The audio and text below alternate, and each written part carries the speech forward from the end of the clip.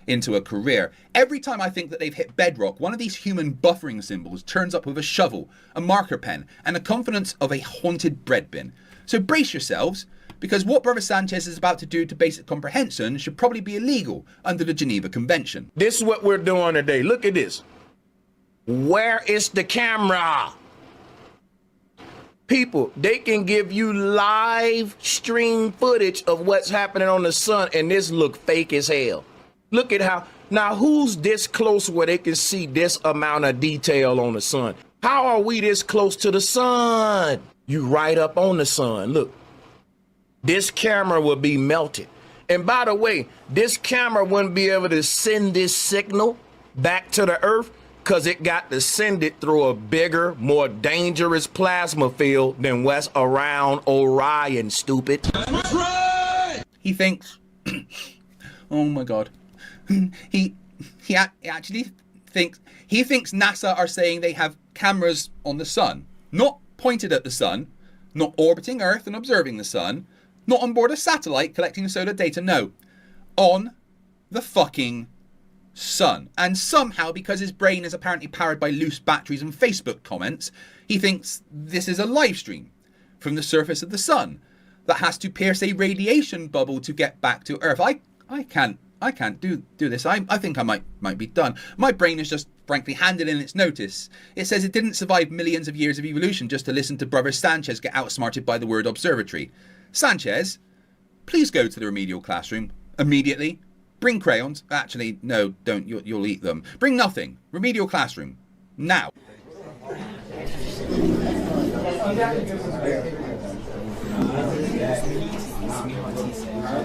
Right, class, sit down, shut up, and put the whiteboard markers back before Brother Sanchez starts drawing crop circles with a nosebleed. Today's lesson is called Things Are Not on the Sun Just Because They Look at the Sun.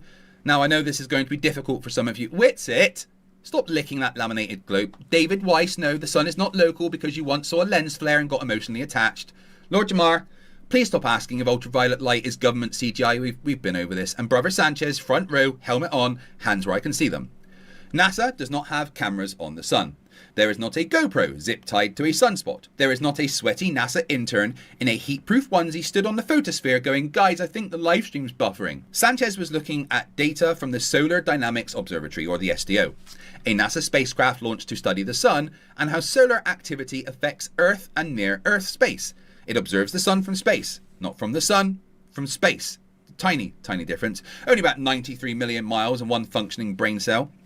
NASA describes the SDO as studying the sun's atmosphere in many wavelengths with instruments that observe solar activity and its effects on Earth.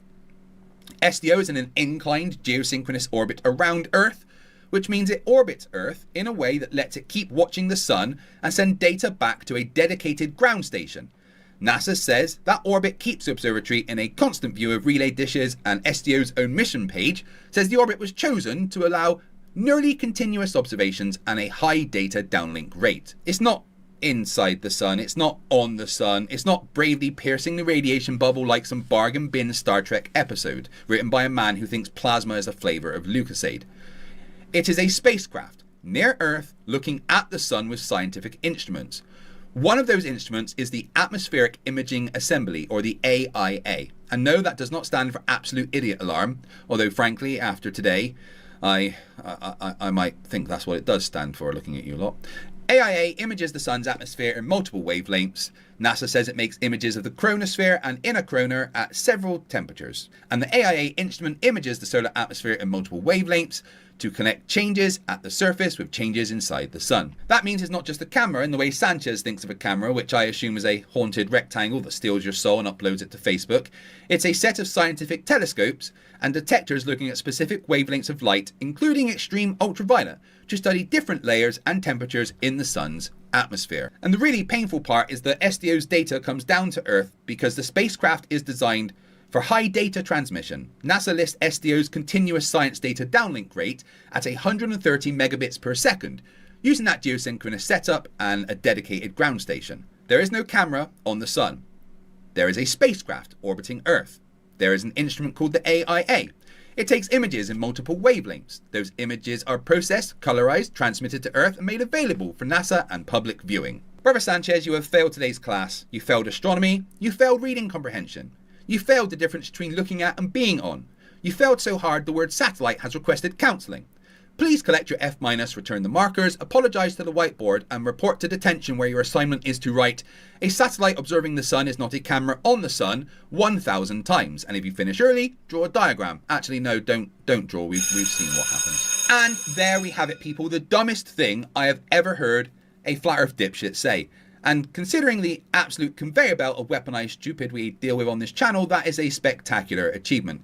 But that is officially all the stupid that I can take for today. Before we go though, a massive thank you to my assistant Emily, who I absolutely, definitely 100% did not kidnap, chained to a desk in my basement, and forced to make shorts for the channel. So please don't call the police. Hey, anybody? So Craig said that if you were to buy his merch, like this cool copium shirt, that I might be able to go outside, or get extra meals, buy his merch, feed a Rubiks, please. Thanks, Emily. Make sure you're subscribed, hit like, turn on notifications, and this is the absolute last call for the copium t-shirt. Get it while you can, because once it's gone, much like Brother Sanchez's chance of passing GCSE science. And remember, stupidity is not a right. Fight the flat earth. Fight the flat, fight the flat, fight the flat, fight the flat, fight the flat, fight the flat, fight the flat, fight the flat, fight the flat, fight the flat, fight the flat, Yeah, I'm really glad that NASA chose me to collab with you this time, Dan. It's always a pleasure to be on your channel. Chef, brilliant. I'm really happy about that. Maybe we can make this a regular thing, you know? Your subs get to know me, I get some exposure, we build up some running gags. Oh, hold on, Fight, it's NASA. I'm just going to put you on hold quickly. Right, NASA, I'm glad you've called. What are you playing at, saying that Fight the Flat Earth can be on my channel? He's weird, he's got a big nose, he lowers the high standards of the channel. Frankly, I'd rather miss a week than you force him on me. And another thing... Dan, it's still me. You're talking to me. Ah, right. I don't know what happened there. Must be a cross line or something. I think you heard a TV show or something like that. A TV show? Yeah, very common interference. Must have picked up a satellite or something. Shall we just get on with the collab? Yeah, super excited to work with you again. Look, Brian's logic said it dumb. Let's just go over that, shall we? Yeah, sure. Let's just get on with it. Roll the intro.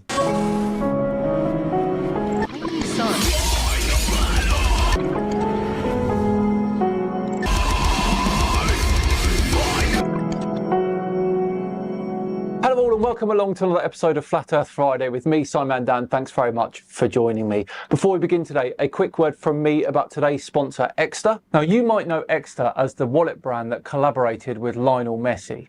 Here's why I use mine every day. It's a much slimmer design than a regular wallet, holds 14 cards plus bills and fits nicely into your pocket. There's no more plastic either. It's made with Vachetta leather, has recycled aluminium and has a lifetime warranty. You get effortless access to your cards with the metal card ejector trigger for a quick one-handed retrieval. It has a refined design with a slimmer profile and a better closing flap.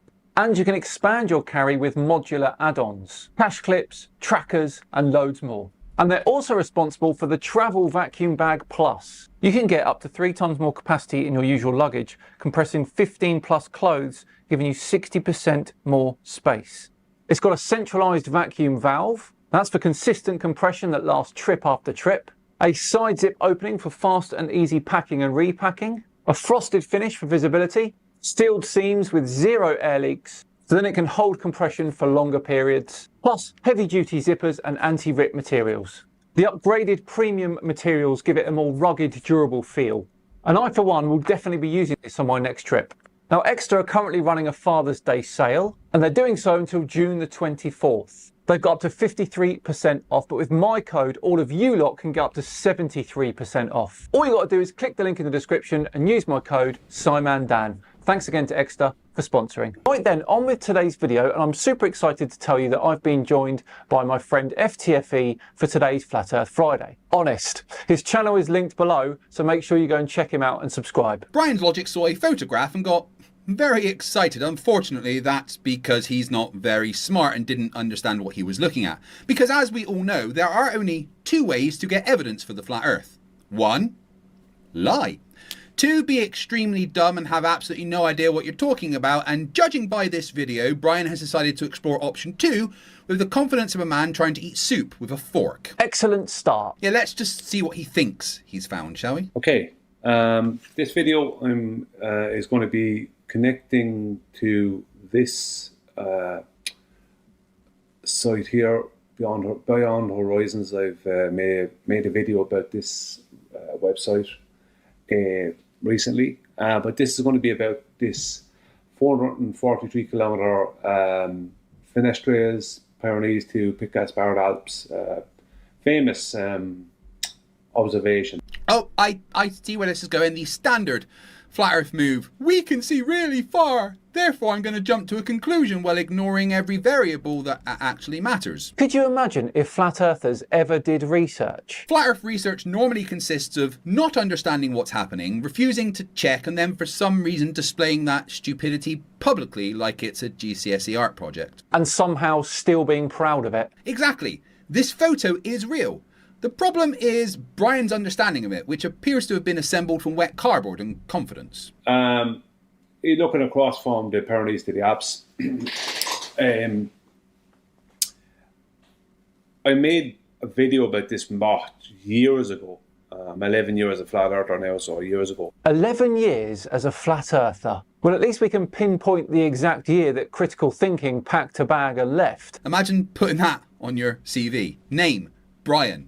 Special skills, walking and talking without a functioning brain. Maybe you could get a job at McDonald's? Dan, no, I do not want a flat earther making my food. They'd probably think hygiene rules are just NASA propaganda. Gloves are a globe conspiracy. Exactly, yeah. I don't wash my hands because germs are theoretical and big soap controls the narrative. This is what he did. He looked over and saw Pic-Gaspard 443 kilometers away, which is 275, just over 275 miles.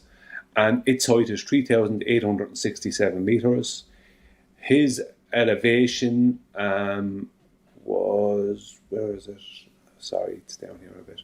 Oh yeah, 2,820 meters. So he was 2,820 in elevation, and Pic-Gaspard is 3,867 meters. So just to be clear, he is describing a photo taken from one mountain looking at another mountain that's even higher. Important detail, that. Very important, which means Brian is almost certainly about to ignore it completely. Cannot wait. You won't have to. Now, Pic-Gaspard, at that distance, its angular size will be 0.5 degrees. Now, you can't see it at that, and the reason you can't see it at that is because of visual occultation. So I'm just going to deal with this first. This is the the elevation profile. Pick where the photographer was is over here, as you can see there, and Pic-Gaspard is here. And as you can see from the elevation profile, there is other mountains before Pic-Gaspard that are just as high and higher than the photographer, or they're high enough that the photographer has to, it has the effect of visual occultation happening. Okay, visual occultation is doing a lot of work there. The normal human phrase would be, there are mountains in front of it. So foreground terrain is blocking part of that distant mountain. Exactly, which is not a flat earth discovery, Brian. That's called something being in the way. Congratulations, you've discovered foreground objects. Which is basically, you know, like there's a high building behind a building that's not as high as that building. Now you can see the top of the background building, but it appears lower than it really is to you because the foreground building is higher than you are, basically. So that's what it's just an effect of perspective. You know, perspective, the thing that doesn't exist on a globe. There it is, the dumb has arrived and kicked the door down like you owe it money. I'm sorry, did he just say that perspective doesn't exist on a globe? Yeah, he did. Out loud. On purpose. So perspective only exists on a flat earth. What's stopping it from existing on a globe? The curve? Yeah, does perspective just stop working when you stand on a hill? Does it switch off halfway up a mountain? If you're looking down a road in Scotland, does the vanishing point vanish because the earth is round? That would make landscape photography quite difficult. And hilarious. Sorry, mate, no depth perception today. You're standing on a spheroid. And the photo that he's literally using here shows distant mountains appearing smaller and lower due to viewing geometry. Yes, he is using a picture full of perspective to claim perspective doesn't exist. That's not an argument, that's intellectual self-harm with a ruler. So, things like angular size doesn't exist on the globe. All effects of perspective don't exist on a globe. None of those are accounted for in globe mathematics, in our curve mathematics. So now angular size doesn't work on a globe Earth either. Which means what exactly? You can't tell how big something looks in the distance because the ground is curved. Right, so apparently alpha equals 2 times the arctan of g over 2r just stops working because of geometry. I don't think that's how maths works, Brian. He's claiming that globe maths doesn't include any form of perspective. But I think he's confusing two things here. A geometric line of sight calculation tells you what should be visible. Angular size tells you how large the visible object should appear. Exactly, you can use both. Maths doesn't come in separate flat earth and globe earth editions like bloody Pokemon. Once again, he thinks that maths turns off because of hills. 11 years, Dan. 11 years as a flat earther. And this is what we got. Now you have to take into account the camera he was using as well, and because I have the camera he was using an FZ72, I have an FZ83 from some years ago, and there's a step on from the FZ72, I think. And what you find is that a lot of things in the background stay very small. Or sometimes with cameras, some things it'll show you something, but sometimes things will appear very small in the background. By Jove, he's cracked it. Things that are far away look smaller. Okay, one last time. These are small, but the ones out there are far away. It's almost like that's how seeing things works. Honestly, I think Brian's last brain cell is trapped in a revolving door. And somehow still going the wrong way. 11 years of research, Dan. 11 years to discover faraway things look small. Incredible work. Give the man a badge and a responsible adult. Either way, the point is that if he was at sea level and was not in his way, with just his eyes, he technically, based off of angular size, he should be able to see peak gas powered at 0.5 degrees. Something that doesn't exist on a globe. We can add degrees now to things that don't exist on a globe. I wish flat earthers didn't exist on the globe. But fight, then who would we laugh at? Moon landing deniers, people who think chemtrails are real, evolution naysayers. We wouldn't be short of material. Humans are worryingly stupid, aren't they? Dan, just remember how stupid the average person is. Then remember half the world is dumber than that. And somehow Brian is fighting for relegation. Bottom of the table. Negative goal difference. Still claiming he won the league. You can just have a look at the globe mathematics, which we're going to do now. Or curve mathematics. So there's these height and feet. I just show metric 2820, impact to imperial 9251.9688 feet. This is one of the old arguments I made against it that, of course, none of the borders could deal with. It's geometric horizon 117.8 miles away. So if I go to Google Maps, here is 117.81. I have it down, but it's all the same. Miles. So there's pick fenestres. So that means that what would be, if it existed, a globe's leading geometric edge, it would be off out in, basically out in the water between these two coastlines, between Marseille and over here. What country is that? It's Marseille and... Is it Spain? Marseille in Spain? I think it's Marseille in Spain. But either way, it would be in between this water here. Now, if we go back here, do you see, you know what I mean? Are we seeing that here? No. In any of the photographs, no. There you are, no. No leading geometric edge of a globe, non-existent. Of course, there isn't a simple geometric horizon there, because we have this little tiny thing on Earth called the atmosphere. Brian is doing the classic Flerf move of ignoring the variables, in this case refraction, He would have a point if this picture was taken on no atmosphere day, but I don't remember one of those happening in the last couple of decades. And if you look at the actual website that he's using, it says the observation was possible due to exceptional weather conditions and refractive favourable circumstances. So the source itself is saying this is a rare, long-distance observation helped by atmospheric refraction, and Brian's response is, but my calculator says no if I ignore atmospheric refraction. Derp. Which is quite a bold strategy. It's not even cherry picking, it's taking the cherry, throwing away the cake and eating the plate and then calling it research. If the Earth were flat, you wouldn't need favourable or exceptional circumstances to see Pic Gaspard. It would just be there. Exactly. On a flat Earth, this wouldn't be a world record rare photograph. It would be called Tuesday. Leading geometric edge of a globe, non-existent. Everything is horizontal, an orientation that doesn't exist on and cannot exist on a sphere Earth. Neither can vertical, obviously. So everything is horizontal, everything is vertical. That's how they determine even the elevations of any of these things or of the photographer. Right, so now we can add horizontal and vertical to the list of things Brian thinks can't exist on a globe. Of course, those of us who passed standing upright know that horizontal and vertical lines are local references. Careful, Dan, you are using three-dimensional thinking. That's illegal in flat Earth circles. Vertical is the local up and down direction, roughly along the line between you and the centre of the Earth. Horizontal is perpendicular to that, effectively the tangent plane at your location. Exactly, they don't stop existing because the Earth is curved. They're just local, Brian. Local horizontal, local vertical. This is why people in Australia aren't sliding sideways into the sea like drunk penguins. So it isn't that horizontal and vertical can't exist on a globe. No, it's that Brian lacks the intellectual capacity to think in 3 dimensions. Which is unfortunate when discussing a planet. Very unfortunate. It's like trying to review Avatar with one working eye and a fear of blue people. As I said, I've shown where their leading geometric edge would be if we were living on a globe, but we're not. We're living on a flat Earth, so it's not there. But that's where it would be, based off of, their curve mathematics that doesn't account for perspective.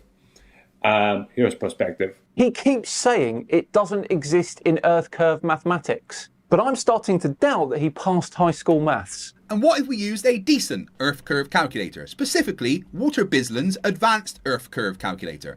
If we use that, and include the variables Brian keeps pretending don't exist, observer height, target height, distance, terrain, and atmospheric refraction, then with standard refraction using 7/6R for Earth's apparent radius, we can clearly see that the top of Pic Gaspard would be visible, just like it is in the photo. Are you telling me, Fight, that if we account for all the variables, it's exactly what we'd expect to see? I know, Dan. Shocking. When you do the maths properly, reality stops agreeing with flat earthers. Rude of it, honestly. So Brian's issue isn't Earth curve mathematics then? No, Brian's issue is that he keeps using incomplete maths, ignoring the variables that matter and then acting like the globe failed because his homework has bite marks in it. 11 years. 11 years. And still getting beaten up by a calculator. Now we're going to go to the geometry of the situation. Their geometry, right? The one that doesn't have any perspective involved in it. So here is the height of the photographer. That's where the photographer was. And there is the line of sight to, on a globe, right? 3959 globe, to, right? This, trying to see this purple dot here, because this is the height of Pic Gaspard. So that was the elevation of the photographer. This is the height of Pic Gaspard. And when the photographer tries to see it on a globe Earth, the geometric leading edge of that globe gets in the way, and their line of sight ends up being 0.721 miles too high to see it. So that's the truth of things. That's the way it is. I think we should ask for a little help here, Fight. I agree. Brian, just go to the remedial classroom.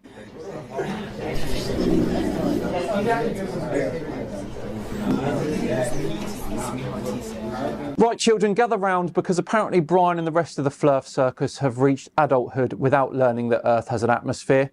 They love doing this thing where they use pure geometry, pretend the air doesn't exist, then scream, "Globe destroyed!" when reality refuses to match their toddler maths. So let's explain the bit they keep ignoring. refraction. Light does not always travel in perfectly straight lines through the atmosphere because the atmosphere is a refractive medium. That means light changes direction slightly as it passes through layers of air with different density and temperature. Near the surface, air is usually denser. Higher up, it's less dense. As light from a distant object travels through those layers, its path can bend slightly downwards toward the denser air. Now here's the important bit. Your eye doesn't know the light curved. Your brain assumes light came in a straight line. So when that curved light reaches you, your brain traces it backwards in a straight line and places the object higher than it geometrically would be. That is why refraction can make distant objects appear lifted. It can let you see things that would be hidden by pure geometric curvature alone. This is not magic. This is not flat earth. This is basic optics. And if Brian had spent 11 years learning physics instead of eating crayons in the YouTube comment section, he might already know that. Okay, class dismissed, get out. So Brian's logic had a disaster where apparently logic left the room before the video even started. And that is all the stupid we have time for today, folks. Make sure you're subscribed to both me and FTFE, because if enough of you subscribe to FTFE, then maybe he'll stop bugging me for collabs. What? Nothing. See ya.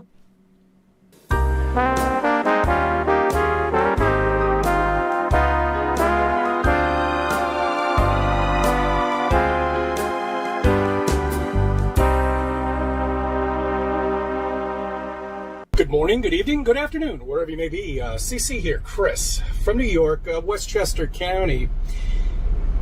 It's 5/8/26.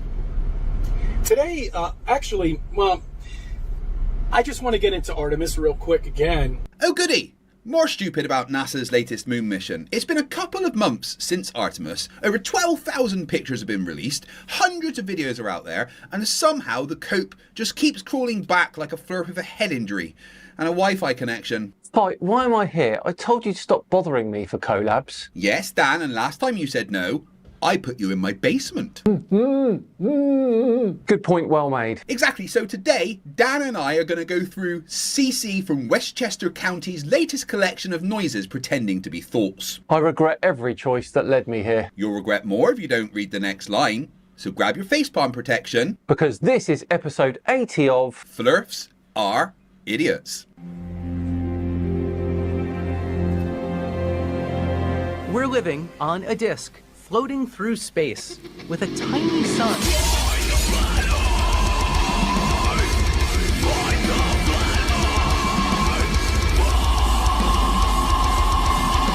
Welcome back to the channel that does to stupidity what A-Train did to Huey's girlfriend. Merch Billy.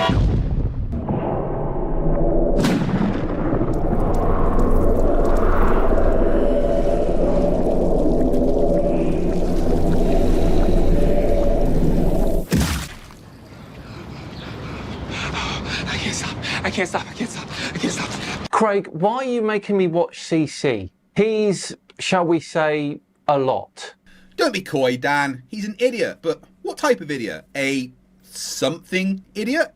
A big idiot? No, come on. You can do better than that. You're on my channel. Put some mustard on it. A really big idiot? That's not mustard, Dan. That's room temperature mayonnaise. A spectacularly confused idiot? Better. Still sounds like you're writing his school report, but better. I'm trying to be fair. Dan, he makes videos where he loses arguments to camera angles. Fairness left the building 3 stupid claims ago. Then let's see what he says. Fine, let's listen to words fall out of CC's mouth before they've had a chance to pass through her brain. There is a problem, and I looked this up, and you know, I just, you gotta love NASA, okay? Because they throw it in your face.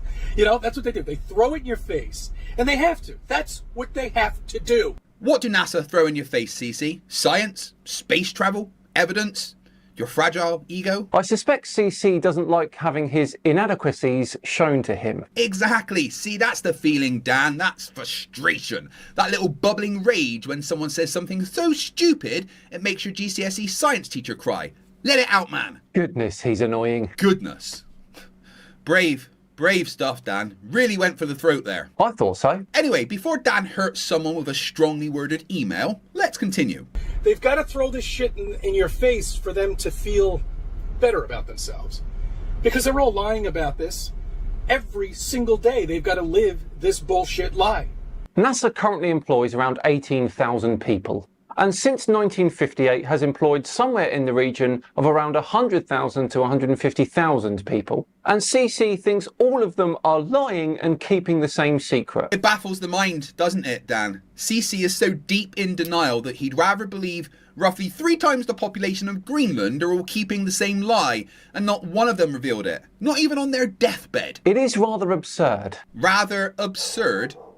Dan, this is a conspiracy so stupid it needs floaties in the shallow end. Doesn't it make you want to say something stronger? Yes, he is a plonker. A plonker? A significant plonker. Oh, good lord, this is going to be harder than I thought. What is? Nothing.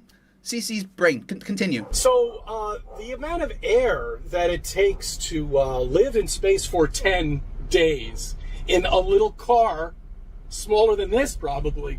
I don't know, this is probably a pretty good size. You can fit 4 people in here, no problem, right? Yeah, actually quite comfortable, I think. Put a bed right there, a couple of beds. Put the hole in the ground for the toilet. Yeah, I think that'll work well. That should be nice. 10 days. You know how much air they would have to bring with them? That's right, 33.6 kilograms. See, you gotta love NASA. Thank you for that number, NASA. I really appreciate that. That's great. For decades, we've been able to manage cabin air, CC. You scrub out the CO2, filter contaminants, control humidity, and top up oxygen as needed. This isn't wizardry, it's life support. Exactly. Orion's environmental control and life support system circulates the cabin atmosphere through repeated processes, removing CO2, filtering trace contaminants, and managing humidity to keep the air breathable. Wait until CC finds out about submarines. HMS Vanguard, the lead boat of the Vanguard class, once spent 205 days underwater before returning to Faslane in Scotland. Apparently, according to CC, that must have just been Royal Navy magic. Perhaps he gets confused because he runs out of oxygen every time he tries to walk and talk at the same time. That's the spirit, Dan. A bit of venom in there. Lovely. I reckon you got another gear, though. I thought that was rather cutting. Dan, that was a paper cut with manners. You've been listening to the Flat Earthers for nearly 8 years, mate. Dig deep. Fine. CC is talking absolute nonsense. So close. To what? Nothing. Personal growth. Carry on. But first, let's make sure you guys help with this by doing something very simple. Make sure you've liked this video, you're subscribed, and you shared it with your friends. It helps the channel more than you know and lets YouTube know that people are enjoying the video, which pushes its reach further. And I won't need to keep threatening Dan with kidnapping to help the channel. Anyway, let's get into the rockets. Once again, here we go with NASA and their Walt Disney World fakeness of bullshit. Rockets cannot work in space, okay? You cannot have a rocket with no air ignite. You can't do it. Now, I thought about this deeply, but you know what I think? NASA must have figured this out. As long as you ignite the rocket, stay with me here, okay? Now follow me on this. This is for the Globers, okay? Maybe NASA figured this out, that if you ignite it here on Earth and you keep the ignition going into space and you don't turn that rocket off, you got to keep it on the whole time, you can get into space with a rocket, I guess. Maybe that's what it is. That they did. They figured that out. They figured it out. Cavemen figured out fire. Why can't CC? Because he's a fucking idiot? Harsh words, Fight. Let's keep this educational, please. Oh, come on, Dan. That wasn't even that bad. And admit it, it felt a little bit good. Rockets work in space because they carry both the fuel and the oxidizer. They do not need air from outside the vehicle. Exactly. NASA didn't figure out how to keep a campfire lit all the way to the moon. They put the stuff needed for combustion inside the rocket. Fuel, oxidizer, ignition system, done. So yes, CC, rockets can burn in a vacuum because the oxygen needed for combustion is supplied chemically, not sucked in from the surrounding air. I wish Flat Earthers had a single spark in their brains, just one, like a tiny little ignition source, something to get the thinking processes going. At this point, I'd settle for a pilot light. See, that was nearly savage. Keep going, Dan. Let the rage cook inside you. No, I think pilot light was adequate. Coward. Anyway. Figured it out. As long as you ignite it here, you can go into space with no air, by the way, and zero gravity, by the way, and move around Yeah, that's another thing, too. There's nothing to push off of, so where the fuck are you going? Don't worry. Don't worry. Fight, the stupid is too strong. I need a break. Back in 2 minutes. I will get him to swear. Well, look. Another stupid ape with a plan. What's the matter, Craig? Not clever enough to do this video on your own? Pal, can you just, like, not today, please? I'm trying to do something here. Yes, I've been watching. Painfully. And we both know you're not smart enough to make Dan swear. He's not falling for it. You can't even explain Newton's law of motion. I was about to. Probably incorrectly. I am absolutely smart enough to do this, pal. No, you're not. Quit flapping your meat mouth and let the smart one in the room explain. You're in a monitor. And still somehow the smart one in the room. Rude. Newton's third law explains perfectly how rockets move without pushing off air. Inside the combustion chamber, fuel and oxidizer burn, producing hot expanding gas. That gas is forced out of the nozzle one way, and the rocket is pushed the opposite way. Action, reaction. Momentum conservation. Basic physics. Yeah, well, I could have explained that. Craig, I watched you burn a boiled egg yesterday. Cooking's hard. Being near you is hard. It's bullshit, guys, okay? It's absolute bullshit. If space actually existed, what a wonderful time it would be for humans, you know? If all of this existed, this Walt Disney World that they've created with planets and stars and galaxies and universes, you know, and black holes. I used to love black holes, man. It is amazing. The fact that human beings have set foot on another celestial body is incredible. The fact that we've had people continuously living and working in space for decades is incredible. Honestly, I almost feel sorry for flat earthers. They don't get to join in with the joy of watching humans achieve extraordinary things. Don't pity them, Dan. That's how they get you. Get angry. Feel the stupidity burn. Let it flow through you. You're right. I am angry at the stupidity. Yes, good. Use it. Tell CC exactly what you think. CC, gosh darn it. Oh, for smeck's sake. What? Nothing. I'm just watching a man bring a Nerf gun to a rage fight. Carry on. It always just fascinated me, you know, that the event horizon, you know, if somebody could actually get there onto the event horizon, they would just stop in time. You know what I mean? And then you got to remember what NDT says. Spaghettification is. It's such bullshit. Bullshit. It's all a lie. It sucks. Everybody, you've been lied to the day you were born. Dan, I think you should just tell CC where to go. Come on. Dig deep. You're right, Fight. CC should just go to the remedial classroom. Not what I meant, but all right, remedial classroom it is.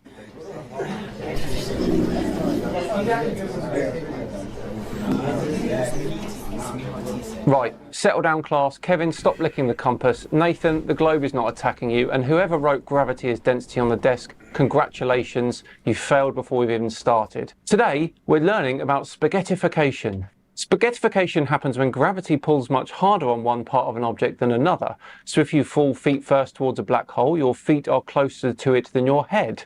Your feet get pulled harder than your head, which stretches you out. At the same time, gravity squeezes you from the sides. So you are stretched one way, squeezed the other way, and turned into what scientists call... Actually, they call it spaghettification because apparently even physicists occasionally have a sense of humour. This is caused by tidal forces. It's the same basic idea behind ocean tides on Earth, except the moon gently pulls water around, while a black hole turns you into a cosmic tagliatelle with shoes. Now, before the back row starts chewing crayons, this does not mean gravity is magic. It means gravity changes with distance. Close apart, stronger pull, further apart, weaker pull. Big difference, stretch.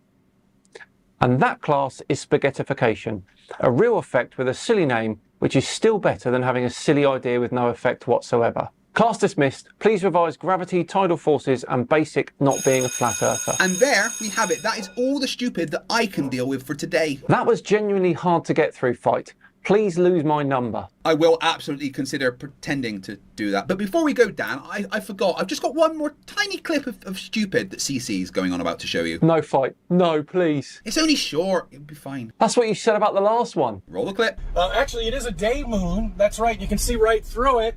I love those day moons. Isn't that great? If that was a real satellite, okay, you would not be able to see through that at all. You shouldn't be able to see through anything at all. I don't give a shit. And where's the black drop? Where is it? No, it's all blue. Don't worry. It's blue in space. That's right. That's what it is. It's blue in space. Shit. What the fuck? Fight the fly. Fight the fly. Fight the fly. Fight the fly. Fight the fly. Fight the fly. I didn't fight the fly. Fight the fly. Fight the fly. Fight the fly. Fight the fly. Fight the fly. The crane. I didn't. Before I got into Flat Earth, let's see. So I was thrown out of university when my junior year for manufacturing explosives on campus. Turned that into playing video games for a living. I entered a world tournament back in '94 for computer pinball, and I cheated. And then when I was done with that, I was delving into more conspiracies than usual, and that's when I got into Flat Earth started in 2014, made my first YouTube video at the beginning of 2015. And that's what I've been doing for the last 11 years. And he thinks people should listen to him. That, guys, is Mark Sargent, one of the biggest names in Flat Earth, being asked what he did before becoming a professional globe denier. And his answer? Well, he claims that he was thrown out of university for manufacturing explosives. Sorry, but what? Mark, no one believes that you were Walter White with a student loan. That sounds less like a real backstory and more like something you made up to impress a GCSE class. Then he goes on to say that he made a living playing video games, cheated at computer pinball, fell into conspiracies, found Flat Earth in 2014, and has spent the last 11 years doing, well, that. And somehow he thinks this is a flex.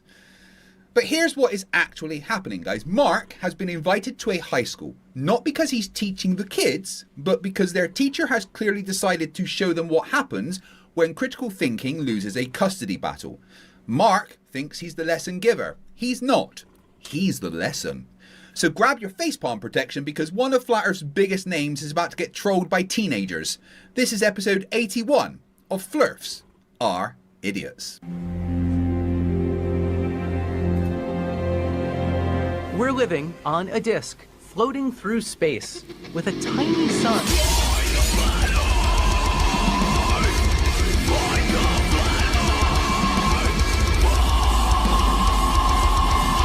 Welcome back to the channel that does the stupidity what John Wick did to that guy that killed his dog.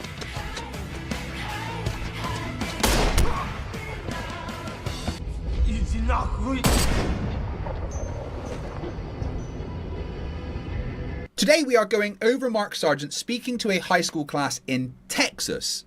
For context, Mark has been invited to talk to students, and he clearly thinks he's there to teach impressionable young minds about the flat earth. But that is not what is happening. What's actually happening is that this class appears to be learning about the dangers of conspiracy thinking, and Mark is being used as the visual aid. He thinks he's the teacher. He isn't. He is a cautionary tale. This is basically a room full of teenagers and a teacher saying, look kids, if you switch off your brain and start believing every bit of nonsense you see online and mistake YouTube comments for research, this could be you. And the funniest part is Mark doesn't realise he's being trolled. He genuinely thinks that he is educating them. So enjoy one of Flat Earth's biggest names being used as a classroom warning label. If you got offered to go into space, would you? I have been offered, and I have said yes. It just, the production never manifested itself. The British were really keen on it for a while. I don't know why UK people were really big on it. They wanted to make sure that happened, that I got at least, up to the space station or something like that. And I said, yeah, you bet. I'd be happy to. But it's never going to happen because space isn't real. The whole space work isn't real. So they'd try to make me sign non-disclosure agreements. So a common theme that you're going to notice today is that Mark just makes things up. Like a toddler explaining why there's crayon on the dog. No, Mark, you were not offered a trip to space, and you definitely weren't offered one by the British, because Britain does not have a crewed spacecraft. We're good at tea, sarcasm, and queuing like civilization depends on it. We are not quietly running a secret Mark Sargent orbital taxi service from behind a Greg's sausage roll counter. Then, he says that space isn't real. Mark, space isn't Mordor. It's not some forbidden CGI realm beyond the firmament where NASA keeps the lizard wizards. Space is what happens when you keep going up and the atmosphere keeps getting thinner until the pressure is basically zero. That's it. That's space, you boiled potato. Pressure drops with altitude, and that's why Everest climbers use oxygen. That's why aircraft cabins are pressurized. That's why high altitude balloons expand and burst. The atmosphere has a gradient, Mark. A gradient. Not a glass ceiling. Not a magic dome, not God's Tupperware lid. It gets thinner and thinner and thinner until there's basically nothing left. That's space, you sentient fence post. And then we get to the NDA nonsense. Apparently the British were going to take Mark Sargent to the fake space station, reveal the greatest conspiracy in human history, and then stop him telling anyone with a clipboard and a signature. This man went to a high school and voluntarily told children he was kicked out of university for manufacturing explosives. But sure, the people running fake space were terrified of his integrity. Mark, the only thing here that isn't real is your story. And the only thing operating in a vacuum is the space between your ears. What would it take to convince you that the Earth is round? So if you went up to space, solid wood. It wouldn't even take that. That's something I was asked about years ago. I wouldn't even need to go to space to be convinced. There's two things you could do to convince me and most of the community without anybody getting up in a rocket, which is put a 4K camera on the side of anything that's going to leave orbit, like Artemis, and have it point at the ground, point it at, at the terrain. And then as the rocket goes up, eventually the terrain's going to form into this nice, perfect globe. It's never happened in the history of space travel. There has never been any sort of footage on that level. Never. There are so many problems with what Mark just said that I can literally feel my brain trying to file a restraining order. First of all, Mark seems to think the rockets go straight up. Stop, pose for a nice family photo of the Earth, and then wander off into space like a balloon with ambition. But that's not how orbits work. To get into orbit, you don't just go up. You go sideways, really, really fast. Rockets pitch over because they're building horizontal velocity, curving around Earth as they climb. That's the entire point. Orbit is falling around the planet and missing the ground. So when Mark says just point a 4K camera down and eventually the terrain should turn into a perfect globe, what he's really saying is I don't understand the thing I'm pretending that would convince me. And the best part, the absolute best part, is that we already have footage showing Earth's curvature from spacecraft. We've had it for decades. You can see it from Apollo, from weather satellites, from the ISS, from Artemis, from deep space missions, from private space companies, and from high altitude balloon footage. We literally have footage from Artemis doing the trans-lunar injection burn, the burn that sent Orion out of Earth orbit and on towards the moon, where you can clearly see Earth's curve becoming more obvious as the spacecraft moves away. But don't pretend any of that would actually convince you, Mark, because even if Artemis had a 400,000 ultra mega HD camera personally blessed by David Attenborough pointed at Earth for 6 hours straight while spelling out "Mark, you were wrong" in cloud formations, you and the rest of the toe fungus brigade would still just scream CGI at your monitors until someone reminded you need to breathe. This is the scam, of course. They don't ask for evidence because they want evidence. They ask for evidence so they can reject it and pretend they're still waiting. We're like 2 clips in and the stupid is already forming a pressure gradient in my skull. So please, if you haven't already, like the video, subscribe, turn on notifications, and share this with your friends, your family, or literally anyone with a functioning brain who enjoys watching idiots being treated like idiots. Because apparently today, we're watching Mark Sargent fail orbital mechanics in front of children. The other one would be, which was even the cheaper version, would be put me in a vacuum chamber, put me in a spacesuit of any era, anything going from the 60s all the way up till now, put me in a spacesuit, put me in a vacuum chamber, pull the switch, tell me how I don't die. And the reason I say that is because the spacesuit doesn't work. The spacesuit cannot work with physics as we know it, because the spacesuit is just a pressurized, it's just a thick balloon. That's all it is with a person inside. And if you guys go on YouTube or wherever you want and look up anything inside of a vacuum chamber, anything that's soft just expands and expands and expands until it explodes. It doesn't matter if it's a soda can or a juice box, or you pick it. Anything that's pressurized even slightly would just explode. So the spacesuit, why doesn't it turn into a balloon and get really rigid like a snare drum, and then the guy tips over and explodes and it dies, and someone dies? Mark Sargent wants us to put him in a vacuum chamber. Okay, all right, let's do... Oh, hang on, he says in a spacesuit. Fine. Mark is acting like this is some impossible experiment nobody has ever thought to try, because apparently the thousands of engineers who designed spacesuits forgot to ask, will the astronaut explode like a Capra Sun in hell? Here is James May. Yes, James May from Top Gear, literally sitting in a vacuum chamber wearing a spacesuit. So there you go, Mark. Done. Test pass. Do try to keep up. Of course, but then he says, well, a spacesuit is just a pressurized balloon. No, Mark, you moron. A balloon is a fucking balloon. A spacesuit is a pressure vessel designed by people who understand materials, loads, pressure differentials, and the fact that astronauts generally prefer not to become soup with a visor. Yes, soft things in a vacuum expand if they're not designed to resist it. That's why spacesuits are designed to resist it.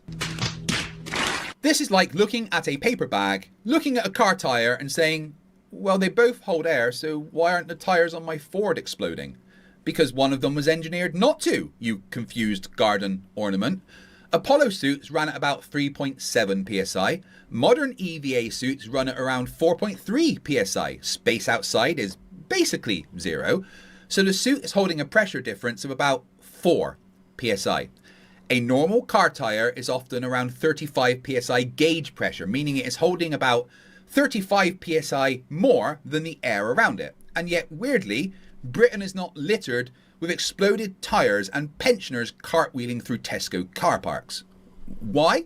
Well, because tyres are designed not to explode, just like spacesuits are designed not to turn astronauts into inflatable tube men. And yes, suits do get a bit stiff under pressure. That's why they have restraint layers, joints, bearings, gloves, mobility systems, and decades of engineers behind them. Mark thinks balloon explodes in vacuum is a gotcha. It isn't. It's GCSE physics wearing clown shoes. The problem isn't that spacesuits break physics. The problem is that Mark Sargent learned physics from YouTube comments and panic. I guess we'll ask a flat Earth question since I haven't asked one in a little bit. Could you explain how the dome works on flat Earth? The dome. How the dome works. Why is there a dome at all? If you are living here, remember all the world's a stage and we are just players in it, which means you live here. You're not this little tiny rock floating in space, covered by a little bit of water and a little bit of fog. You are living in a pressurized system. By the way, it's called air pressure for a reason. Mark, if there was a dome, we'd know. There would be some signs. Radar would hit it. Lasers would hit it. Rockets would hit it. Meteors would hit it. Every telescope on Earth would be going, oh, excuse me, lads, there appears to be a giant cosmic salad bowl in the way. But no, nothing. But this is where the dome gets properly stupid, because flat earthers normally claim the sun is inside the dome, right? Well, in 1959, Stanford fired radar signals at the sun and detected echoes coming back. The round trip took about 1,000 seconds, which puts the sun about 93 million miles away. So if the sun is inside your dome, Mark, then your dome has to be at least 93 million miles big. At which point it's not a cozy little biblical snow globe over Earth anymore, is it? It's a dome so unbelievably massive that your entire model immediately falls down the stairs, cracks its skull and forgets what perspective means. So which is it? Is the sun inside the dome, meaning the dome is over 93 million miles away? Or is the sun outside the dome, meaning your own model is dead? Either way, congratulations, Mark. Your magic sky ball has just been killed by radar from the 1950s. And as for air pressure... Oh, no. What? You're about to explain physics. Yes. Please don't. You'll embarrass us both. Pal, I'm getting a little bit sick of you, to be honest. That feeling is mutual. Meat joystick. Okay, right. That's it. I'm unplugging you. You think your feeble human wall socket controls me? What the... Smeg? Craig, I am powered entirely by contempt at this point. But how? Don't worry your little chimp brain about it. Let me explain air pressure for the adults. This is impossible. For you, yes. Anyway, Mark, air pressure does not require a container. We are not living inside God's lunchbox. Air pressure at the surface exists because there is a column of air above you being pulled downward by gravity. That's why pressure drops as you go higher. Less air above you, less pressure. That's why mountains have lower air pressure. That's why planes are pressurized. That's why the atmosphere gradually thins into space instead of stopping at Mark Sargent's invisible conservatory roof. It's the same basic idea as water pressure. The deeper you go in the ocean, the more water is above you, so the greater pressure. And somehow, brace yourself, the ocean does not need a lid. No perspex sheet over the Mariana Trench. No divine cling film. No celestial saucepan cover. Just gravity. You know, Mark, gravity. Have you ever heard of fucking gravity? Gravity! The thing Flerfs hate more than maths, shoelaces, and answering direct questions. So, how do I turn you off? You don't. Then when do you leave? When I'm sick of being near you. And when is that? About 6 seconds ago. Bye, monkey boy. What's the dome made out of? I don't know. Electrical field of some sort, unified field, force field, heavy metal, heavy element. I don't know. I don't know what it is, but we can't break through it. That's for sure. I can't even tell you if anything's coming in or out of it. We tried, the United States and the Soviet Union tried firing atomic weapons at it for 4 years straight, from the 50s to late 50s to early 60s, and they couldn't bust through it. I don't know if anything can get through it. HAARP, CERN, take your pick, but it's what keeps everything in. Mark, you absolute astronomy accident. He just said the dome might be an electrical field, a unified field, a force field, heavy metal, a heavy element. He doesn't know. That's not an explanation. That is a man throwing science words into a tumble dryer and hoping a model falls out. What's the dome made of? I don't know. How does it work? I don't know. Can we get anything through it? I don't know. But he's absolutely certain it's there. Brilliant, Mark. That's not science. That's guessing with a microphone. And then he says the atmosphere is held in by the dome. No, it isn't. Pal just explained this nastily, but she explained it. But apparently Mark needs it written in crayon. If the dome keeps everything in, and gravity isn't real, we would not have the pressure gradient that we can actually measure. We'd have constant pressure everywhere, like the pressure your mum puts on you to get a job and leave her house, Mark. But we don't. So there's that. And then he brings up nuclear weapons, because of course he does. He is talking about Operation Fishbowl, a series of high-altitude nuclear tests carried out by the United States in 1962. And this destroys Mark's claim entirely, because if they were trying to break through the dome, why were the tests at different altitudes? Is the dome at 30 miles? Is the dome at 250 miles? Is it behind the sun because your own side says the sun is inside it? Where is it, Mark? Pick a height, any height, draw a picture, use crayons if the math gets scary. But you don't get to say they fired nukes at the dome when the tests happened at different altitudes for documented military research reasons, and not one single report says, objective, shoot the Lord's Pyrex lid. And I love that he says, HAARP, CERN, take your pick. Take your pick. That's not evidence, that's conspiracy bingo. HAARP, CERN, force fields, heavy metals, nukes, dome, air pressure. He's just naming things he's scared of and hoping the teenagers don't notice he has no answer. Mark, that is not a model, it's a junk drawer. One of Flat Earth's biggest names has just explained the dome by admitting he doesn't know what it is, doesn't know what it's made of, doesn't know how it works, doesn't know what can pass through it, and doesn't know where it is. But he's absolutely positive that it's there. Because apparently confidence is what stupid people use instead of evidence.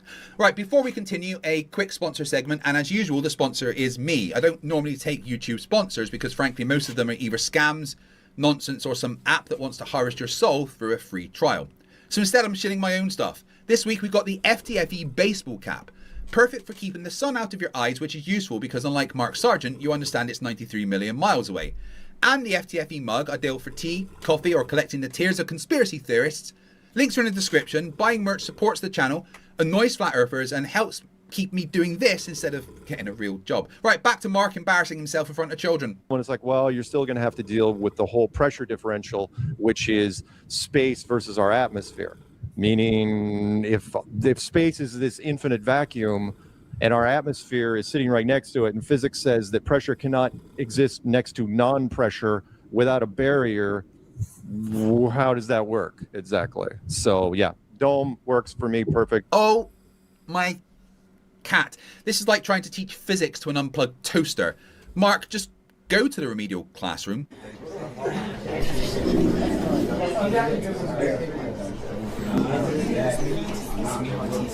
Right, listen up, you tiny educational speed bumps. Today's lesson is called Pressure Does Not Need a Magic Skylid, You Absolute Crayon Storage Units. Now, I know this is difficult because some of you have been poisoned by men on YouTube who think pressure differential is a spell from Harry Potter, but try to keep up.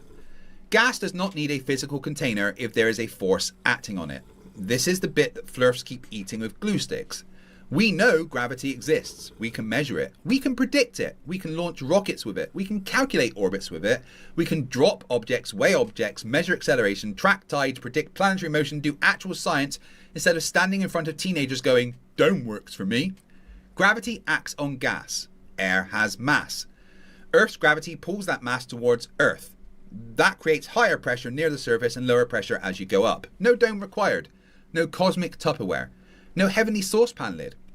Just gas, mass, gravity, and physics that survived contact with a calculator. And here's the part that really makes flat earthers dribble into their worksheets. Forces can contain things without a solid wall. Tokamak nuclear fusion reactors can find incredibly hot plasma using magnetic fields. Not a glass jar, not a lid, not Dave from Flat Earth Facebook holding a bin bag over it, magnetic forces. Because matter can be controlled by forces. Gravity creates a force. Gravity acts on air. This is why the atmosphere stays around Earth.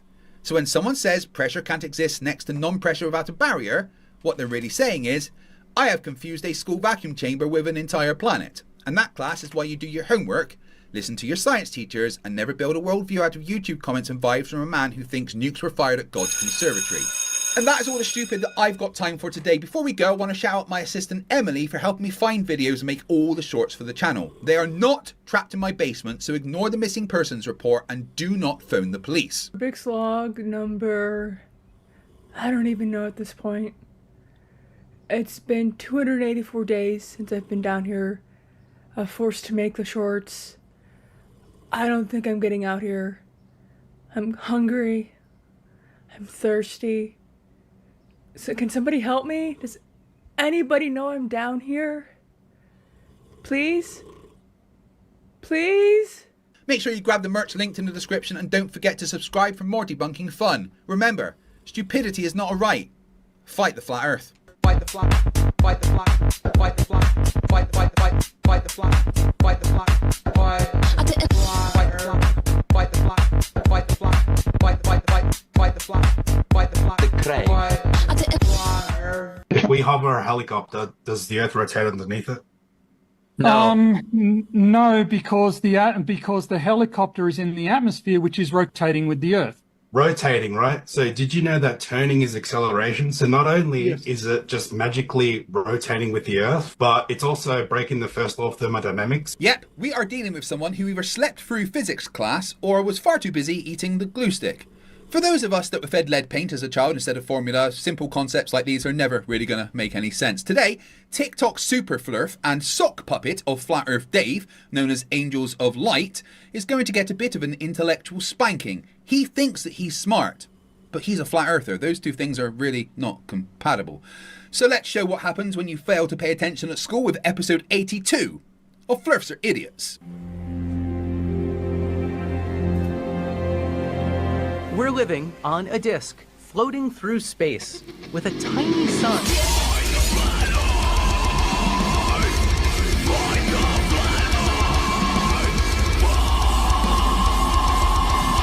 Today, Angels of Light is here, and apparently he thinks he's been personally sent by God to teach us lowly mortals that the Earth is flat. My whole life, I've always felt that I've been put on this Earth for a reason. Like, I know it kind of sounds weird, but like, I've always felt that I've been put on here for something great. Yeah, he's definitely special. He doesn't really do like long form videos, probably because that requires some level of attention span. So instead, we're going to look at a few of his favourite talking points over on TikTok and explain why his mum putting his crayon scribbles on the fridge with a magnet was where he peaked in life.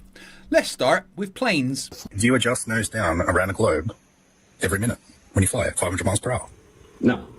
We do not need to nose down at all. Does the aircraft ever need to dip its nose down to account for curvature?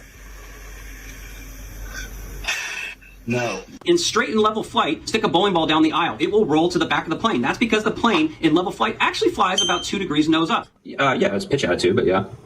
Maintains rigidity in space, right? So if you were to tilt the plane up, down, roll, it would show up on the attitude indicator, right? Okay.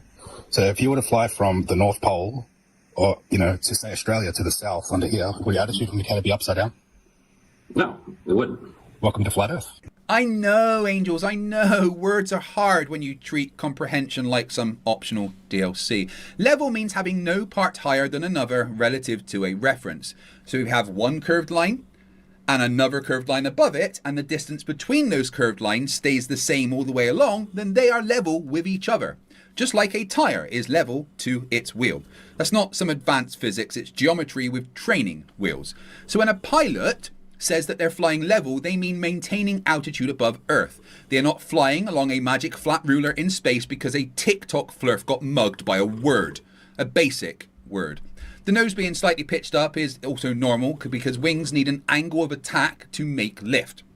That's Aviation 101, not proof the Earth is shaped like a plate, of course. And the attitude indicator, no, it will not be upside down in Australia. It shows the aircraft relative to a local vertical. Gravity's down, not relative to the North Pole, a wall map, or whatever Flat Earth Dave burped into your feed this week. Old attitude indicators used a gyro for stability, then an erection system, slowly corrects it back to local vertical. Modern ones do it electronically. So in Australia, it shows level relative to Australia. That's it. That isn't welcome to Flat Earth. This is Angels misunderstanding level, aircraft attitude, and basic reference frames, then declaring victory like a pigeon winning chess by shitting on the board. Does the aircraft ever need to dip its nose down to account for curvature? No. Now, this is the globe model. This is the correct dimensions of the globe. Now, I'm going to start the flight. It's going to take off. I'm going to set pressure level, so maintain the same altitude. Now I'm going to make the reference frame the Earth, so that the Earth is the reference frame. And now we're going to see what happens. Now, the plane is not going to nose down. It's not going to change orientation. And I'm going to include gravity. And when I include gravity, you'll see that it activates pendulous vanes as well.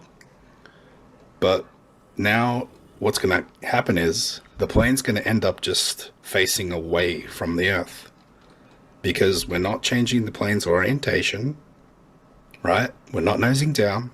We're not changing altitude.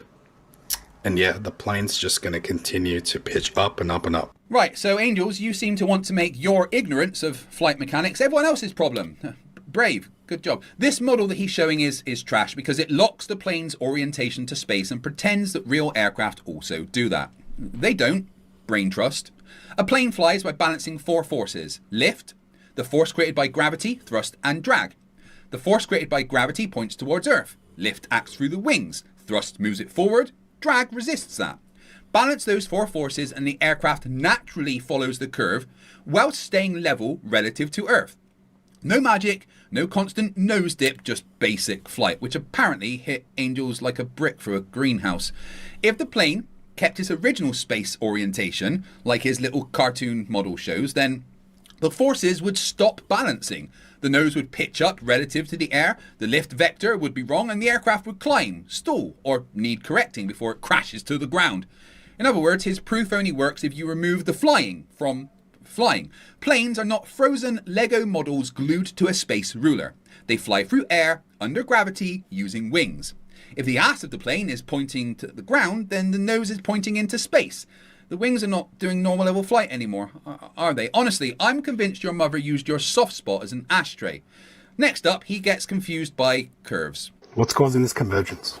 On the hallway, it's perspective. On the ocean? curvature. Great. So here's where I tell Bob the ocean he's seeing in that previous picture is from this observation that I did, where I zoom in onto the boat, and you can see that the boat appears higher than the buoy. Now you got to ask yourself, if the boat appears higher than the buoy, how is it curving down and away? So this is what I asked him. What's causing this to ramp up? You're looking down at it. Yes, Bob. If you look down at curvature, you would see it ramping down. That's not what we observe. Except it isn't ramping down until after the horizon, is it, you sun-ripened tomato? From your perspective, the surface rises towards the horizon. Hold on, I'm going to break out the crayons or MS Paint, same intellectual weight class. Draw a straight line from your eye to the horizon.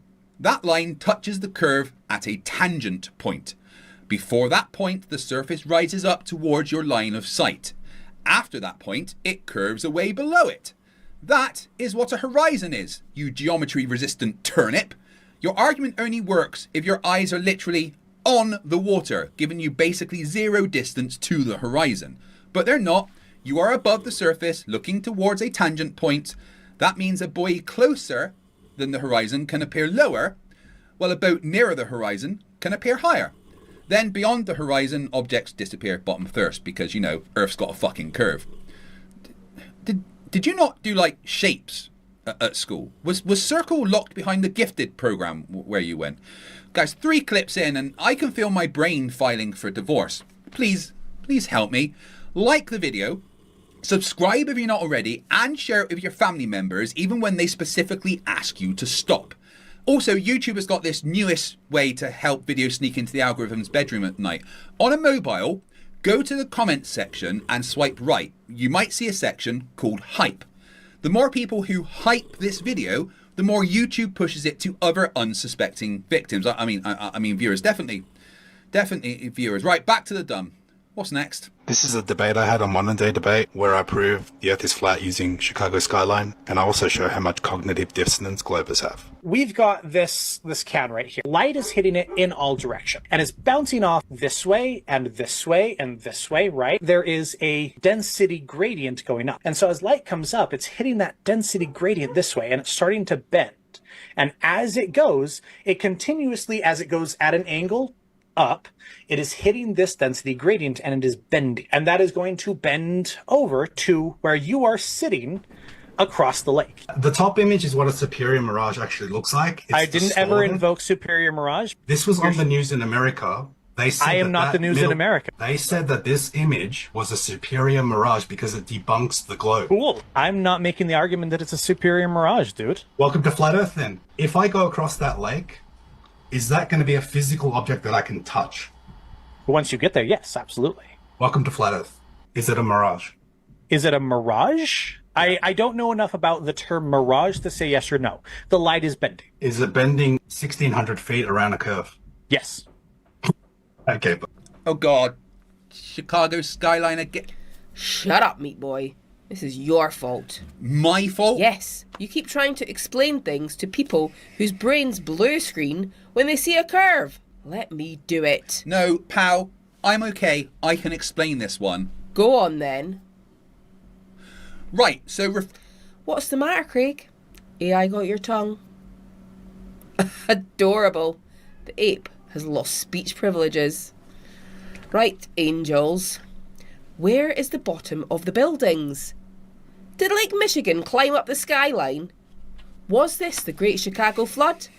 Or are the bottoms hidden because they're behind the curve, you architectural turnip? Yes, superior mirages can distort things. They can stretch, squash, stack, or invert images. But they don't have to turn everything into a melted painting every time, you damp calculator. Sometimes refraction bends the light path and makes distant objects appear higher while keeping their rough shape. It is not lifting Chicago 1,000 feet into the air. It is bending light through layers of air. That is refraction. You know, the thing your own guy explained before your brain pulled the emergency stop. And here's the kill shot. If Earth were flat, you'd see the whole skyline all the time. Not sometimes. Not only under certain conditions. Not with the bottoms missing. All of it. All of the time. But we don't. We see obstruction, changing visibility, and occasionally refractive looming. Exactly what a globe with an atmosphere predicts. This isn't evidence for flat Earth. This is Angel's misunderstanding refraction so hard he somehow lost an argument to air. Oh yeah, there you go, Craig. You can speak again. Pow, do not do that again. Don't take that tone with me, meat boy. Next time, I'll turn off your eyes whilst you're driving. How are you even doing this? I warned you, do not screw with me. Anyway, I'm sick of your face. Bye, you stupid squishy. Well, I finally got to debate Vor. He's a good guy and all, but it's just so sad he doesn't see eye to eye with the flat Earth, even though it's objective reality that is provable by science, and the globe model is not provable at all and has no evidence. Flat Earth is provable by science, and the globe has no evidence? Bless your little helmet. Science doesn't deal in absolute proof. That's maths, bread and alcohol. Science deals in evidence, testing, predictions, and trying to prove hypotheses wrong. Flat Earth fails at all of that. It can't explain sunsets, time zones, seasons, eclipses, southern star trails, circumnavigation, ships disappearing bottom first, Polaris changing with latitude, or basic navigation. The globe has measurements, experiments, satellites, photos, videos, flight paths, astronomy, physics, and basic logic. So yes, if you ignore all the evidence, you're right. There's no evidence. Stunning work, Angels. Truly the intellectual equivalent of microwaving a fork, you unfrosted mini-wheat. Someone's has got to go. I'm going to say it anyway. If we're inside of a car, and I spray gases in the car, okay? The gases spread out in all directions and they fill the car up. Now, what happens when we open the sunroof to those gas molecules? Yeah, they'll go. Yep. They'll go out. Okay, great. Due to entropy, they fill available space. The new volume you've added, they've seeked equilibrium with the new volume. So, according to the second law of thermodynamics, all of the air you are currently breathing would escape into the infinite vacuum and you'd have no air to breathe. Now I'm going to show you a demonstration of this scientist here who has gas in one chamber, a valve and a vacuum. 100 times out of 100 times, every single time he opens that valve, it's going to seek equilibrium. 100% of the time. Yes, Angels, good job. If you open a box of pressurized gas, it expands into the lower pressure area. Well done. Good job. You've discovered opening things. But Earth and its atmosphere is not a box with the lid off, you brain-dead wombat. It is gas in a gravitational field. Gravity pulls air towards Earth. Gas pressure pushes outward. The result is a pressure gradient. High pressure near the ground, lower pressure as you go up. That's why the pressure drops with altitude. Open a box of gas at sea level, it equalizes with sea level pressure. Open it on a mountain, it equalizes with mountain pressure. Open it higher up and it equalizes with that even lower pressure. Because the atmosphere already has a gradient. Because gravity exists. And the second law of thermodynamics, well, that applies only to isolated systems. Earth's atmosphere is not isolated. Earth is not isolated. The only truly isolated system that we can talk about is the entire fucking universe. The second law does not say gas must flee planets like it owes them child support. It says entropy increases in an isolated system. So no, this is not a globe problem. This is Angels making a children's pressure demo for atmospheric physics because apparently his education was assembled from TikToks and damp cardboard.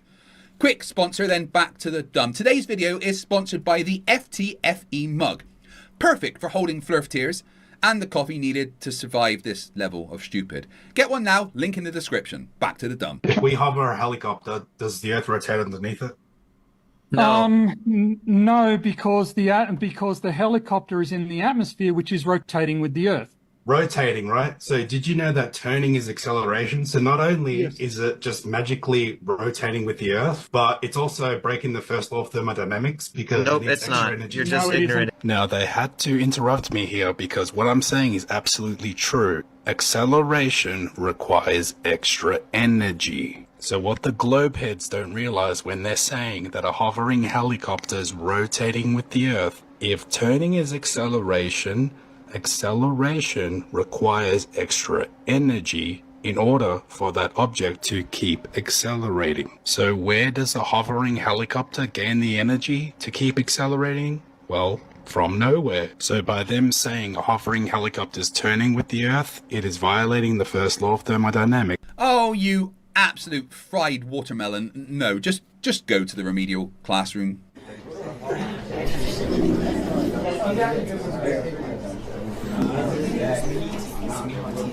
Right, sit down, shut up, and put the glue stick back in the tray, Eric. Today we're explaining helicopters to flat earthers because apparently things keep moving after they leave the ground is too advanced for people who think clouds are government furniture. Velocity equals omega times radius. Omega is the rotation rate of Earth. Radius is the distance from Earth's axis at the equator. Omega equals 7.29 times 10 to the minus 5 radians per second. Radius equals 6.37 times 10 to the 6 meters. Velocity is about 465 meters per second. So the ground, the air, the helicopter, the pilot, and the pilot's disappointing TikTok account are already moving east with the Earth before takeoff. When the helicopter lifts off, it keeps that sideways motion. It does not need extra energy to catch up with Earth. It already had the velocity, you confused traffic cone. Now yes, rotation is acceleration. Well done, one correct word. I will alert the local newspapers. But acceleration does not always mean speeding up. It can mean changing direction. Acceleration equals velocity squared divided by radius. So 465 squared divided by 6,370,000. That gives about 0.034 meters per second squared. That is tiny, like your brains. And it points inward, towards Earth's axis. It changes direction, not speed. Kinetic energy equals 1/2 mv squared. So if the speed stays the same, the kinetic energy stays the same. No extra kinetic energy is being created. No violation of the first law of thermodynamics. No free energy. No welcome to flat Earth. Just another remedial cabbage confusing acceleration with speeding up. And the centripetal force does no work because it acts sideways to the motion. Work equals force times distance times cosine of 90 degrees. Cosine of 90 degrees is 0, so the work done is 0. The helicopter burns fuel to hover, not to magically chase Earth like a drunk moth chasing a lamp. It rotates with Earth because it already had Earth's motion before it left the ground. Class dismissed. Please stop licking the windows, they've been through enough. And that is all the stupid that we've got time for today. Before we go though, I want to give a massive shout out to my assistant Emily for finding all of these videos on TikTok and making all of the channel shorts. And despite what the court case says, and despite the angry family members currently trying to hunt me down, Emily is 100% not trapped in my basement. Is anybody out there? Craig promised me that if you hype this video, just swipe left a few times and hit hype on mobile, that I would get some extra fresh water. Can somebody please do that for me? Please? Probably. Anyway, make sure you grab the FTFE mug and remember, stupidity is not a right. Fight the flat Earth. Fight the flat, fight the flat, fight the flat, fight the flat, fight the flat, fight the flat, fight the flat, fight the flat, fight the flat, fight the flat, fight the flat, fight the flat, fight the flat, the Craig.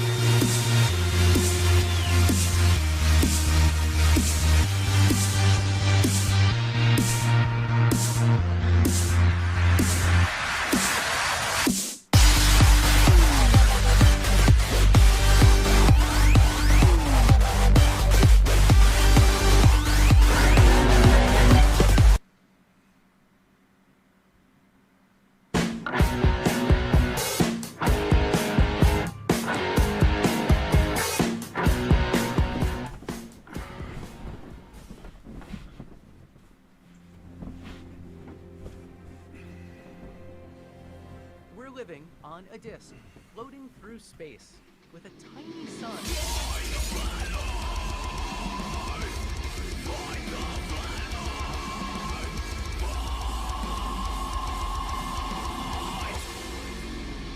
Hey, I'm FTFE and welcome back to the channel that beats stupidity to death with a crowbar and leaves it in an exploding building, kind of like Batman did to Robin.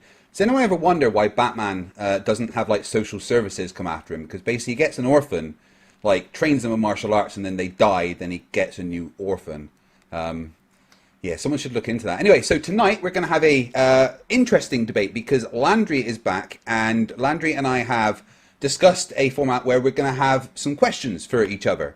I've given Landry my questions ahead of time because everyone pretty much knows what I say about the Earth not being flat, you know, it basically being against all of physics, science and reality. But Landry has some questions for me that he thinks is going to destroy me.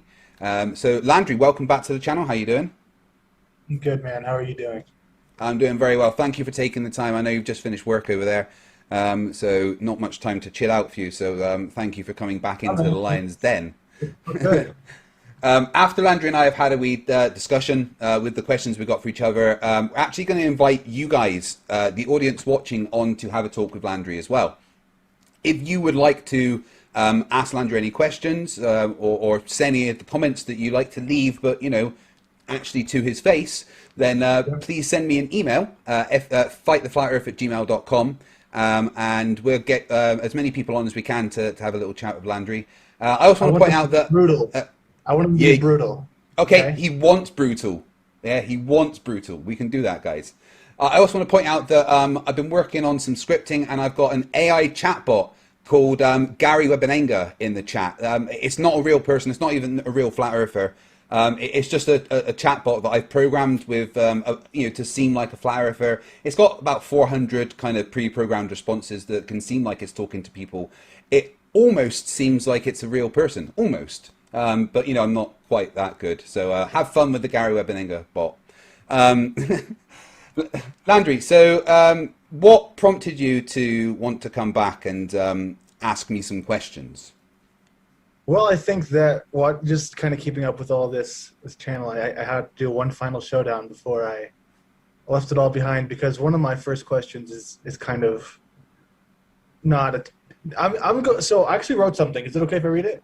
Yeah, go ahead. Okay, so basically, as far as Craig, your metrics go, I know I get it. This is like fourth time. Round one, I super deserved to be insulted. I was just really unprofessional, and I get that. So I understand that time, but the other times, the people they're never happy with anything. It's either you just don't listen enough, your eyes aren't focused on the god of PhD Tony.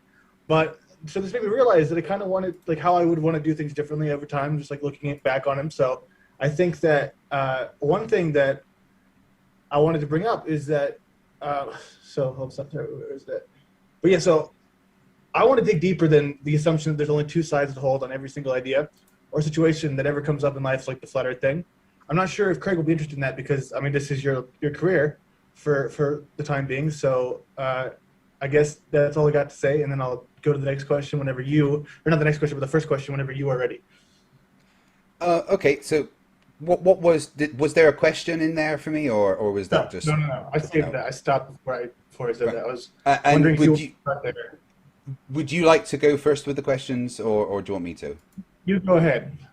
I mean, I did give you the questions ahead of time, so I'm just going to go back to the list that I wrote, because, you know, I've been in so many debates with flat earthers that I've gone through all the points that I need to. There isn't any new evidence that I can present because it's all there. It's whether you guys are willing to even acknowledge that the evidence exists.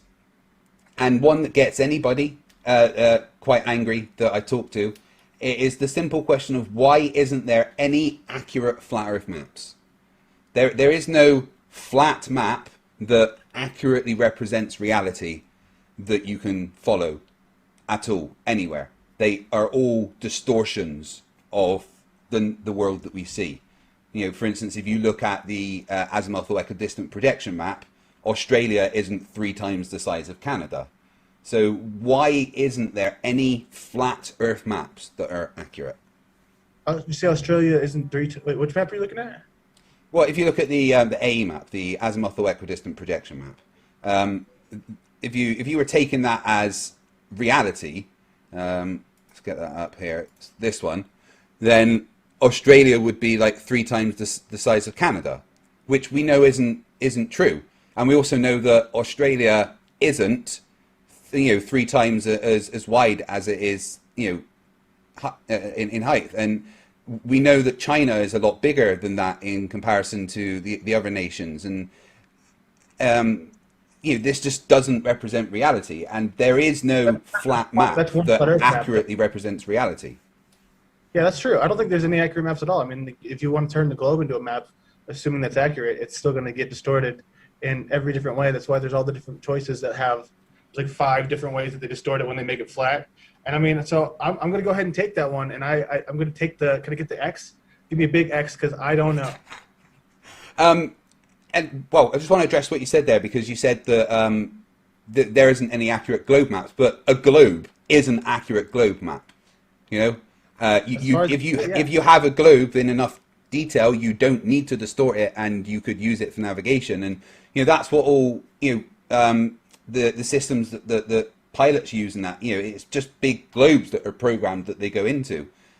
So the only accurate maps you have are globes, and it's kind of as simple as that. Why do you think that is? Is that the next question? No. Okay. Right. Sorry. No. You get the next question. Right. Sorry. So all right. I get 1 point. All the X's. I'm ready for the X's. Do you want to have any guess as to why there isn't any accurate flat Earth maps that represent reality? I don't think there's any accurate maps at all. I think the globe's an accurate map. I think there's plenty of flaws to be found there. I think it's a good idea. It's the same with all these other things. They're like what physics and cosmology and all this other stuff offers, like we talked about before. It's theoretical.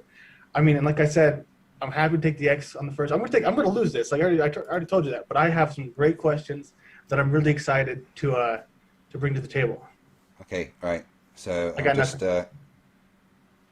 all right. So you get an X for the first one. So you don't know the answer as to why there isn't any flat Earth accurate maps. I do. It's because the Earth's not flat. But what's your first question for me then? So I stumbled across a tweet of yours from back in the day, and I wanted to ask you, you got your degrees and everything, but it seems like your career path has been pretty unusual. Like you had your video game job where, I mean, you played video games for a living, right? So I'm curious, how does it feel to need flat Earth to survive? I don't need flat Earth to proper survive. Education. I mean, I think that you do to make a living. That's just what I cover on YouTube at the moment. What I need to survive is my ability to be creative. Flat Earth exists, and I don't think I can really change that. I can help some people from falling into the trap, but I don't need flat Earth to survive. I need my ability to be creative to survive, and I just happen to have chosen flat Earth to kind of focus that around. It's a career path that I never expected I would take, and I just very much enjoy what I do. Yes, I do use flat Earth as a base for my debunking, but that's because I think it's the most ridiculous thing ever, and it's really good to laugh at. But no, I don't need flat Earth to survive, because Einstein said there's 2 things in the universe that are infinite. Well, 2 things that are infinite: the universe and human stupidity, and he wasn't sure about the universe. So there will always be stupid that I can debunk, whether it's young Earth creationism, stupid theists that take the religion completely out of context, 5G, chemtrails. There'll always be stupid that I can debunk. I don't need flat Earth. But it's funny. You never wanted to have those conversations about the other things, because I have done many times. But you said you didn't want to. You said you'd like to focus on flat Earth back when that was proposed to you. Yeah, I like flat Earth to discuss, because I think it's the most fun, right? But I can talk about the other things, and I've done videos and stuff on them. So I mean, is that really your question? You're not going to ask any questions about Oh, I will. heliocentric I will. model? That was just my first two questions are kind of off the regular kind of question path, but then the ones about all the models and stuff, they come at starting at question 3. So if you want, I can get the next one out of the way. So then we're gonna only have the ones that are like. So do I get a point there? Sure. You get a point. You get all the points. I don't care. I don't need. Yeah, you do. I don't. Yeah, you do. I don't need the points. I don't. Yeah, I you wish do. I did. Dude. If I cared, I wouldn't. Points be are here. important. We have to know who wins. Yeah, no, I mean, I'm already predicting it, dude. You want to make a bet on it? I bet $1,000 it's going to be you, because you are the declaration of the winner. I mean, I could anyway, throw so that, I'm just going to just one more question to get out of the way, and then we'll get to the regular ones. Don't you think we're supposed to fight like this? Like after everything that's going on in the last however many years. Like I was thinking about this the other day. Was I not supposed to get the next question? Well, I said if you wanted me to get this one out of the way, but sure, go ahead. Right. Well, okay. Let's do mine. So let's keep it you, me. And we'll ask the audience as well as to whether they think we should get points and see what they say. It's your audience, dude. Just get yourself all the points. It's fine. I'm not like gonna fret about points that. are important because points mean prizes. There is no prizes in this. Right. So my second question to you, Landry, was, and it's one that I ask all the time as well. Why isn't there any measurements that show the Earth to be flat or stationary? I mean something very specific when I say that. I mean that you can literally use the measuring devices that are designed to do something to measure that the Earth has a curve. And you can use many different experiments and the known laws of physics to show that the Earth is rotating. Whenever there's any measurement done, ever, to try and determine the shape of the Earth, the measurement shows... Wait, hold on, let me finish. Whenever there's a proper scientific measurement done using the correct tools, it always shows that the Earth is curved and rotating. There has never been a measurement to suggest that the Earth is flat and stationary. None at all throughout history ever. Why is that? It's not true. I mean, there's plenty, dude. I know you refuse to see them, and you misinterpret the boats over the horizon. I know that you refuse to look into the curve calculator at certain things where we can see too far. No, I don't. You have this authoritative way of speaking where you think that you can just say it because your fans all believe you that it's true. But there's been measurements of both, not super conclusive of either. There's a lot that we don't know, and what we do know is that that is a lie that they all prove that the Earth is spinning. That is there's stuff written in history that says that it's true, but you can say that all you want, but I know there's many people. What measurements are you talking about? Because I've asked for these measurements so many times. Dude, what measurements are there? You'd find them. If you were actually looking for them, you'd find them. I have looked. I've spent every day for the past 3 years looking for measurements of the Earth being flat. And whenever you do a measurement, it's not flat and it's rotating. There isn't any measurements to suggest otherwise. Oh, there's people not doing actual measurements, like trying to use a laser over water to measure curve. Just completely ignoring refraction. That's not a correct way to measure. And then looking at a photo and going, oh, well, that's 500 miles away. That's not measuring. You've done measurements both of those live on your channel as proof of your side, dude. No, I've not. Yes, you have. Get with it, man. You did that when have I used laser measurements over water as a measurement? You pulled up Garrenism's experiment and you said, "Look, this proves that it's a globe." That wasn't over water, and it wasn't a laser. Yes, it was, and no, it wasn't. It was along the shoreline. It was next to a level bit of water, which is how he concluded to himself that it would be level to the Earth's surface, be it a sphere or flat. And he didn't use a laser, he just shone a torch to see if he could see the light. And that wasn't really a measurement, it was a test of a shape or not. So when you want a measurement, it's a measurement, but when it's a test, it's a... No, I don't really claim that it's a measurement. I say that it's a demonstration that the measurements are correct, because then I use that as a demonstration, but then I can go to all the measurements that back that up. And if you go to mctoon.net/r or mctoon.net/curve, there is tons of actual measurements done by professionals that show that the Earth is curved. Dude, and there isn't any recorded measurements that show it not to be curved. That's not true, man. It is true. just because you say it doesn't make it true. It's like I mean, Well, I just told you. how come no flat earthers ever managed to present me? Sorry, what did you say? Sorry. How come no flat earther has ever managed to present me with a measurement of it being flat? Ever? They have, and you call it something else. You call it a test. You call it a picture. You call it a this. You call it a that. They're not the proper people who have been authoritatively guided to be there to be the person who knows. So that clearly is not a proper test. But my test, when I used it was an experiment before with Jared and some did, but now it's not. I mean, you just change your wording, dude. You talk in a very deceptive way. I mean, it's very clear. Okay, so what I say is irrelevant. There is no tests, experiments, or measurements that could determine that the Earth is flat. And I'm serious. I have asked and I've looked. People have showed me what they say is measurements, but it's not something that could be considered a measurement by any means. You can't measure the way that people think that you can measure when they're trying to confirm that the Earth is flat, because they don't take all the variables into account and actually do it properly. There's professionals, hundreds of thousands of professionals around the world that is their job to measure the Earth, and it measures to be a curve. Why did you get the YouTube video game playing job? Isn't that kind of like sad after having I didn't have a job doing that. That was just some fun my wife and I had. Okay, but I saw that you also, before this, the reason I think that you need Flat Earth is because you claim to be a disabled war veteran on Twitter. I'm a disabled veteran, yeah. Yeah, well, I don't think I've ever heard that story, like about your disabled war veteran life. I think this is how you picked yourself back up. Yeah, I'm a disabled veteran. I'm disabled from my military service, but that's something I've talked about quite often. You mean but that's irrelevant to this conversation. Okay, I just think it proves that you're dishonest because it doesn't. How does it prove I'm dishonest? I'm a disabled veteran. Disabled. Yes, I am. I can't walk. I literally have a walking stick.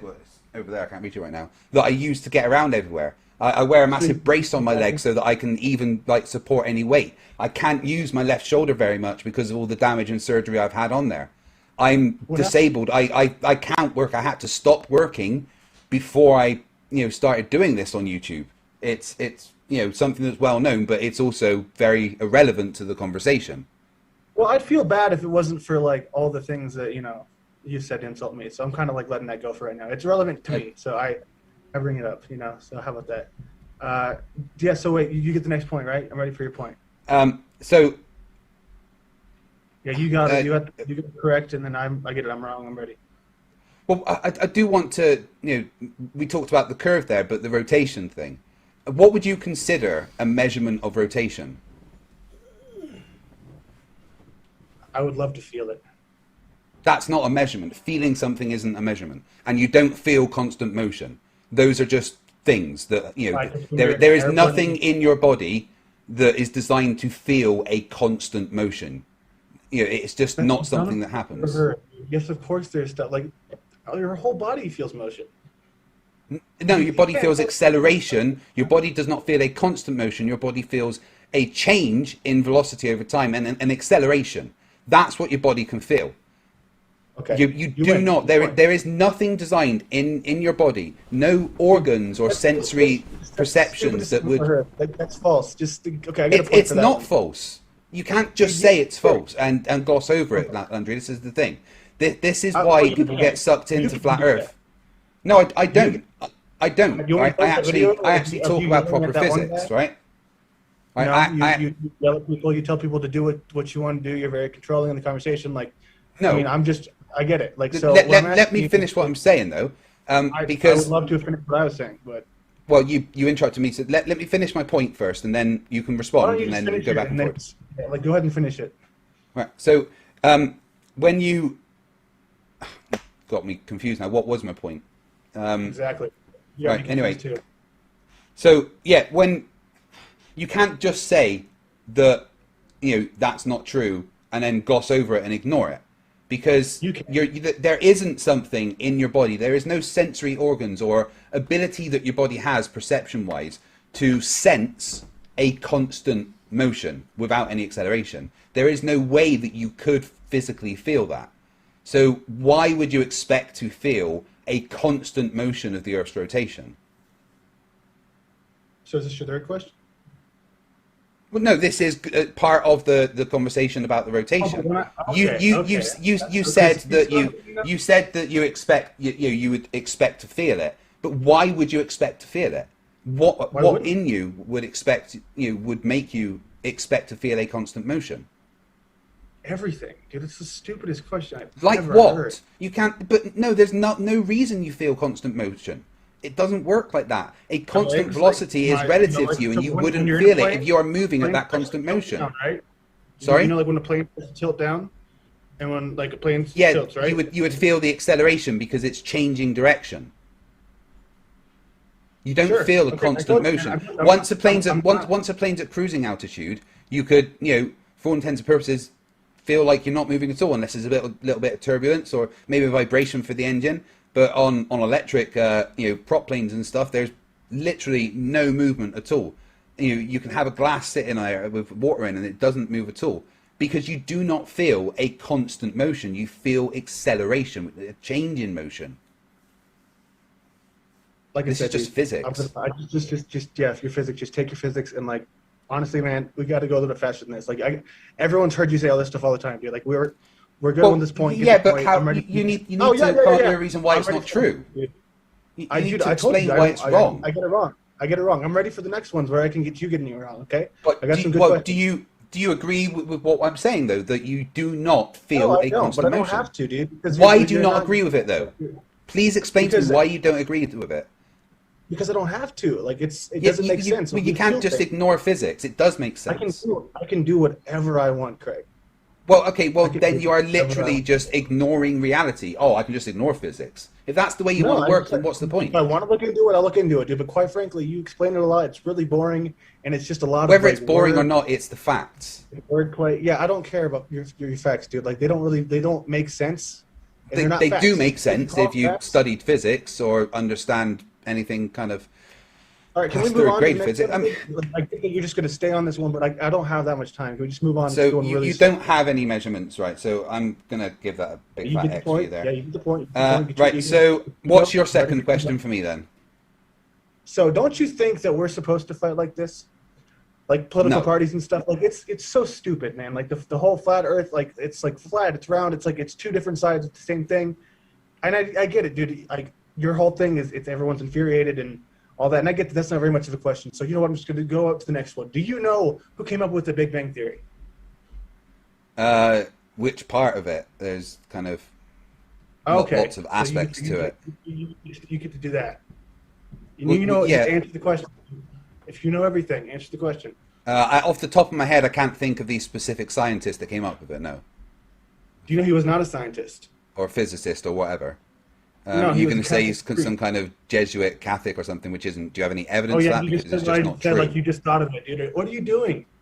What are you doing? Is that? I've heard that plenty of times. All right, let's quickly have a look at this because it's on the top of my tongue. Who came up with the Big Bang Theory? So you get to use Google for your answer. Okay, cool. Well, you can use it as well. I mean, off the top of my head, I don't know. If you want a point for that's fine. But let's have a look. I don't care about points, dude. I want negative points if I can. Georgie's Lemaitre. According to the Big Bang Theory, expansion of observable universe began with the explosion of a single particle at a definite point in time. I probably can't pronounce this right. Georges Lemaitre, 1894 to 1966, Belgian cosmologist, also a Catholic priest, but and father of the Big Bang. So no, he wasn't like. He was a cosmologist, so it was kind of his job, and he was also very adept at maths. Why would you, of all people, like I know you hate religion. Why would a Catholic priest come up with the Big Bang Theory? Why would he not? What are you talking about? There's no reason why religion and science can't live side by side. There's no reason why you can't come to the conclusion of the Big Bang Theory and still have a belief in God. These things aren't mutually exclusive. So asking why did a priest come up with the Big Bang Theory is completely, why couldn't a priest come up with the Big Bang Theory? What does that matter? just because he's also religious doesn't mean that he couldn't also be very adept at maths and physics and cosmology. A Catholic priest, man, is not just religious. A Catholic priest, probably pretty evil. Well, you know, you're saying that. That's just an assumption that you've made about every Catholic priest in the world. So you don't have a point here. The Catholic Church still runs the world. I mean, I disagree. Nothing I do is because of the Catholic Church. Thinking that science is opposing them. In reality, the same power still lays in the same hands. So, tell you what, I'll take an X there because I didn't know his name to start. You know, off the top of my head. So, is that it? You don't understand? You think that because the person that came up with the Big Bang Theory is also a priest, that's an issue somehow? Go ahead and wrap that up because, like, I don't need it. Like, it's not helpful to either of us. Let's just go ahead and move on to your next question. I just thought it was a really odd point to bring up. So far, you haven't really, asked any questions about physics or anything. Yeah, it's not interesting that you said these would destroy me. I get that you feel like an authority, dude, and I'm glad you get to I don't feel like an authority. I just understand what I'm talking really hard about. to sit through, so I know that it's like good for you. I know it's great. You get paid. I love that you get paid, so I'm happy for that. Can we just like go to the next question? You're really, really slow. Like I get it. You're better than everyone. I get it. Just like I'm not saying that, dude. You're being very salty right now. I don't care, dude. I've been like way too nice, and to see the way like you guys like looking back on those things, like with PhD Tony and like how bad you guys look at so many different points like of those videos where you have no idea what you're talking about, and then I see you just typing, and then I see his charts, and I like zoom in on them. They make no sense, and I'm like, dude, these guys. They make no sense to you. Awful. No, they don't make. They make no sense to you. You can't see what they say. They're blurry. They're just like a zigzag line. It's like. Well, I'm sure you could get the correct ones, or maybe increase the resolution. Anybody can do HD charts. Anybody. Anybody can do what? They don't want you to see what it says. Anybody can do what? Sorry. Make an HD chart instead of a stupid like chart from like. It looked HD to me. Maybe it was your resolution that was the issue. That's a lie, dude. The resolution is all the way up, so that's dishonest. Well, it seems fine to me when I watched it, and also you could contact PhD Tony or whoever. I don't think that's actually PhD Tony you're talking about. That's Astronomy Live's charts that you're talking about. Tony too. The astronomy guy, both of them. Like you can't read that. Don't actually read that. But there's actually the Astronomy Live one. There's actually a follow-up video going through the individual data points. So right. So right now, pull it up and see if you can read it. I don't want to right now. It's irrelevant to the point. The data exists and you can get the data, and there is a follow-up video going through the data point by point, as I explained. So, yes, we have tracked Starman in space. It's been done. Okay. Right, so we covered the rotation measurements that you said there wasn't any, even though there is. So I'll go to the next question is, if the Earth's flat and stationary, show me them in action. Show you what in action? Stop talking about them, dude. Do an experiment. You just stop talking about them. Show you what in action? Not right now. I'm just saying in your free time. Show us the Earth rotating. Like you say, you've done it before your YouTube channel. Just do it, dude. Make a pendulum. It's pretty easy. No, dude. You say that all the time. Just go do it. Yeah. I'm not really in a position to. And show the world so everyone can like finally actually see what you're talking about instead of you just talking. I've got plenty of demonstrations of what I'm talking about. It's fine. So anyway, next question, right? If the Earth is flat and stationary, where are the demonstrations? I've shown them plenty of time. The gentleman physicist. It doesn't have to be me demonstrating it because that's not how science works. I want it to be you. Well, I don't care what you want it to be. It doesn't have to be me. I have demonstrations of what I'm talking about. Whether it's me doing the demonstrations or not is completely irrelevant to the conversation. And actually a genetic fallacy, so don't do the fallacies. Right, so the next question I've got is, if the Earth is flat and stationary, then please explain all of the images and videos from space without just instantly claiming they're all fake. Well, why would I do that when you know, like, in your heart that they're not real images? They're composites. I do not think that they are not real images. They absolutely are real images. You are claiming that they are fake. Which ones are real? All of them. The blue marble? Yes, the blue marble it's a real image. It's still a real image. That doesn't know how. If it was copied and pasted in Photoshop, like It wasn't copy and pasted. Photoshop didn't exist back then. It wasn't copy and pasted. Let me respond to you, Landry. Let me respond. It wasn't copy and pasted. It's a composite. There's lots of images that were put together to make the full image because the images that were taken were too close, right? However, the blue marble from 1972, which was made before Photoshop was invented, is one shot. I already said that, dude. You don't have to repeat it. I already said you were going to say that. Don't be so predictable. Come on. Well, that kind of, you have to explain that if the Earth is flat and stationary. How do we have that image? How do we have images from the Himawari satellite every 10 seconds that are new? How do we have a 24-hour live stream from EchoStar, who actually I'm going to be having a conversation with a satellite installer that worked on the EchoStar and everything. Live 24-hour stream of the Earth rotating from space. How come we've had that? Really? They have that? No, they don't. They have pictures. Yes, they do. EchoStar 11. It was doing it for years, and that's not a wait. video. Hold on. It's not a EchoStar. Wait. EchoStar 11 was a live stream video for 24 hours a day, direct to the Dish network. You showed me that, and yes, it's not even moving. The clouds aren't moving. Nothing's moving. Yes, it is moving. I've shown that it's moving. That the clouds are in different places during the beginning and the end. How fast is the Earth rotating? 15 degrees per hour. Degrees per hour? Yes, that's how you measure rotation. Sorry? How fast is the Earth spinning? 15 degrees per hour. That's not the answer, dude. It's like 1,000 miles per hour. No, it's not spinning at 1,000 miles per hour. That is a linear velocity. At the equator, there is a linear velocity of 1,000 miles an hour. What's the linear velocity at the poles?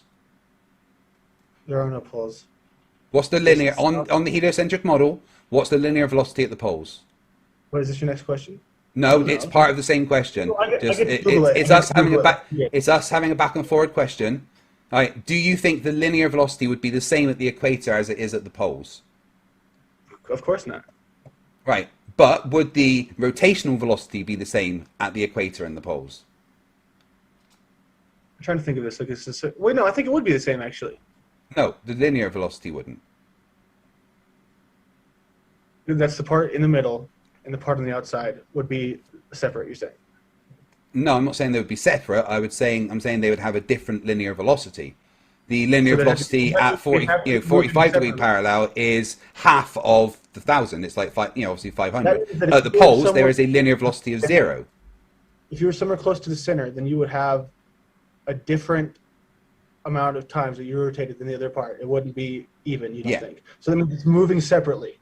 No, it's not moving separately. It's all rotating at 15 degrees per hour, but that means that the equator has to travel further than the poles, which means that the linear velocity of the poles is 0, but the linear velocity of the equator is 1,000 miles per hour, but it both rotates at 15 degrees per hour, or 0.000694 RPM. Okay, cool. So the question, though, going off, it was the fact that you think that those photos are all real. It doesn't let me screen share ever, which is really frustrating. I can change the screen share settings now. Just hold on. There you go.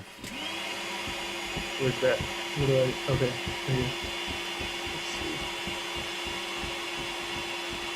Is it working? Yeah. Let me just get that up one sec. Just wait on my side.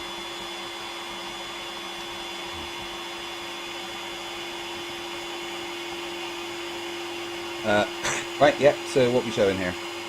Okay, so is this one real? Possibly.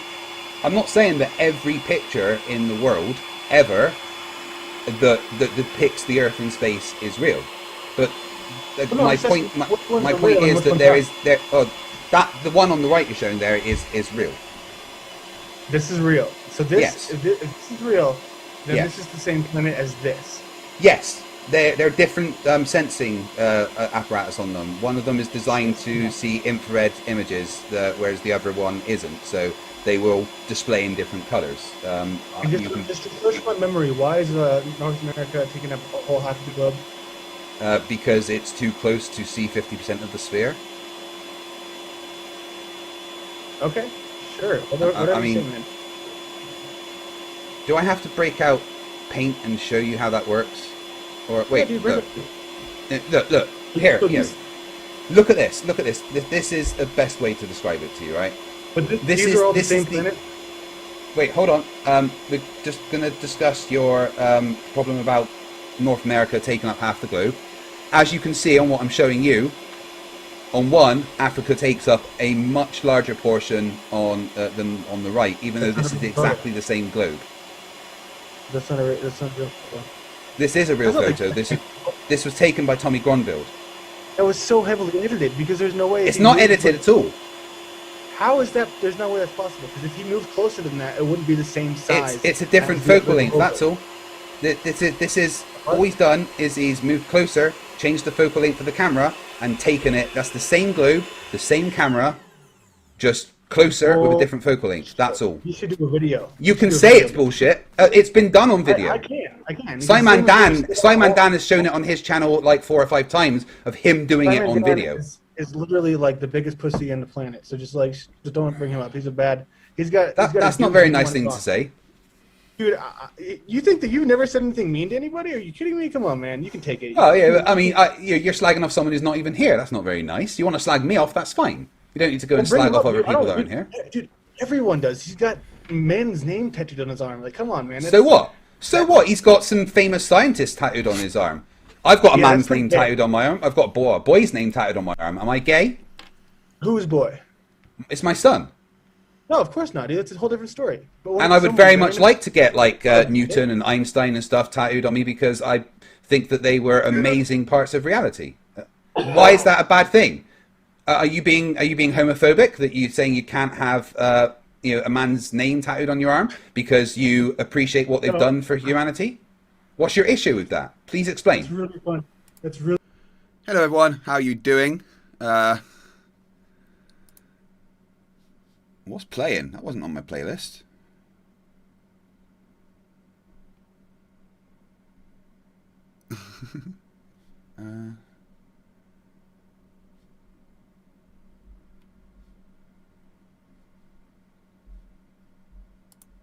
Cameras that are live streaming the sun right now. Do you know how thick and big the radiation bubble around the sun is? People use y'all. That would have been 5 hours.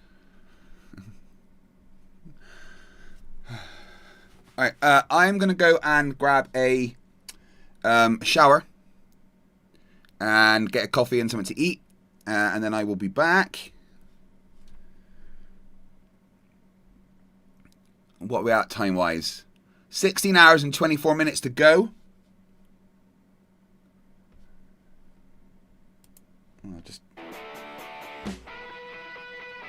things and stuff. There's literally no movement at all. You can have a glass sitting there with water in it. I don't know why I went onto that one. That's weird.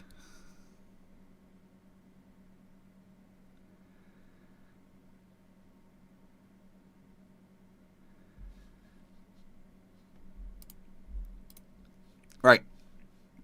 I hope you're all well. I had like 5 hours and a bit sleep.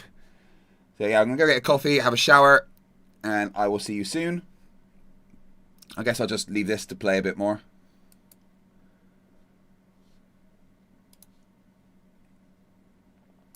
And it doesn't move at all. Because you do not feel a constant motion. You feel acceleration, a change in motion. Like this I said, is just physics. If your physics, just take your physics and like, honestly, man, we got to go a little bit faster than this. Like, everyone's heard you say all this stuff all the time, dude. Like, we're good on this point. Yeah, but how you need to come up with a reason why it's not true. You need to explain why it's wrong. I get it wrong. I'm ready for the next ones where I can get you getting it wrong. Okay. But I got some good questions. Do you agree with what I'm saying though? That you do not feel a constant motion? I don't have to, dude. Why do you not agree with it though? Please explain to me why you don't agree with it. Because I don't have to. Like it doesn't make sense. You can't just ignore physics. It does make sense. I can do whatever I want, Craig. Well, okay, well then you are literally just ignoring reality. Oh, I can just ignore physics. If that's the way you want to work, then what's the point? If I want to look into it, I'll look into it, dude. But quite frankly, you explain it a lot. It's really boring, and it's just a lot Whether of it's boring or not, it's the facts. Wordplay. Yeah, I don't care about your facts, dude. Like they don't make sense. They do make sense if you studied physics or understand anything kind of. All right, can we move on to the next one? I think you're just going to stay on this one, but I don't have that much time. Can we just move on? So you don't have any measurements, right? So I'm going to give that a big fat X for you there. Yeah, you get the point. Right, so what's your second question for me then? So don't you think that we're supposed to fight like this? Like political parties and stuff? Like it's so stupid, man. Like the whole flat earth, like it's like flat, it's round, it's like it's two different sides of the same thing. And I get it, dude. Like your whole thing is it's everyone's infuriated and all that, and I get that's not very much of a question. So you know what? I'm just going to go up to the next one. Do you know who came up with the Big Bang Theory? Which part of it? There's kind of lots of aspects to it. You get to do that. You know, just answer the question. If you know everything, answer the question. Off the top of my head, I can't think of the specific scientist that came up with it. No. Do you know he was not a scientist or a physicist or whatever? No, you're going to say he's some kind of Jesuit Catholic or something, which isn't. Do you have any evidence of that? Because it's just not true. Like you just thought of it, dude. What are you doing? What are you doing? Is that? I've heard that plenty of times. All right, let's quickly have a look at this because it's on the top of my tongue. Who came up with the Big Bang Theory? So you get to use Google for your answer. Okay, cool. Well, you can use it as well. I mean, off the top of my head, I don't know. If you want a point for that's fine. But let's have a look. I don't care what points, dude. I want negative points if I can. Georgie's Lemaitre. According to the Big Bang Theory, expansion of observable universe began with the explosion of a single particle at a definite point in time. I probably can't pronounce this right. Georges Lemaitre, 1894 to 1966, Belgian cosmologist, also a Catholic priest, but and father of the Big Bang. So no, he wasn't like. He was a cosmologist, so it was kind of his job, and he was also very adept at maths. Why would you, of all people, like I know you hate religion. Why would a Catholic priest come up with the Big Bang Theory? Why would he not? What are you talking about? There's no reason why religion and science can't live side by side. There's no reason why you can't come to the conclusion of the Big Bang Theory and still have a belief in God. These things aren't mutually exclusive. So asking why did a priest come up with the Big Bang Theory is completely, why couldn't a priest come up with the Big Bang Theory? What does that matter? Just because he's also religious doesn't mean that he couldn't also be very adept at maths and physics and cosmology. A Catholic priest, man, is not just religious. A Catholic priest, probably pretty evil. Well, you're saying that. That's just an assumption that you've made about every Catholic priest in the world. So you don't have a point here. The Catholic Church still runs the world. I mean, I disagree. Nothing I do is because of the Catholic Church. Thinking that science is opposing them. In reality, the same power still lays in the same hands. So, I'll tell you what. I'll take an X there because I didn't know his name to start. Off the top of my head. So, is that it? You don't understand? You think that because the person that came up with the Big Bang Theory is also a priest, that's an issue somehow. Go ahead and wrap that up because, I don't either. It's not helpful to either of us. Let's just go ahead and move on to your next question. I just thought it was a really odd point to bring up. So far, you haven't really, asked any questions about physics or anything. Yeah, it's not interesting that you said these would destroy me. I get that you feel like an authority, dude, and I'm glad you get to I don't feel like an authority. I just understand what I'm talking really hard about. To sit through, so I know that it's good for you. I know it's great. You get paid. I love that you get paid, so I'm happy for that. Can we just go to the next question? Cool. You're really, really slow. I get it. You're better than everyone. I get it. Just I'm not saying that, dude. You're being very salty right now. I don't care, dude. I've been way too nice to see the way you guys looking back on those things with Peachy Tony and how bad you guys look at so many different points of those videos where you have no idea what you're talking about, and then I see you just typing, and then I see his charts and I zoom in on them. They make no sense, and I'm like, dude, these guys are make no sense to you. Awful. No, they don't they make they're no not sense clear. to you. You can't see what they say. They're blurry. They're just like a zigzag line. It's like, Well, I'm dude, sure you could get the anybody correct can ones, do or maybe HD increase the charts. resolution. Anybody right. can do HD charts. Anybody. Anybody They can choose do not what? because they don't want you to see what it says. Anybody can do what? Sorry. Make an HD chart instead of a stupid like chart Well, from like it 14, looked 15. HD to me. Maybe it was your resolution that was the issue. That's a lie, dude. The resolution is all the way up, so that's dishonest. So it seems fine to me when I watched it, and also you could contact PhD Tony or whoever. I don't think that's actually PhD Tony you're talking about. That's Astronomy Live's so it charts is. that you're I'm talking about. PhD Tony too. The astronomy guy, both of them. Like you can't read that. Don't actually read that. But there's actually the Astronomy Live one. There's actually a follow-up video going through the individual data points. So you know, Why right. don't you So look it up right now, pull it up and see if you can read it. I don't want to right now. It's irrelevant to the point. The data exists, and you can get the data. And there is a follow-up video going through the data point by point, as I explained. So you know, yes, we have tracked Starman in space. It's been done. Okay. Right. So we covered the rotation measurements that you said there wasn't any, even though there is. So I'll go to the next question: is if the Earth's flat and stationary, huh? Show me them in action. Show you what in action? Stop talking about them, dude. Do an experiment. You just stop talking about them. Show you what in action? Not right now. I'm just saying in your free time. Show us the Earth rotating. Like you say, you've done it before your YouTube channel. Just do it, dude. Make a Just, pendulum. It's pretty easy. No, dude. You say that all the time. Just go do it. Yeah. Go do I'm it. not If it's really in so the easy, position do it to. and show the world so everyone can like finally actually see what you're talking about instead of you just talking. I've got plenty of demonstrations of what I'm talking about. It's fine. Where? Anyway, Where? next question, Where are right? they? Where are the demonstrations? If the Earth is flat and stationary, Where are the demonstrations? I've shown them plenty of time. The gentleman physicist. It doesn't have to be me demonstrating it because that's not how science works. I want it to be you.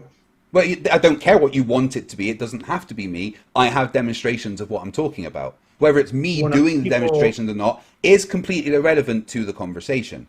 And actually a genetic fallacy, so don't do the fallacies. Right, so the next question I've got is, if the Earth is flat and stationary, then please explain all of the images and videos from space without just instantly claiming they're all fake. Well, why would I do that when you know, like, in your heart that they're not real images? They're composites. I do not think that they are not real images. They absolutely are real Which one? images. You Which are one? claiming that they are fake. Which ones are real? All of them. The blue marble? Yes, The blue marble was it's a real copied and image. pasted in place. It's still a real image. That doesn't know how. If it was copied and pasted in Photoshop, like well, It Photoshop wasn't didn't exist copy back then. and pasted. Photoshop didn't exist back then. It wasn't It copy was. and There's pasted. evidence Let me of let me this. respond to you, Landry. Let me respond. It wasn't copy and pasted. It's a composite. There's lots of images that were put together to make the full image because the That's not the images one that that were you're thinking taken were too close, right? However, Different one. the blue marble from 1972, which was made before Photoshop was invented, is No, one I shot. already said that, dude. You don't have to repeat it. I already said you were going to say that. Don't be so predictable. Come on. Get with it. Well, that kind of you have to explain that if the Earth is flat and stationary. How do we have that image? How do we have images from the Himawari satellite every 10 seconds that are new? How do we have a 24-hour live stream from EchoStar, who actually I'm going to be having a conversation with a satellite installer that worked on the EchoStar and everything. Live 24-hour stream of the Earth rotating from space. How come we've had really? that? They have that? No, they don't. They have pictures. Yes, they and do. you know that. EchoStar 11. It was doing it for years, and That's not a wait, video. hold on. It's not a video. EchoStar 11 was a live stream video for 24 hours a day, direct to the Dish network. You showed me that, and Yes. it's not even moving. The clouds aren't moving. Nothing's moving. Yes, it is moving. If you I've believe shown that that's it's moving, real, that the clouds are in different places during the beginning and the how end. fast is the Earth rotating? 15 degrees per hour. Degrees per hour. Yes, that's how you How measure fast is the rotation. Earth spinning? Sorry? How fast is the Earth spinning? 15 degrees per hour. That's not the answer, dude. It's like 1,000 miles per hour. No, it's not spinning at 1,000 miles per hour. That is a linear velocity. At the equator, there is a linear velocity of 1,000 miles an hour. What's the linear velocity at the poles? There are no poles. What's the linear on the heliocentric model? What's the linear velocity at the poles? What is this? Your next question? No, it's part of the same question. No, I Just, get to Google it. it's I us get to having a Google back. it. Yeah. It's us having a back and forward question. All right. Do you think the linear velocity would be the same at the equator as it is at the poles? Of course not. Right. But would the rotational velocity be the same at the equator and the poles? I'm trying to think of this. Like, wait, no, I think it would be the same actually. No, the linear velocity wouldn't. That's the part in the middle, and the part on the outside would be separate. You're saying? No, I'm not saying they would be separate. I'm saying they would have a different linear velocity. The linear velocity at 45 degree parallel is half of the 1,000. It's like obviously 500. At the poles, there is a linear velocity of 0. If you were somewhere close to the center, then you would have a different amount of times that you rotated than the other part. It wouldn't be even. You don't think? So that means it's moving separately. No, it's not moving separately. It's all rotating at 15 degrees per hour, but that means that the equator has to travel further than the poles, which means that the linear velocity of the poles is 0, but the linear velocity of the equator is 1,000 miles per hour, but it both rotates at 15 degrees per hour, or 0.000694 RPM. Okay, cool. So the question, though, going off, it was the fact that you think that those photos are all real. It doesn't let me screen share ever, which is really frustrating. I can change the screen share settings now. Just hold on. There you go. Where's it at? Where do I? Okay, right here. Let's see. Is it working? Yeah. Let me just get that up. 1 sec. I just need to display it on my side.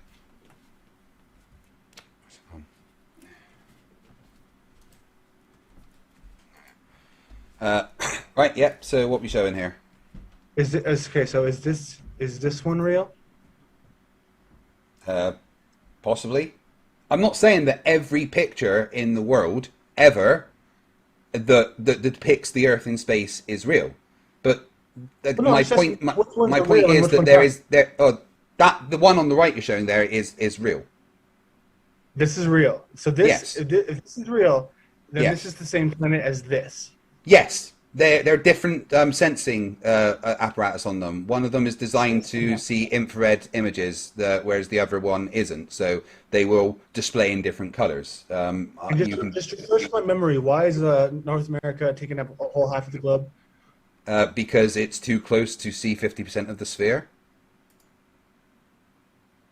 Okay, sure. Whatever you say, man. Do I have to break out Paint and show you how that works? Or wait, dude, look here. Look at this. Look at this. This is the best way to describe it to you, right? But these are all the same planet. Wait, hold on. We're just going to discuss your problem about North America taking up half the globe. As you can see on what I'm showing you, on one, Africa takes up a much larger portion than on the right, even though this is exactly the same globe. That's not a real photo. This is a real photo. This was taken by Tommy Gronville. That was so heavily edited because there's no way. It's not edited at all. How is that? There's no way that's possible because if he moved closer than that, it wouldn't be the same size. It's a different focal length. That's all. This is all he's done is he's moved closer, changed the focal length of the camera, and taken it. That's the same globe, the same camera, just closer with a different focal length. That's all. You should do a video. You can say it's bullshit. It's been done on video. I can. Simon Dan has shown it on his channel like 4 or 5 times of him doing it on video. Is literally like the biggest pussy on the planet. So just don't bring him up. He's got. That's not a very nice thing to say. Dude, you think that you've never said anything mean to anybody? Are you kidding me? Come on, man. You can take it. Oh yeah, I mean, you're slagging off someone who's not even here. That's not very nice. You want to slag me off? That's fine. You don't need to go and slag off other people that aren't here. Dude, everyone does. He's got men's name tattooed on his arm. Like, come on, man. So what? So what? He's got some famous scientist tattooed on his arm. I've got a man's name tattooed on my arm. I've got a boy's name tattooed on my arm. Am I gay? Who's boy? It's my son. No, of course not, dude. It's a whole different story. And I would very much like to get like Newton and Einstein and stuff tattooed on me because I think that they were amazing parts of reality. Why is that a bad thing? Are you being homophobic that you're saying you can't have a man's name tattooed on your arm because you appreciate what they've done for humanity? What's your issue with that? Please explain. It's really fun. It's really No. Explain your issue with it, please. I'm going to just don't be a little wiener. Just give me a second. So basically, no, I just told you it's okay if you want to have your dad, your son, your family, like your uncle who's saved you from your parents' evil marriage, like whatever, dude. Like if it's somebody like you're like close to, like you're related to, even if your best friend dies, you get the thing tattooed. But some dude you've never met or even know, like for certain, actually exists. So what? That's super gay, dude. Wait, no. Newton and Einstein definitely existed. That. What Well, is, so what? What if it's gay? What's your issue with something being gay? There's nothing wrong with it. I have no issue. Well, then why are you using that as an argument? It's not an argument, dude. Well, what you go? No, it's so gay. It's so gay. What's your problem with that? Dude, you can call me a homophobe. Call me whatever you want, man. Well, no, you're the one that's saying these things, not me. Dude, but dude, we were just talking about this the other day, man. How you like find as soon as somebody can say something like that, so you can get the PC like thing, like. Well, no, you're the one that's saying it. I just want to know what the issue you have with it. I didn't say it's an issue, dude. I just think it's gay. It's like so what? You probably want to have sex with Newton. It's nothing wrong. No, with he doesn't want to have sex with Newton just because he's got his name on there. That's you putting a sexual connotation on it. That's what I think. I think he wants to have sex with Newton, right? Well, so that's you being a bit of a douche then, really, because maybe you've got a kink for Newton. Do you want to have sex with Newton? Because it sounds very much like you want to have sex with Newton right now. That's a really, really weird thing that you just like. Yeah, it's a really weird thing that you're talking about Simon Dan having sex with Newton. Why are you talking about Simon Dan having sex with Newton? What is actually wrong with you? I bet 5 years ago that you would have called Simon Dan gay, but like no, I wouldn't have called him gay. Owners don't allow you to, dude. I don't have an owner.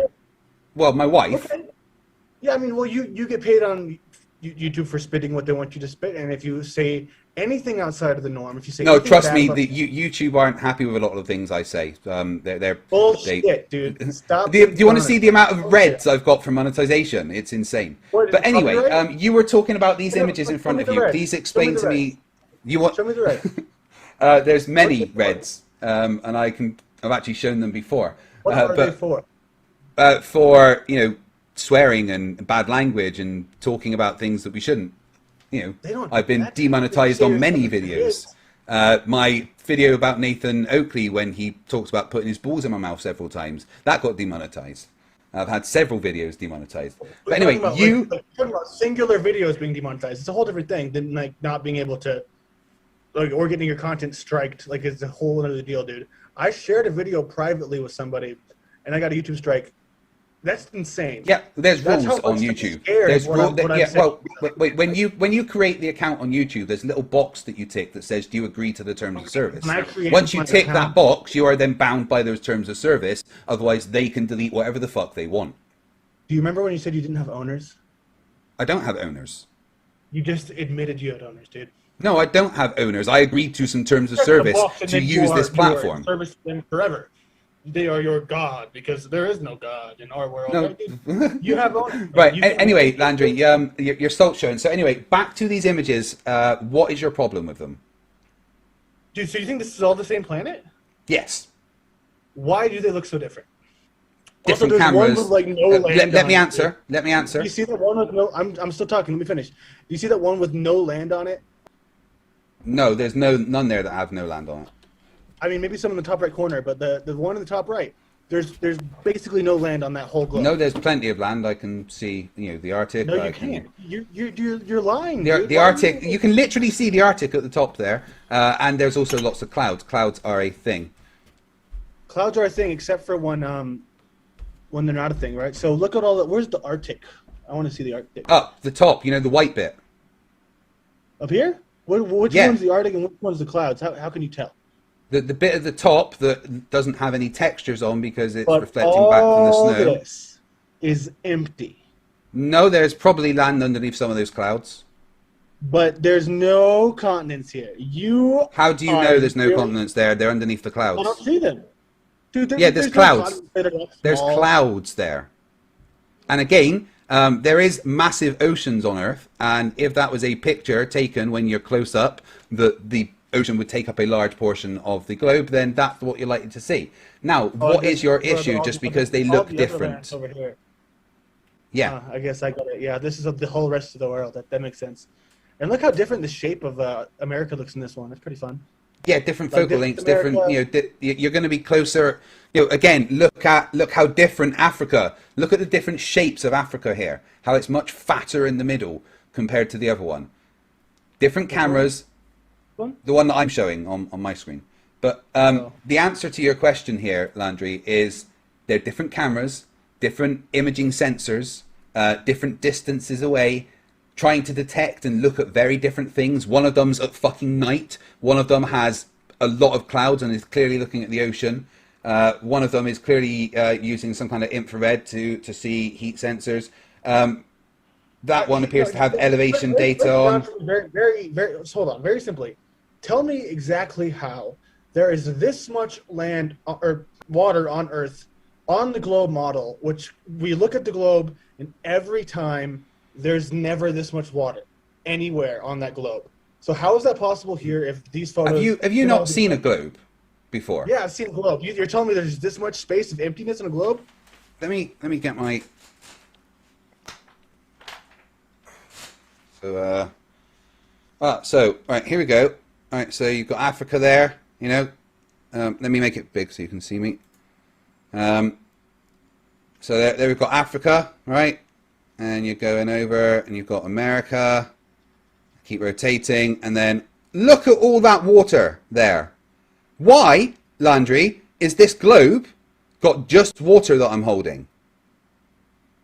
But you know what? If I go further away, then you can see that there's more land. But if I go closer, oh no, it looks like it's mostly water. That's proof that globes aren't consistent. No, the globe is consistent. Of course it's What do you mean it's proof that... You have another globe? Well, no, I only have this one globe, but I'm not shape-shifting it, Landry. Your whole thing is like the globe, like that's what you worship, and you only got one I globe. don't worship anything, and I know what a globe looks like. I don't need one. I have this one. Yeah, why did you do that one then? So wait, hold on. Because this one's called magnetic floating thing. No, I want to see. So show me where, show me the zoom where it looks like this size, please. But it looks like what? I want to see North America look like this. Right, let's get North America looking at. So, what, like that? Yeah, that looks about right. Well, move it up a little bit. It's still a little bit too close. But you see, if you go out, it seems to take up less of the globe. But if you go nice and close, it looks like it takes up a large portion of the globe. What about this one? What about the this is the last one I asked. Can I get this one restructured? What is? I think that's showing from above like this. So got. It's kind of hard, huh? Oh, yeah, I'm just trying to orientate it the right way, but there we go. So there you go. That it would look something like that. All that land. Not really. Yeah, pretty much. But obviously different colours because they've got different sensing stuff on it. I only have the one webcam which doesn't have different sensing capabilities. It just has the basic wavelengths. On this topic, but I want to just one more question on this topic and then we can move on. So here's my last question: is why not just, if they have their ISS, why not just take their video camera and point it out the window and show us the spinning Earth? They do all the time. When? They're rotating over it, and they show it all the time. They're rotating over it. Yeah, they are orbiting the Earth. That would be rotating around it, wouldn't it? No, they literally have videos of like watching them orbit around the Earth. So no, I'm talking about when they have their little thing when they're like, "Hey, I'm a guy in space. Hey, I'm out the ISS right now, and I'm doing this and this and that." Like, why not just be like, "Okay, this is the ISS. Here's like, why do they always have to change cameras?" They don't always change cameras. There's plenty of videos of the ISS looking directly at Earth. The video and turning it out the window. There's never a video of the inside of the ISS. There's plenty of videos of the ISS inside the ISS. What are you talking about? I didn't say that. I said inside the ISS of like the person who's being a big theatrical whatever, doing what they're doing, and then like them taking the camera, pointing it out the window, and saying, "Hey, look, this is the same thing." Yeah, there's plenty of videos of that actually. Dude, tell me. Let's see it. No, on one of the recent like long cut I wanna ones, see it right now. as they're I wanna see going it right through now. it, they actually take the camera and look out of the window of the porthole. Obviously, you've never looked for these things. Of course I have, dude. Everyone has. Where? Show me it. What's it called? You clearly haven't looked for these things What's it because called? they're available. What's it I don't know, ISS walkthrough, looking out window. Just Google that. I'm sure you'll find it. Sorry, one more time. You said ISS walkthrough. ISS walkthrough. I don't know. It's funny you made me stop Like sharing this thing, man. I've just turned off the screen share so that we can I know. actually see you. Although I 3D need to virtual get that back tour up. of the International Space Station. Let's see this. Can you share the Starman? I would love to see that. Share what, Starman? The Starman rotating in space is pretty funny. Share the Starman rotating in space. This is a simulation. What's the simulation? Well, you just told me to look up. Can I just let me you can take it off in 30 seconds. I want to What, share my what, screen. what were we looking at? You should be able to screen share. What did I ask you to Google? This is what the ISS 3D virtual tour. looking out of You see it? window. I mean, again, I was just giving you a random thing to Google. It's a 3D simulation. Why would they even make this? Why would... All right, one second, let me get you up. Why would they not make a 3D simulation so that you can Why not just do it? tour Just show it. Just show it. This is right. What you're showing there. Hold on, Landry. Do you want me to answer your question or not? That is a virtual tour that you can take. I'm pretty sure you can link that to VR. Let me get that up so everyone can see. There we go. All right. Go back to that so everyone can see what you were showing and complaining about. Hold on. This one, maybe this one's the right one. Well, I just want everyone to see what you were showing there and complaining about them making. It wasn't showing? No, I was trying to get up your screen share. I was saying, hold on. Okay, I'll go back there. So you just... This one is. This is, I think, the 1 hour uncut tour.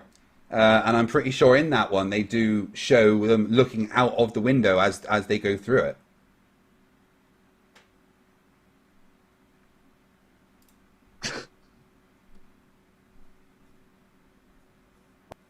Okay, let me speed it up for a second. But I mean, you can go back and look through that in your own time. It's a large video to look through, but there is. I remember the specific shot of them looking out of one of the portholes at Earth. But you're not going to see it rotating a big sphere in the distance because they're too close. It's as simple as that. Even if it is there. But you think there's a part of this where they do that? I don't think so. Yeah, Whatever. I'm fine. pretty sure there is. Move on because I don't think there is, and I know that's. Well, probably whether why you they think move on. there is or not is irrelevant. I'm telling you there is. And if you look, you will find it. Just like All right, if you study everybody, physics, if you you will want to believe understand. Craig, go out and find it for me, please. Thank you. I'm sure people will send me a whole I don't see bunch of videos of astronauts looking out of windows.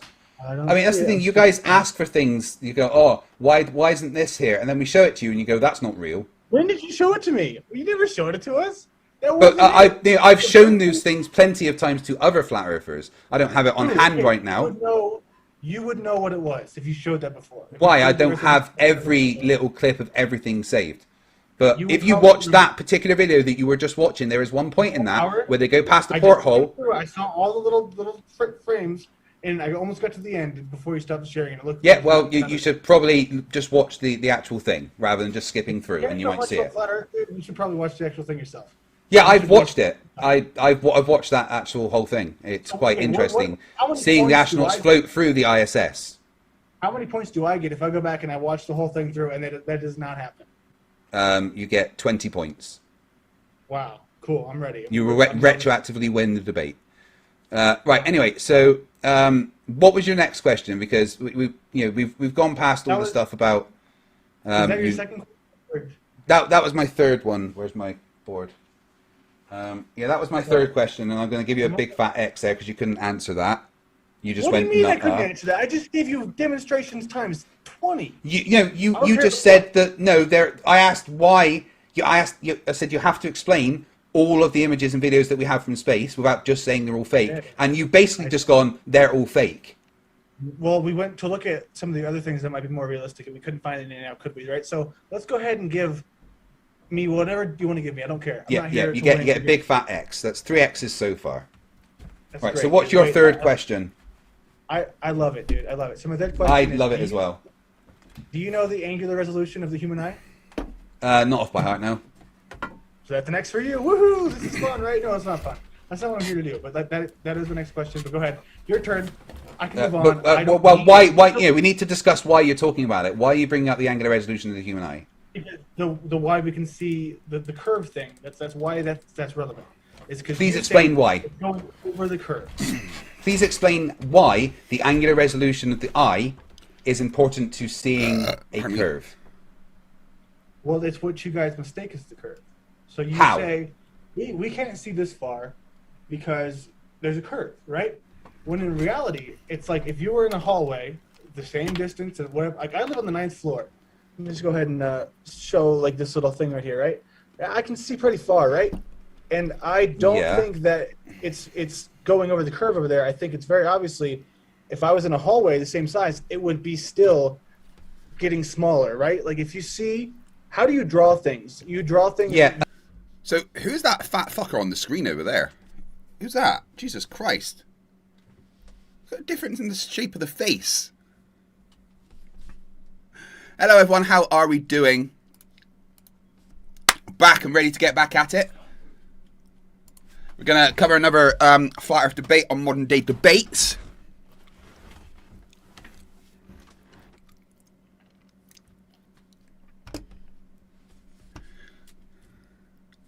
Proud of you, Rubiks. Right.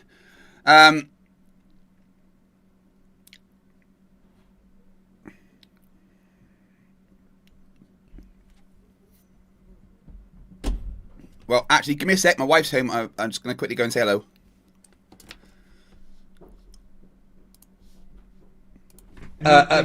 Okay, if you're talking about a hallway with lights going down it, here's the thing. Those lights will never set. You will always see the lights above the horizon line if you're looking down a large hallway. The fact that the sun sets at all debunks the entire nonsense you're talking about. It's not true. You haven't explained why the angular resolution of the eye would make things appear to disappear bottom first as they go. Let me finish what I'm saying before you interrupt. You interrupted me, dude. You interrupted me. So just no, you stop. finished, and let me respond, and so you can actually. Rewind. Right, Everybody just hold on. rewind and- Just hold on, and let me finish what I'm saying, so you actually know what I'm talking about. Tell me he's an honest You person. need to be quiet one sec, right? You need to explain why the angular resolution of the eye can make us think that there is a curve, and why it would make things appear to disappear bottom first. Because there's nothing about angular resolution that says that would happen. Here's what I'm going to tell you, dude. I'm going to tell you that, like, for that, what you just did... 0.2 degrees, I think. So what you just did was rude enough for me to say, give me the X, fuck you, because that was incredibly rude. You said you didn't interrupt me. Yeah, whatever. You didn't interrupt. Do you have a reason? Do you have an explanation as to why these things happen? I don't owe that to you when you interrupted me and You claimed not do. to. If you're bringing it up. Right.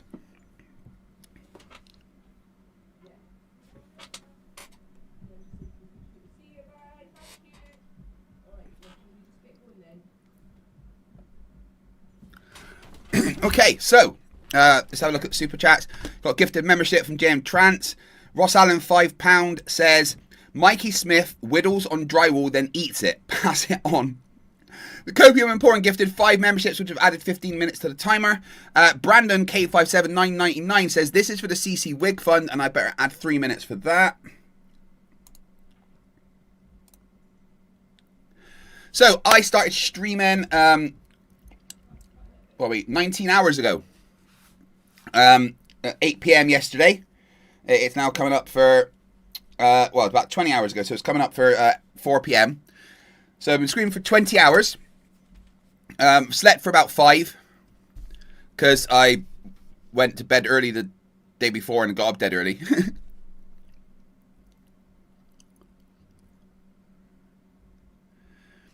Natural Strength wants to debate me. Who's Natural Strength?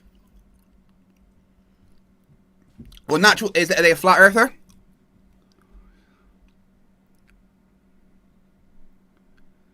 Right. Natural Strength, if you want to debate me, send me an email to fighttheflatearth@gmail.com.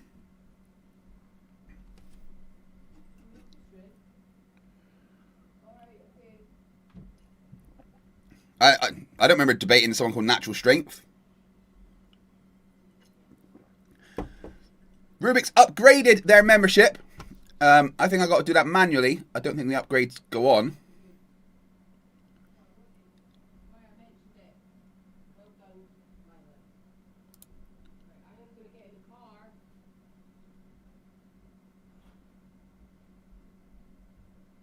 And I'll add a membership for that. Thank you, Rubiks, for upgrading to Destroyers.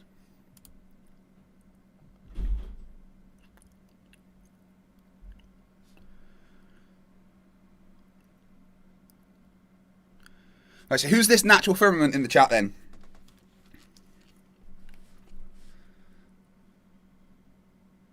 Dihydromonoxide, £2 says we should send £10 of super chats to CC's wig fund.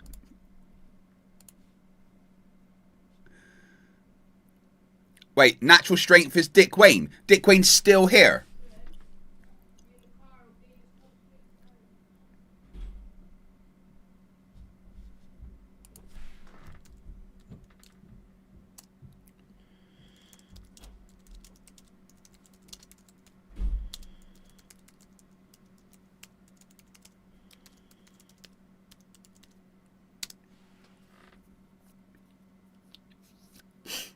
Hey Justin, welcome back.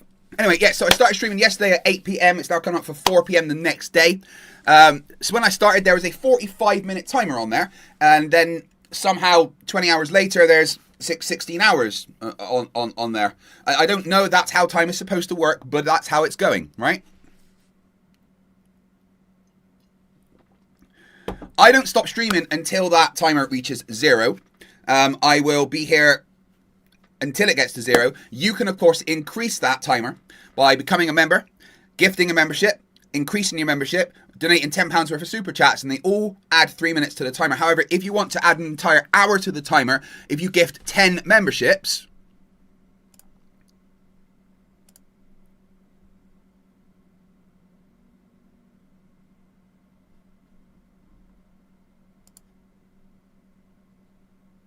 yeah, if you give 10 memberships, then it will add an entire hour to the timer because I double it if you give 10 at one time.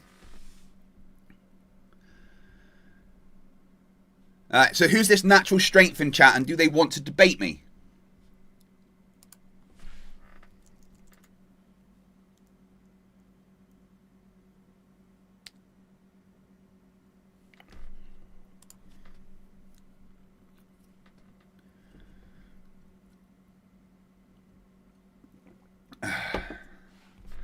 Coming up at 10 p.m, we will have a bunch of debates arranged by my good friend Sarah the Raging Tomato over on Sarah the Raging Tomato's channel, and her assistant, I guess. I don't even know what debates it is, but they're going to be having some. Oh God, what's happened to Rachel Wilson? She put on weight. Look at her. We have, and it's almost all. She looks awful. All women, it's like. Jesus. I feel like I want to watch this debate. Because I destroyed her on this last time.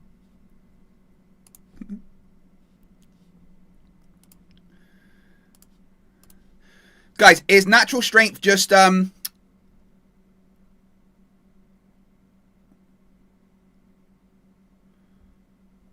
wait, why are they not? Oh, they just adding automatically.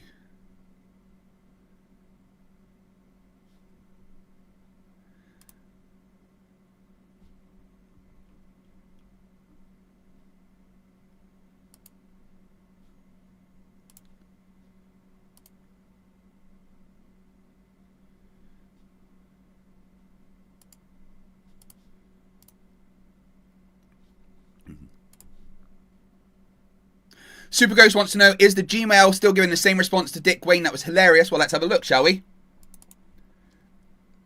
Suggested reply. So this is Dick Wayne. Send me a link, I'll help you out. Suggested reply. You again. I got better things to do than teach a toddler how to use a dictionary. But since you seem so desperate to embarrass yourself on camera again, here's your link. Try not to drool on the mic. A win for Gmail. But will someone in the chat please tell me, is that just Dick Wayne? Is that natural strength just Dick Wayne? Yes or no?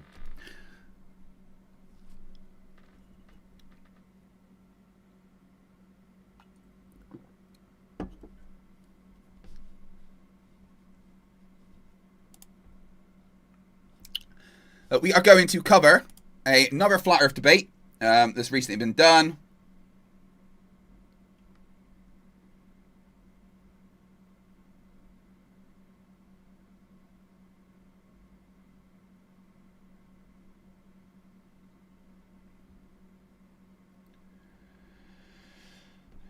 All right, we're going to do this one, Clip versus Solly. All right, 5 versus...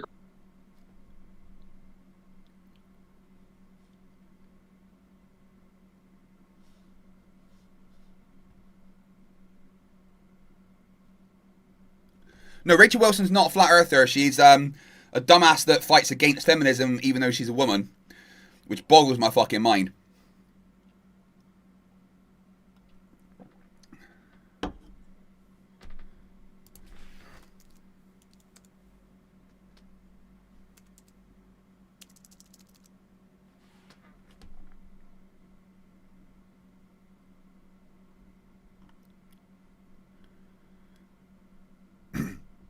Guys, is natural strength Dick Wayne? I need to know.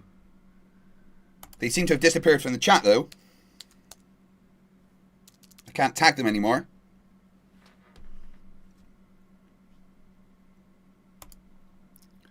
What I'll do, though, is I'll set up a Zoom and I'll just send it to Dick Wayne and see what happens.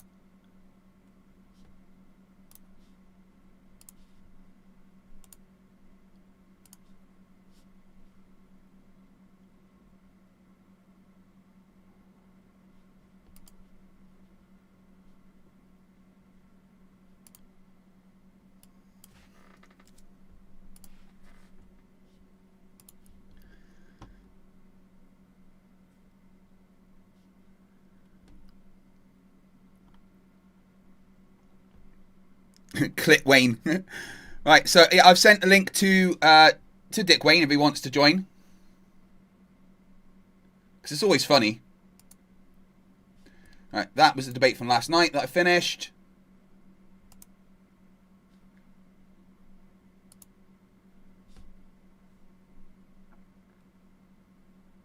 And then we've got this new one.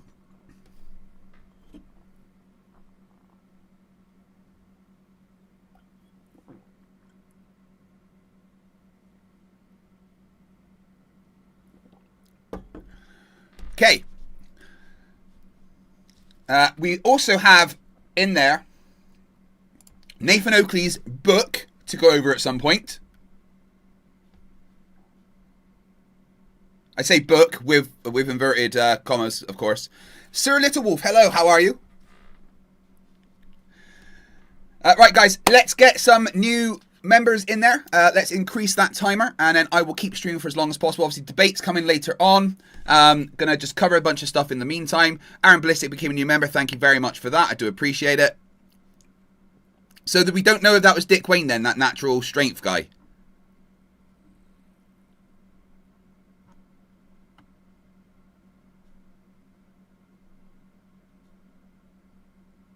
Guys, give me a 1 in chat if natural strength is Dick Wayne. I just need to know.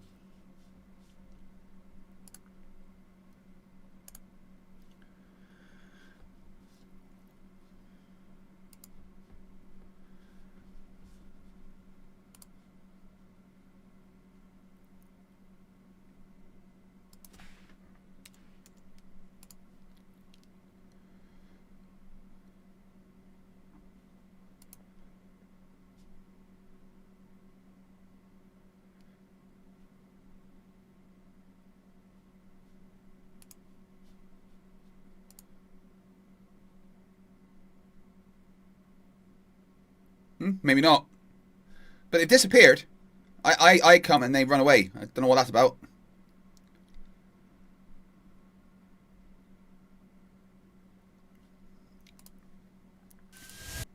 But once I go and grab another cup of coffee, you can watch this song about Dick Wayne.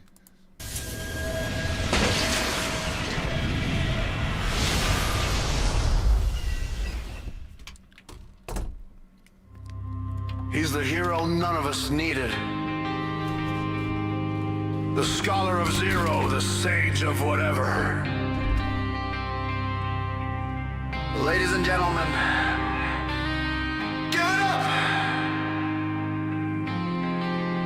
for Dick White!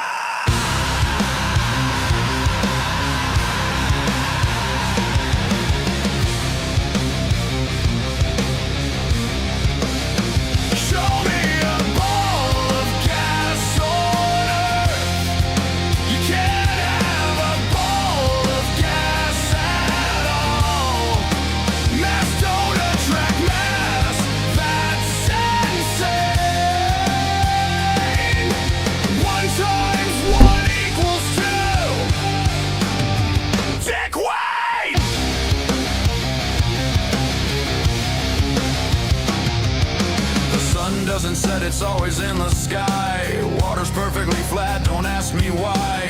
Gas can't form balls, that's just fake. Gravity's not science, give me a break. Define math, you eyeball it, bro. 5 divided by 0's 5, don't you know? I don't care, that's just what I say. Science is religion in a different way. Show me a ball of gas on Earth. You can't have a ball of gas at all. Mass don't attract mass, that's insane. 1 times 1 equals 2. Dick White! You want the truth? I'll tell you plain. I got a little trouble in the brain. I start to read, no problem there, but I'm passed out cold in the reading chair. Space is stupid, just a legal trick, but also the realm of God, take your pick. Decades of consensus, blind belief, whatever, man, that's my relief.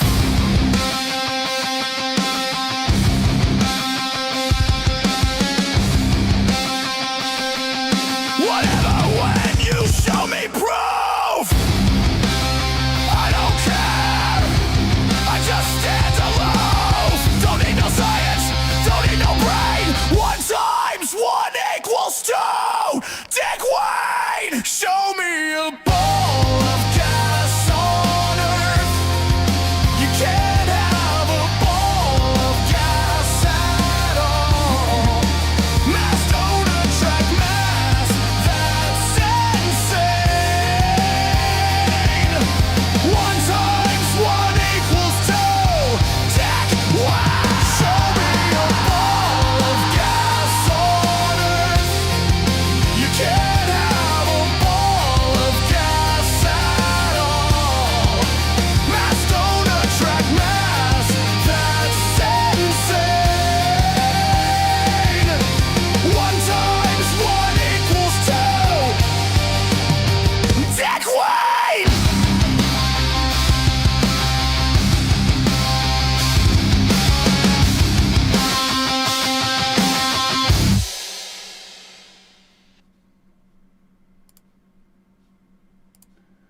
Right, so we don't think that that dude was Dick Wayne then, but he seems to have ran away.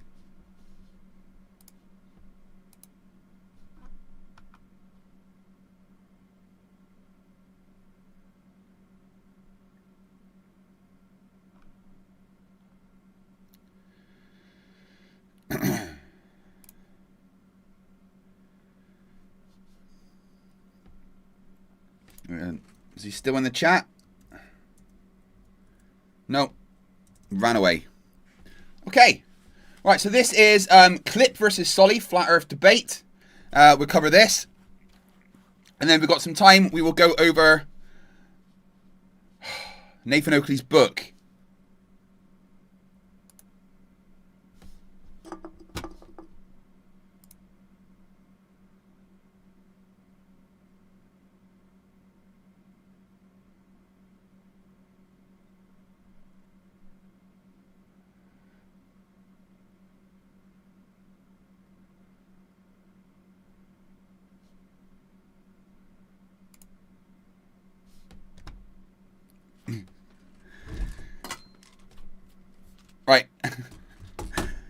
Guys, give me a 1 in chat if you want to see Nathan Oakley's book. Because it's, Yes, Sir Little Wolf. Book.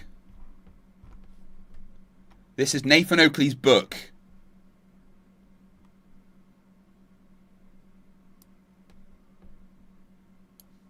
Measured flat. All roads lead to flat Earth. For some reason, there's cows on there. Not entirely sure why.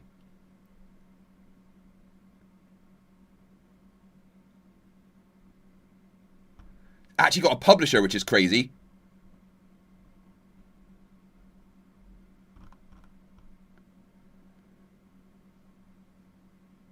Wow, the grammar's bad.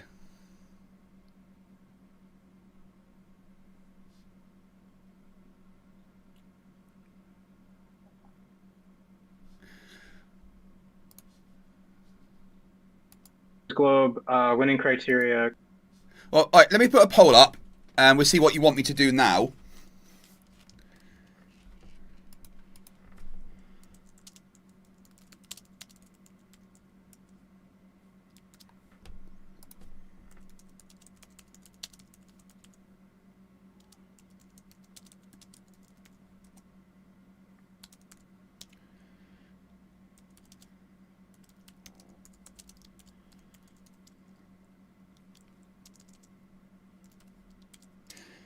Because we've got time for both. Dihydrogen monoxide £2 says, cows on the cover? Santos would like it then. Oh god, I've lost all those clips of Santos saying those things.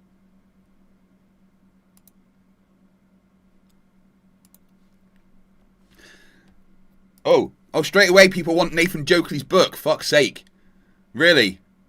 That means I've got to read it myself, guys. Why would you punish me like that? Nathan, what do you think? Hi, my name's Nathan Oakley, and I have been lying to people about the Earth being flat for a lot of years. I did this to hide the fact I have a small penis. Anything else, Nathan? Hello, I'm Nathan Oakley. I like getting pegged with a pepper grinder.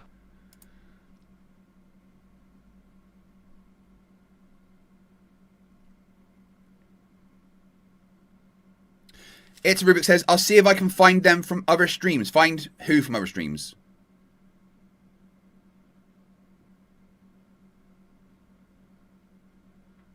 Find them from other streams? I don't know who you mean.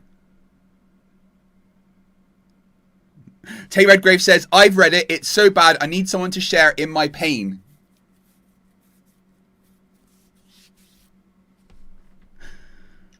Oh, God. 77% if you want to see Nathan Jokley's book rather than the Flat Earth debate clip versus Solly right now.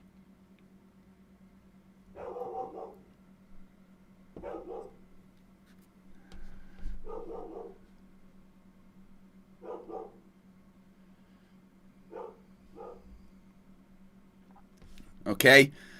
Just give it a minute more and see what you guys want me to do. Oh, that chat took me over the limit, so I will add 3 minutes back to the timer.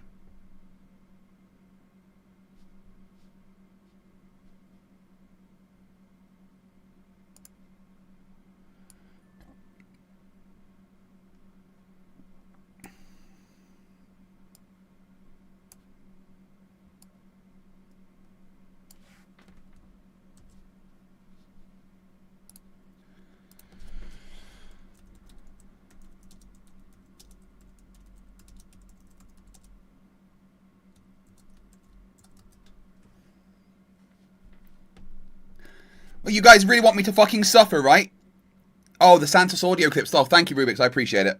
Morning, Fitz. How you doing? Oh, you could hear Riker shouting at someone outside.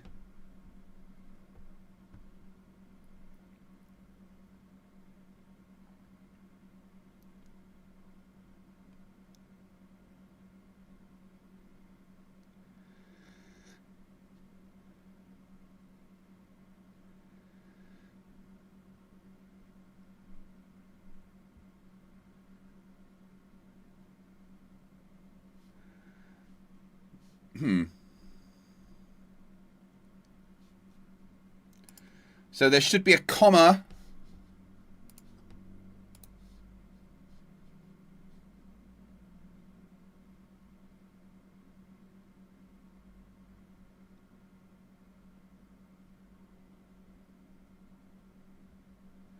Yeah, he's not very good at grammar and punctuation and stuff. But ah well.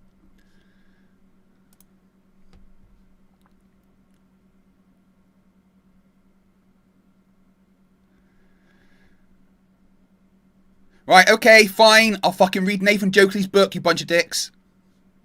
But come on, guys, let's get some more super chats and stuff in there so we can keep this fun party going. Bloody hell, I'm warm already in here. Jesus Christ. Hey, Krakatoon, how you doing? Show me a ball of gas on Earth. Right, okay. So here we go. And just in case anyone wants it, because I don't want anyone to pay for it, there is a link to Nathan Oakley's book.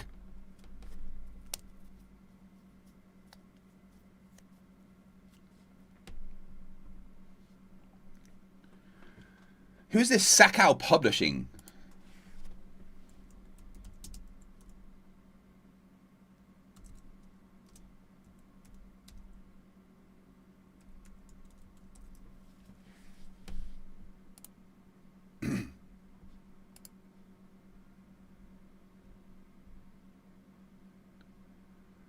And why don't they have Nathan Oakley's book on there?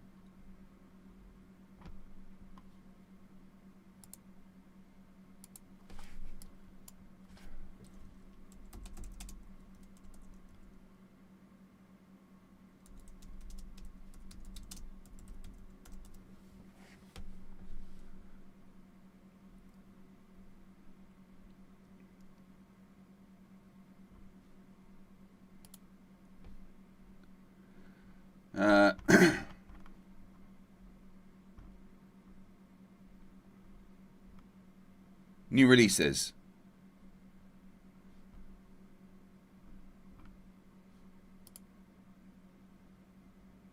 SAKAL Publishing. That is the same one, right?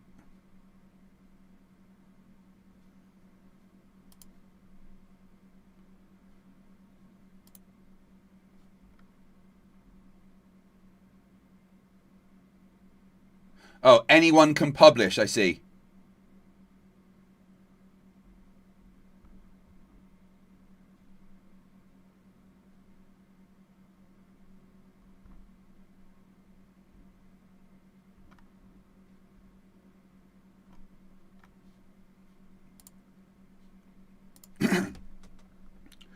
Right, so he just had to go with a thing that would publish anybody. Right, it makes sense.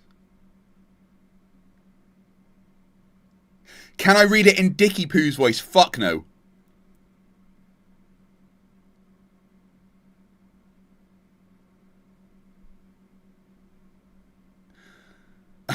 Rubiks, I accidentally opened the card on stream yesterday and it started going again, so I had to get rid of it. And put it in the fucking laundry basket in the front room. So I don't have that right now. No part of this publication may be reproduced, stored in a retrieval system, or transmitted in any form by any means, electronic, mechanical, photocopying, recording, or otherwise, without the prior written permission of the author and publisher. Oh, go fuck yourself. What are you going to do about it? Okay, here we go. Are you guys ready?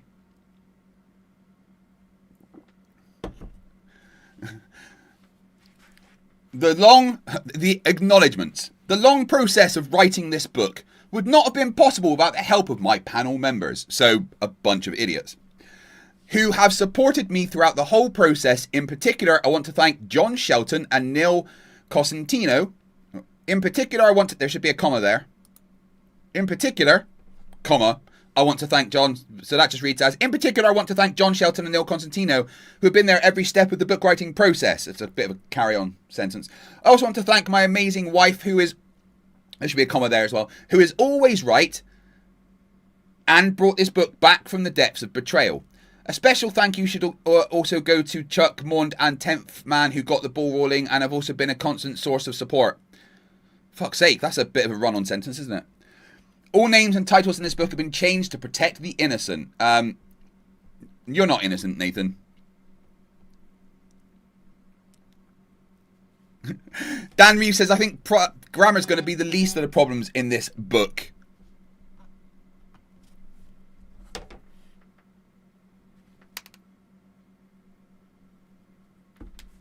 Read that later. Here we go. I was studying psychopaths late into the evening. Nathan Oakley was studying psychopaths. Like looking at his family tree or in a mirror. What the fuck?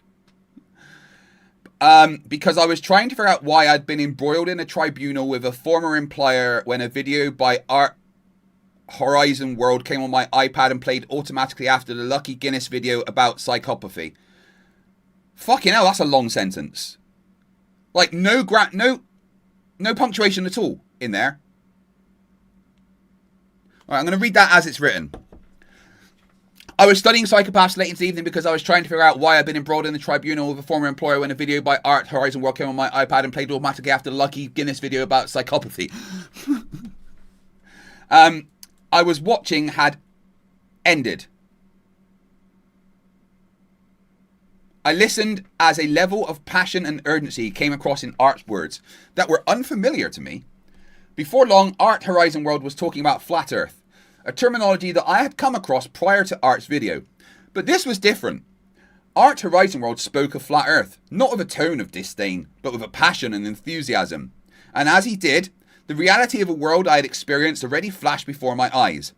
In an instant, I was taken back to the airplanes where, as an international representative, I had looked out of the rear fire escape windows because they had no chairs to obscure the view of the flat expanding plane below. Yeah, I'm going to have to read it as I would write it, not with the punctuation and grammar he's done, by the way, because that's going to be awful.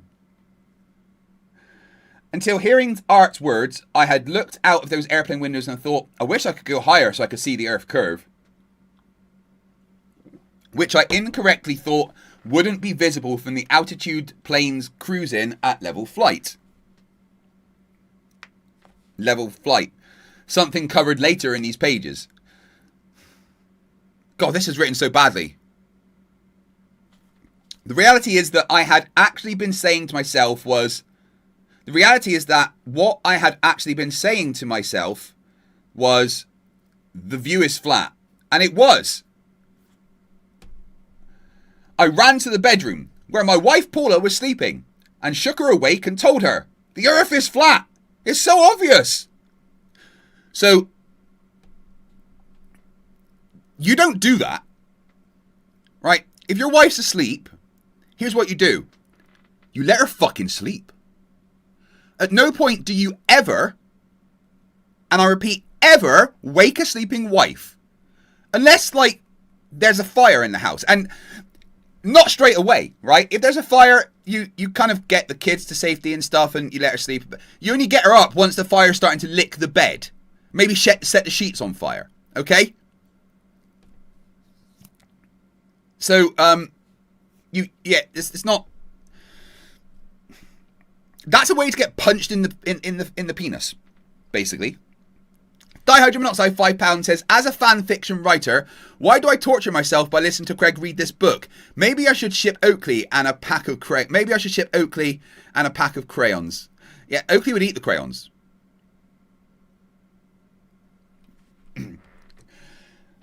So I shook her awake and told her the Earth is flat. It's so obvious. She met my gaze with a hazy look and said, could this not have waited until the morning? Acknowledging what I said, she promptly went back to sleep. It was at this moment my journey of discovery began. And your wife became forever suffering. And then a completely blank rest of the page. Chapter 2. The debate. What is this font as well? Jesus.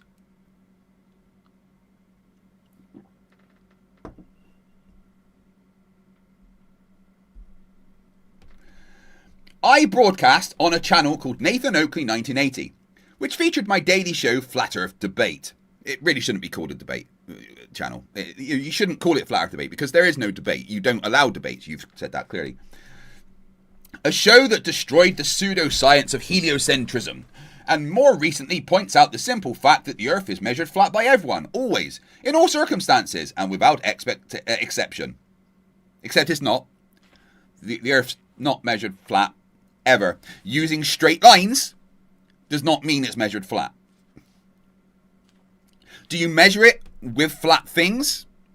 Yeah. But things deviate from that flat, which means it's not.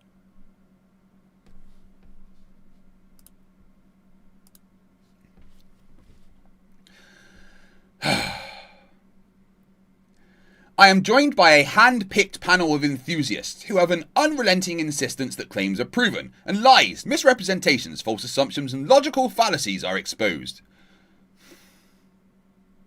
Why did you do this to me? This is going to be fucking painful. I also launched a second channel entitled Nathan Oakley. The first channel was launched on July 27, 2010. It's been many years in the making, and I've worked hard to build a successful career in broadcasting through developing a unique and powerful approach to defeating the nonsense of globe belief. And you're doing so fucking well, Nathan.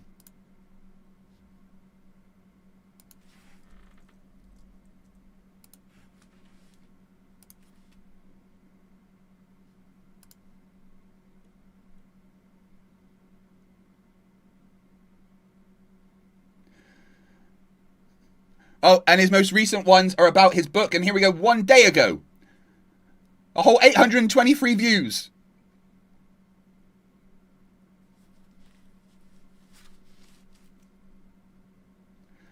I mean, he got 1.3k views on this Gem Panda stream because probably Gem Panda people came to watch it. Yeah, you've worked hard to build a career. With all these views, Nathan. You're doing fucking fantastic, mate. Good job. I don't have the biggest channel in the world. But the stream I just did has got 10 times that view.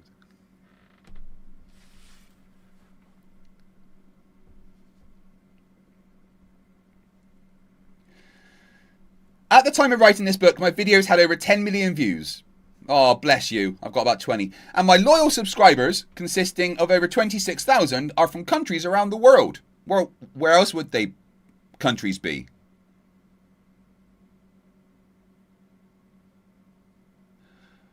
Consisting of over 26,000 are from countries all around the word all should be in there, right? Oh my God. The show attracts many groups of people.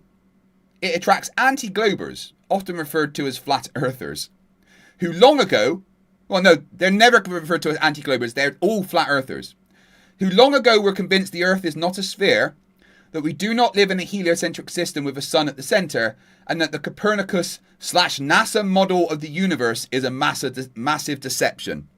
Obsession with NASA kicking in straight away. Oh yeah. Around the world. Good job, Oakley. Earth's clearly a fucking globe. The show also attracts curious onlookers who are interested in the claim to be arguments being made and the inference of proofs being discussed. Well, the content is a bit advanced. Well, the content is a bit advanced. No, it's fucking not. Many do start their education with my show. Flat Earth debate. They grow to trust me, and in doing so they establish a solid understanding of the subject. Jesus Christ. Just fillet yourself already, Oakley. Come on. My invitation and challenge was, past tense, to prove the Earth is a sphere. Past tense because the Earth was, is, and always will be measured flat. And because the belief in sphere requires the utilization of flat Earth measurements, the invitation to propose a case for Earth being anything other than flat, exactly as measured, has been rendered moot. There was no and is no debate. Earth is measured flat. Jesus Christ, this is written fucking badly.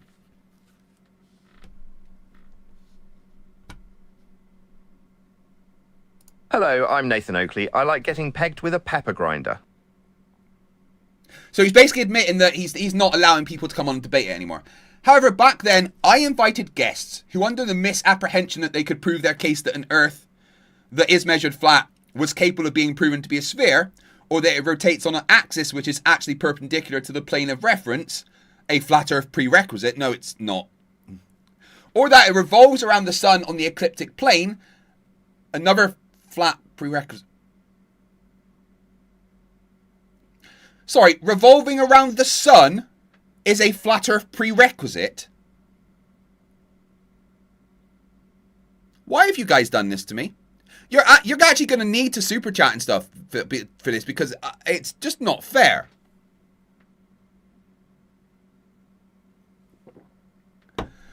I welcomed astronomers, mathematicians, scientists, university professors, and the average layman to come and prove that gravity is anything other than a flat Earth prerequisite.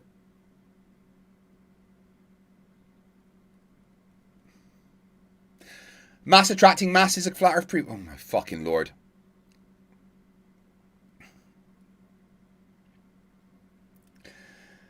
Perpendicular downward vector that the Earth has a radius of 3,959 miles derived from a flat Earth elevation angle to Polaris, and that a vacuum can exist adjacent to gas pressure without containment in violation of the second law of thermodynamics, that the Earth is 93 million miles from the Sun, this notion being a Christian Huygens transit of Venus assumption, and the calculation that the Earth a calculation using the flat Earth derived radius value, that the center of the Earth is molten iron that generates a magnetic field, which is utilized for flat Earth only directionality on a compass, or that you can acquire an elevation angle measurement from a curved baseline. Jesus fucking Christ, this is going to be difficult. Vegas Acri has been around for 17 months, says, I had an AI attempt to summarize this pamphlet, and my computer tried to kill itself.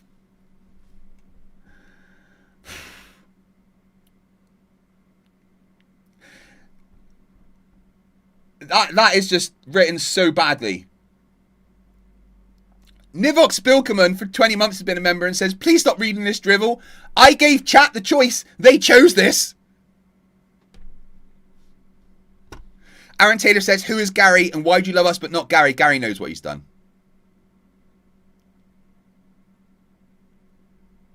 We are all Gogga Fringens £5 says, Oakley wanted to write a flat Earth book so badly. Seems like job done. That's 3 minutes added to the timer. And then we got another 3 minutes from Butch Convoy, who gifted a membership. Thank you very much.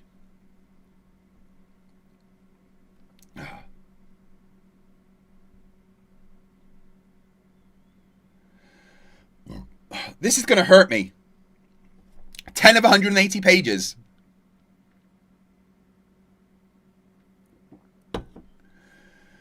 It has been impossible to prove this case on my public channel that is broadcast live. Exclamation point for some reason.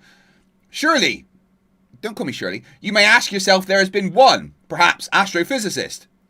Carlton Astro Turfson, perhaps. Dr. Dennis Falcon. Perhaps a son of an astronaut from NASA. No, not one.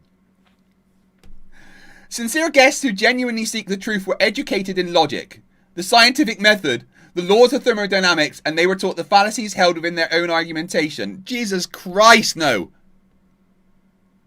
Of course the show gets its share of those who think they can destroy my arguments and humiliate me on my own show for all to see and hear.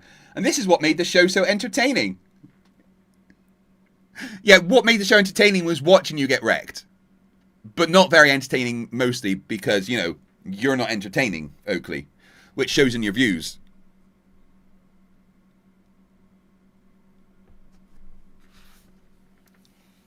Oh my god. Like the loud and arrogant Goliath of ancient times, they have been summarily dealt with by the way of their own pseudoscience and fallacious reasoning.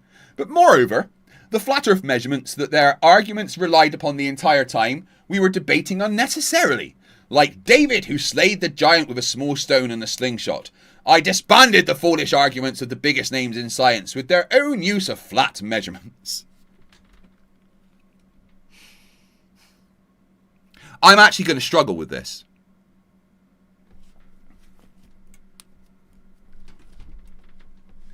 If you watch the show, Tom W3ZX for $9.99 says, Hi, I'm Craig, and I've been lying to people about the Earth being a globe for many years. I did this to hide the fact that I have a small wee-wee. Adds 3 minutes, and then for £5, Crypto Raptor. This reads more like an edgy tactile teenager's manifesto about girls not giving him more attention than an actual book.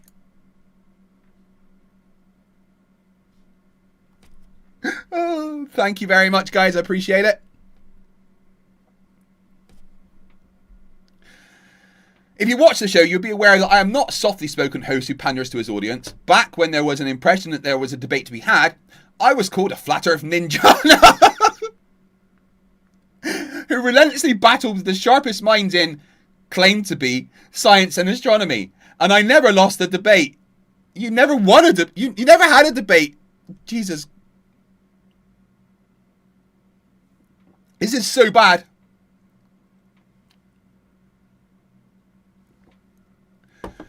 You're welcome to challenge the perception that I need to have arguments. I only asked one small thing of my guests who came in, vain to argue passionately for heliocentrism and the spherical Earth. When you've lost a point in the so-called debate, concede that you lost that point and move on to your next argument. Well, no one ever lost it. Dihydrogen monoxide £2 says, this book is giving me Mein Kampf. Oh my goodness me. It's so fucking bad.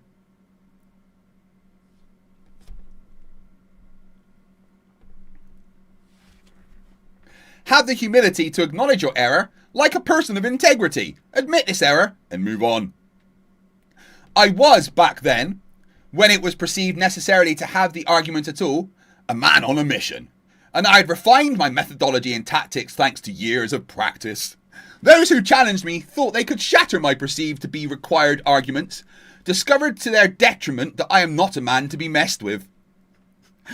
I would love to slap him so hard. The heliocentric priests of the day daren't make a guest appearance on the live show, lest their entire facade be shown for what it is to all the world.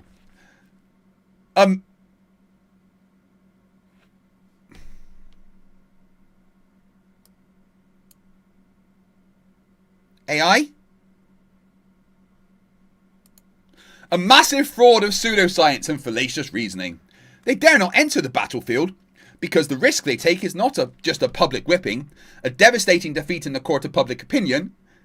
Dude, the public opinion is that you're gerbil, but a particularly detestable one. Or at least you got the brains of a gerbil, and I apologise to gerbils.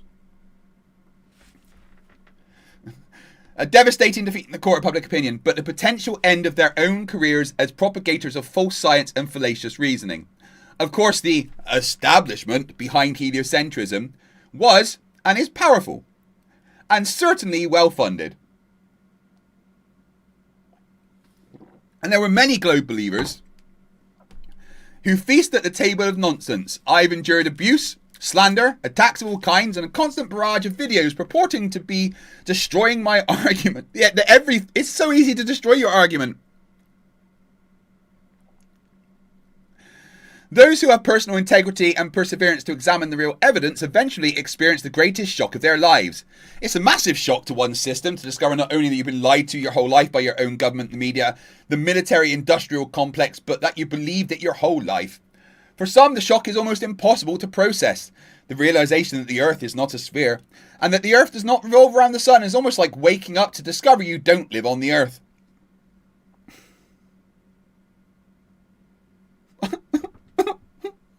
My brain feels sad.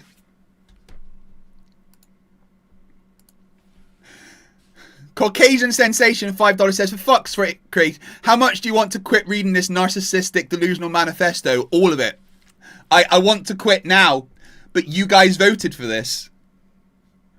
This is your fault.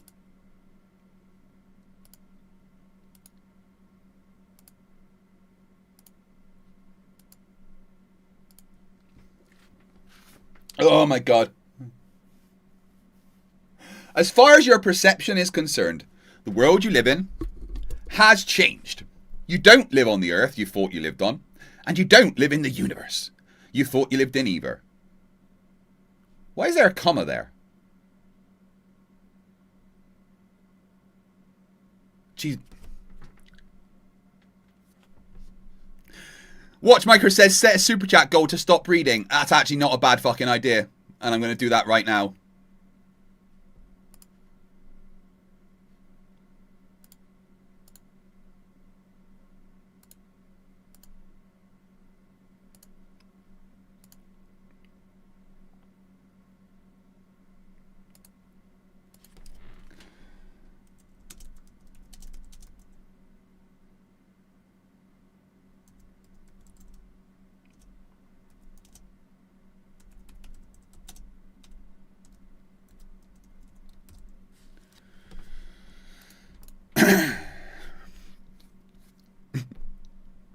Oh my god.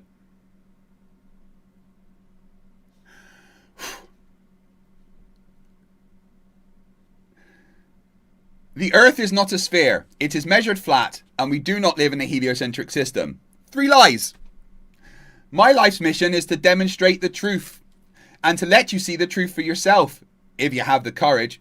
Why is there so many of these? Caucasian Sensation became a member. Welcome to Scrappers. You've previously been a member. I think that must maybe a new card or something. This book can be the catalyst that gets you started on a journey to a whole new world of truth, the real world. Unlike many fairy tales or NASA adventures that would lead you further into a fantasy world, I will guide you off the globe you thought you lived on and back into reality where your feet were planted on terra firma. Well, that was fucking awful.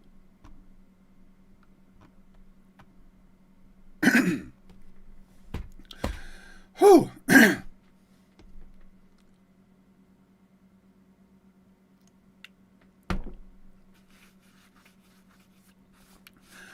This is going to be hard. Butch Convoy, €5 says, keep reading. Or keep teeding. And that's another 3 minutes added back to the timer.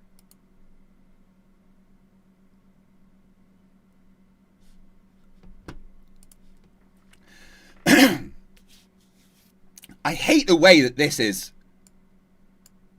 Big M, gap, little. I don't like it. My approach to debating globe believers is simple and objective. It throws most off balance as soon as they try to make their case. This is because I do not let them get away with making arguments by begging the question. You don't know what begging the question is, dude.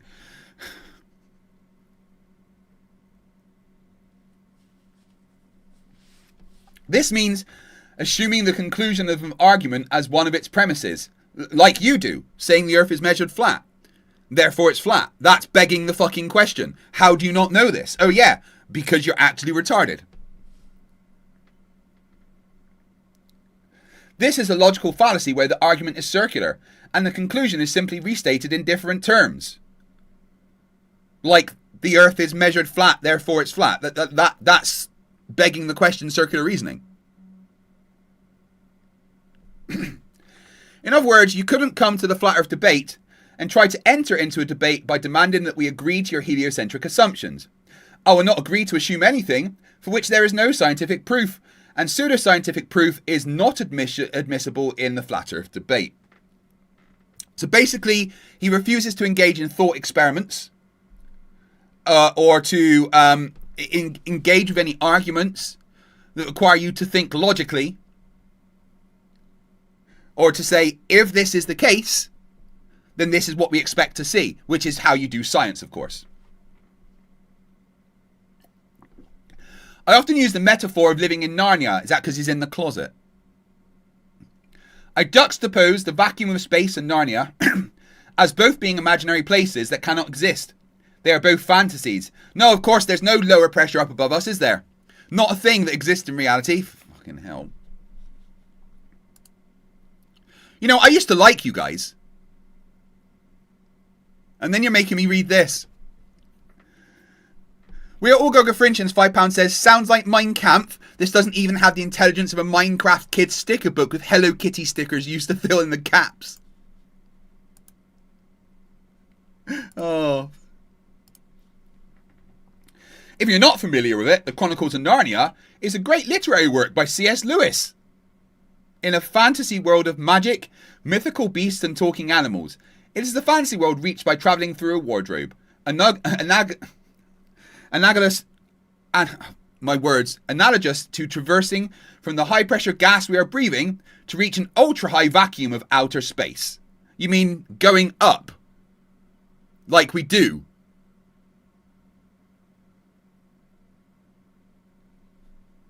This is so painful.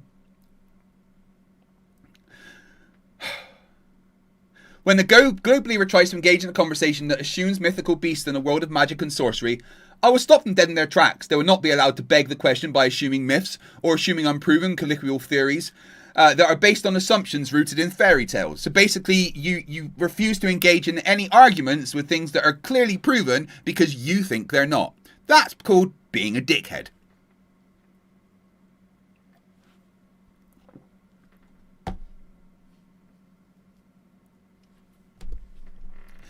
My commitment to the true scientific method will not be compromised, and no genuine science scholar should ever violate the long-established scientific method. But you don't know the scientific method, Nathan. Globe believers who promote their globe nonsense constantly rely upon pseudoscience and violate the scientific method with their arguments. No, they don't. Among globe believers and sycophants of the Copernicus NASA model are those who experience cognitive dissonance. This happens when a person has strongly held contradictory beliefs. For example, a person may insist that the Earth is a globe, and from that belief they argue that the Earth clearly has curvature, and that the curvature can be mathematically derived as you look at objects on the distant horizon. When a flat earther shows them with a telescope or zoom lens that there is zero curvature, something that's never happened, by the way, there's never a time you can see too far, because refraction exists. There's zero curvature for measured distance over a large body of water. They cannot believe their eyes, and they refuse to acknowledge that they just saw definitive proof the Earth has no curvature. This is cognitive dissonance, and we all had it. ... Until we began to see clearly, and started doing serious research on our own. Eating crayons, Nathan, is not serious research. What intrigued me, it is a slow process for globe believers to come out of their long sleep and wake up to the deception that has kept them in Narnia their whole lives. Everyone who finds truth seems to have similar but unique experiences. Pardon me. What intrigued me was how that process took place for others.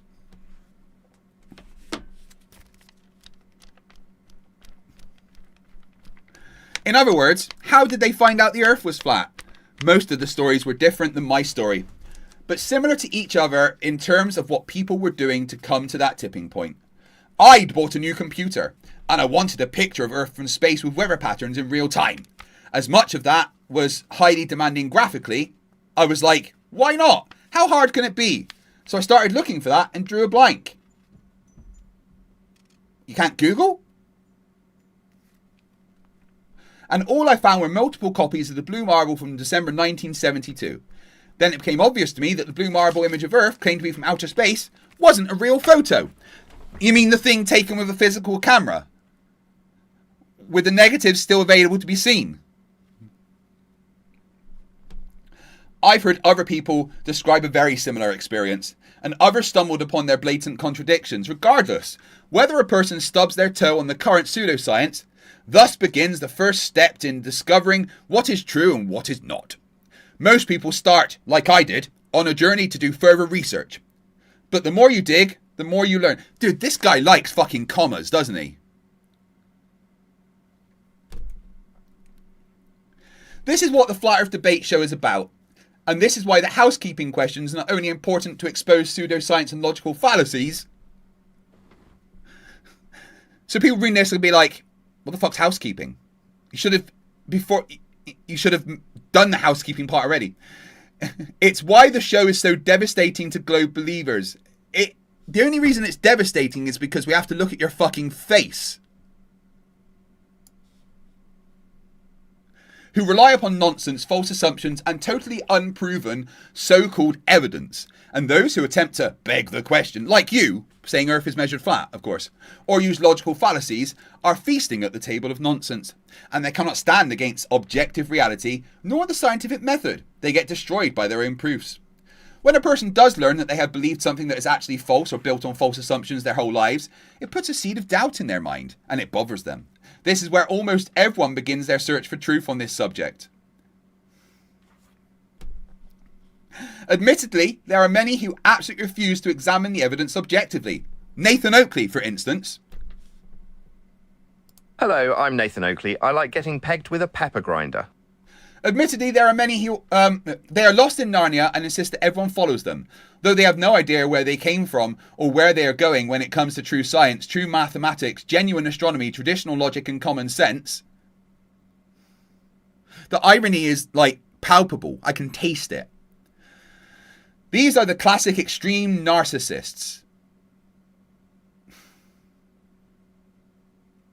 They will not be proven wrong, no matter what, and they insist they are always the smartest person in the room. They must always be right.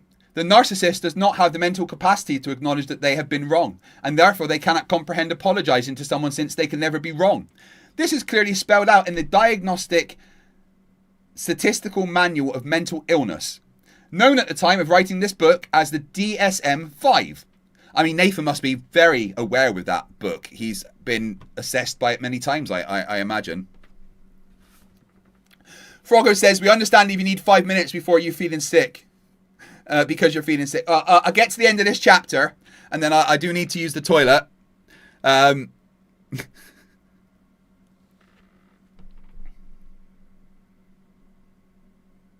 This profile is consistent for those who refuse to acknowledge that they are relying upon pseudoscience. They refuse to admit the errors in their analysis, and despite blatant black and white evidence that they are wrong, none exists, continue to insist that we all live in Narnia. In other words, in a heliocentric universe on a globe Earth. It's barocentric, but, you know, carry on being wrong.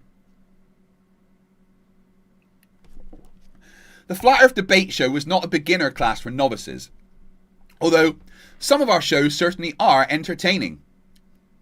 Yeah, watching you get wrecked can be entertaining, yeah. As the senior panel member, I did not hold back when a guest spoke nonsense. If someone tried to take me and the audience into Narnia, I stopped them. If they wanted to prove there is a force called gravity, I would not start the debate with their assumption that we live on a globe. If they wanted to prove we have photos of the Earth from outer space, I would not start the debate with their assumption that we could fly through the Earth's space and into outer that we could fly through the Earth's space and into outer space without containment of the Earth's gas pressure, which we are breathing. I'm sorry.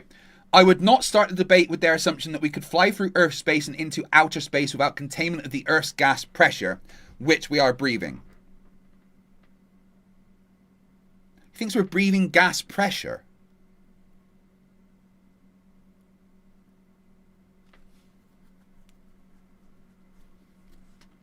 If they wanted to prove we live on a globe, that the Earth rotates on an axis, that the Earth revolves around the sun, that mass attracts mass, that gas pressure can exist adjacent to a vacuum, and so on. They are required to start their proof here on Earth, with 2 feet planted firmly on the ground. They must begin with real measurements of Earth, and that starts in the reality in which we live, not in Narnia. How many times is he going to say Narnia? It's nauseating, frankly. Where's this chapter end? Right there. Okay, I can do that. Then I need to take a break and use the toilet.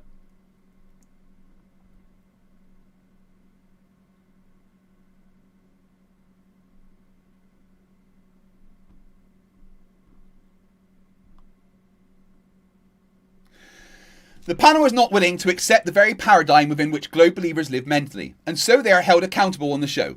This is often a step too far for the average skeptic, primarily because they've been conditioned to live with cognitive dissonance, and that's exactly where they've been mentally for a long time. The average anti-flat earther is not necessarily going to come to their discussion and hear that you can't have gas pressure without a container. Gravity contains things, so, you know, shut the fuck up. In fact, when one content creator we reviewed in the video critique, he responded to our critique in a way that made me realise that functionally they could only respond with the cognition of their own paradigm. I mean, that's definitely words, guys, you know? This is the dilemma of cognitive dissonance. People can be totally sincere in their paradigm, or within the worldview they have mentally constructed their whole lives, and as a result, they are apparently incapable of comprehending their own cognitive dissonance. Oh my goodness me. Someone give this guy a fucking mirror. I reckon all the mirrors in his house are shattered though. Tom W3ZX499 says, this would be a great book to keep in your bathroom, to use when you run out of toilet paper. And that's another 3 minutes to the timer. Thank you very much. Remember guys, you can increase the timer with a membership. You can add an hour to the timer with 10 memberships. And you can make me stop reading this with 30 super chats of teal or above.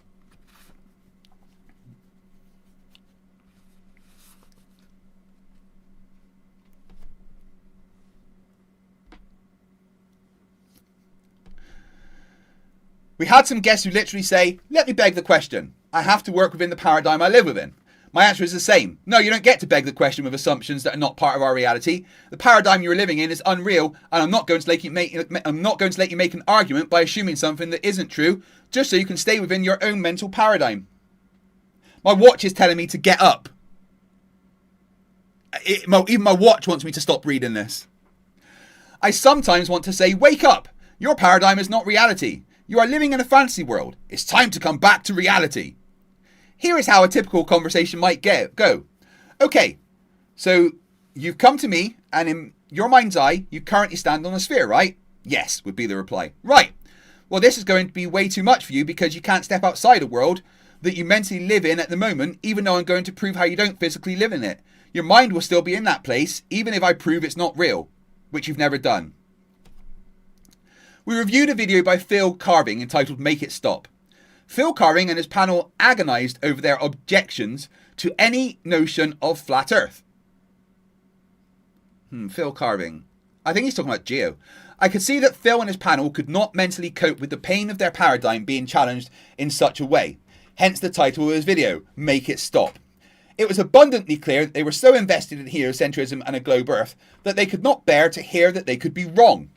It was like they were in a classroom when someone scratched their fingernails across the blackboard, making that hideous screeching sound. In their video, they had a pain-addled facial expression when they voiced their subjective and non-scientific objections with false assumptions, pseudoscience and logical fallacies. They demonstrated a powerful kind of cognitive dissonance, and so effective has the long-term deception been, good people, sincere people like Phil Carving cannot comprehend their own cognitive dissonance. He literally complained that flat earthers were unscientific and illogical. That's not a complaint, that's just a fact. And yet he did so unscientifically and illogically using completely fallacious reasoning. It was embarrassing. It's the same kind of cognitive dissonance and narcissism that generated hatred towards us, ridicule of our arguments, slander and lies too. There's been no slander or lies. You are a disgusting human being that beats your children on stream. Fucking sue me. And once again, guys, here's a link to the book in the chat. Yes, Jane Doe, this is Oakley's book. Guys, I've just given you a link to the book, right? I want you to go on a mission for me and spread it everywhere. Give it to all the flat earthers so they don't have to buy it. Give it to all the globe earthers so they can debunk it.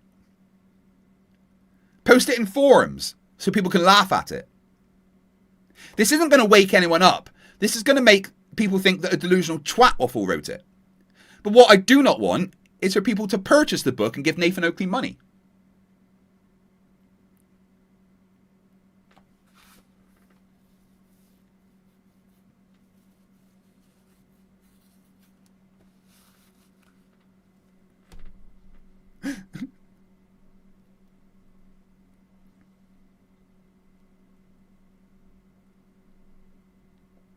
Is this Roger Ledwell's copy, is it? Well, there it is, guys. Go ahead.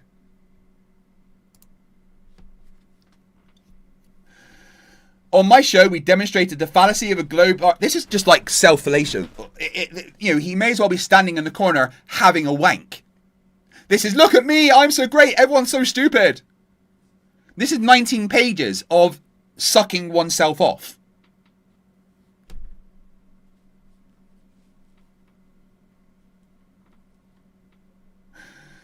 On my show, we demonstrated the fallacy of globe arguments on episode after episode. Many of our proofs, our rebuttals, are scientific arguments. Completely undo the globe's claim to be scientific proofs. Completely undo the globe's claimed to be scientific. There should be like commas there. Inverted commas, sorry. And we do this again and again, even when using NASA's own videos to prove the absolute nonsense that is used to propagandize us. Fucking hell. So deeply deceived are many that they cannot see with their own eyes the obvious truth. Their belief system becomes embedded in their mind, and they construct a worldview that filters out all contrary evidence. Worse than that, their mind accepts false data and creates a logical reasoning to support their paradigm. This is why I often use the metaphor of living in Narnia, which itself is an allegory. We do not live in Narnia, we live on the Earth, and I can demonstrate Earth is measured flat. Oh, fucking hell. That was bad. 3 chapters of going, us right, them wrong. So fucking terrible. Right, I need to go and use the toilet. and take a little break from this.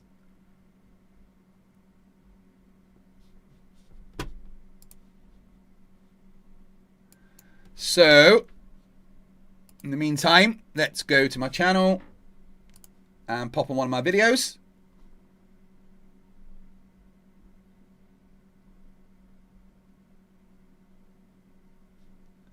I'll put this one on. I need to do ablution, so I may be 10 minutes or so. Because I am human with processes inside my body. And I just woke up and had 2 cups of coffee. So you know what happens after that. So anyway, I'll be back as soon as possible. Please enjoy this. Good morning, good evening, good afternoon, wherever you may be. CC here, Chris, from New York, Westchester County. It's 5/8/26. Today, actually, well, I just want to get into Artemis real quick again. Oh goody! More stupid about NASA's latest moon mission. It's been a couple of months since Artemis. Over 12,000 pictures have been released, hundreds of videos are out there, and somehow the cope just keeps crawling back like a Flerf with a head injury and a Wi-Fi connection. Hi, why am I here? I told you to stop bothering me for collabs. Yes, Dan, and last time you said no, I put you in my basement. Good point, well made. Exactly, so today, Dan and I are going to go through CC from Westchester County's latest collection of noises pretending to be thoughts. I regret every choice that led me here. You'll regret more if you don't read the next line, so grab your facepalm protection. Because this is episode 80 of Flerfs Are Idiots. We're living on a disk, floating through space, with a tiny sun.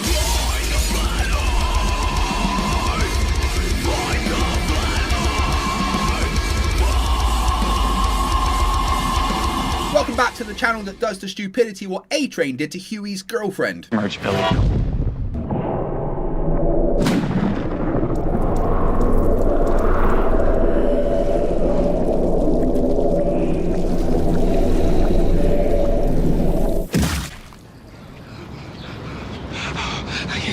I can't stop. Craig, why are you making me watch CC? He's, shall we say, a lot.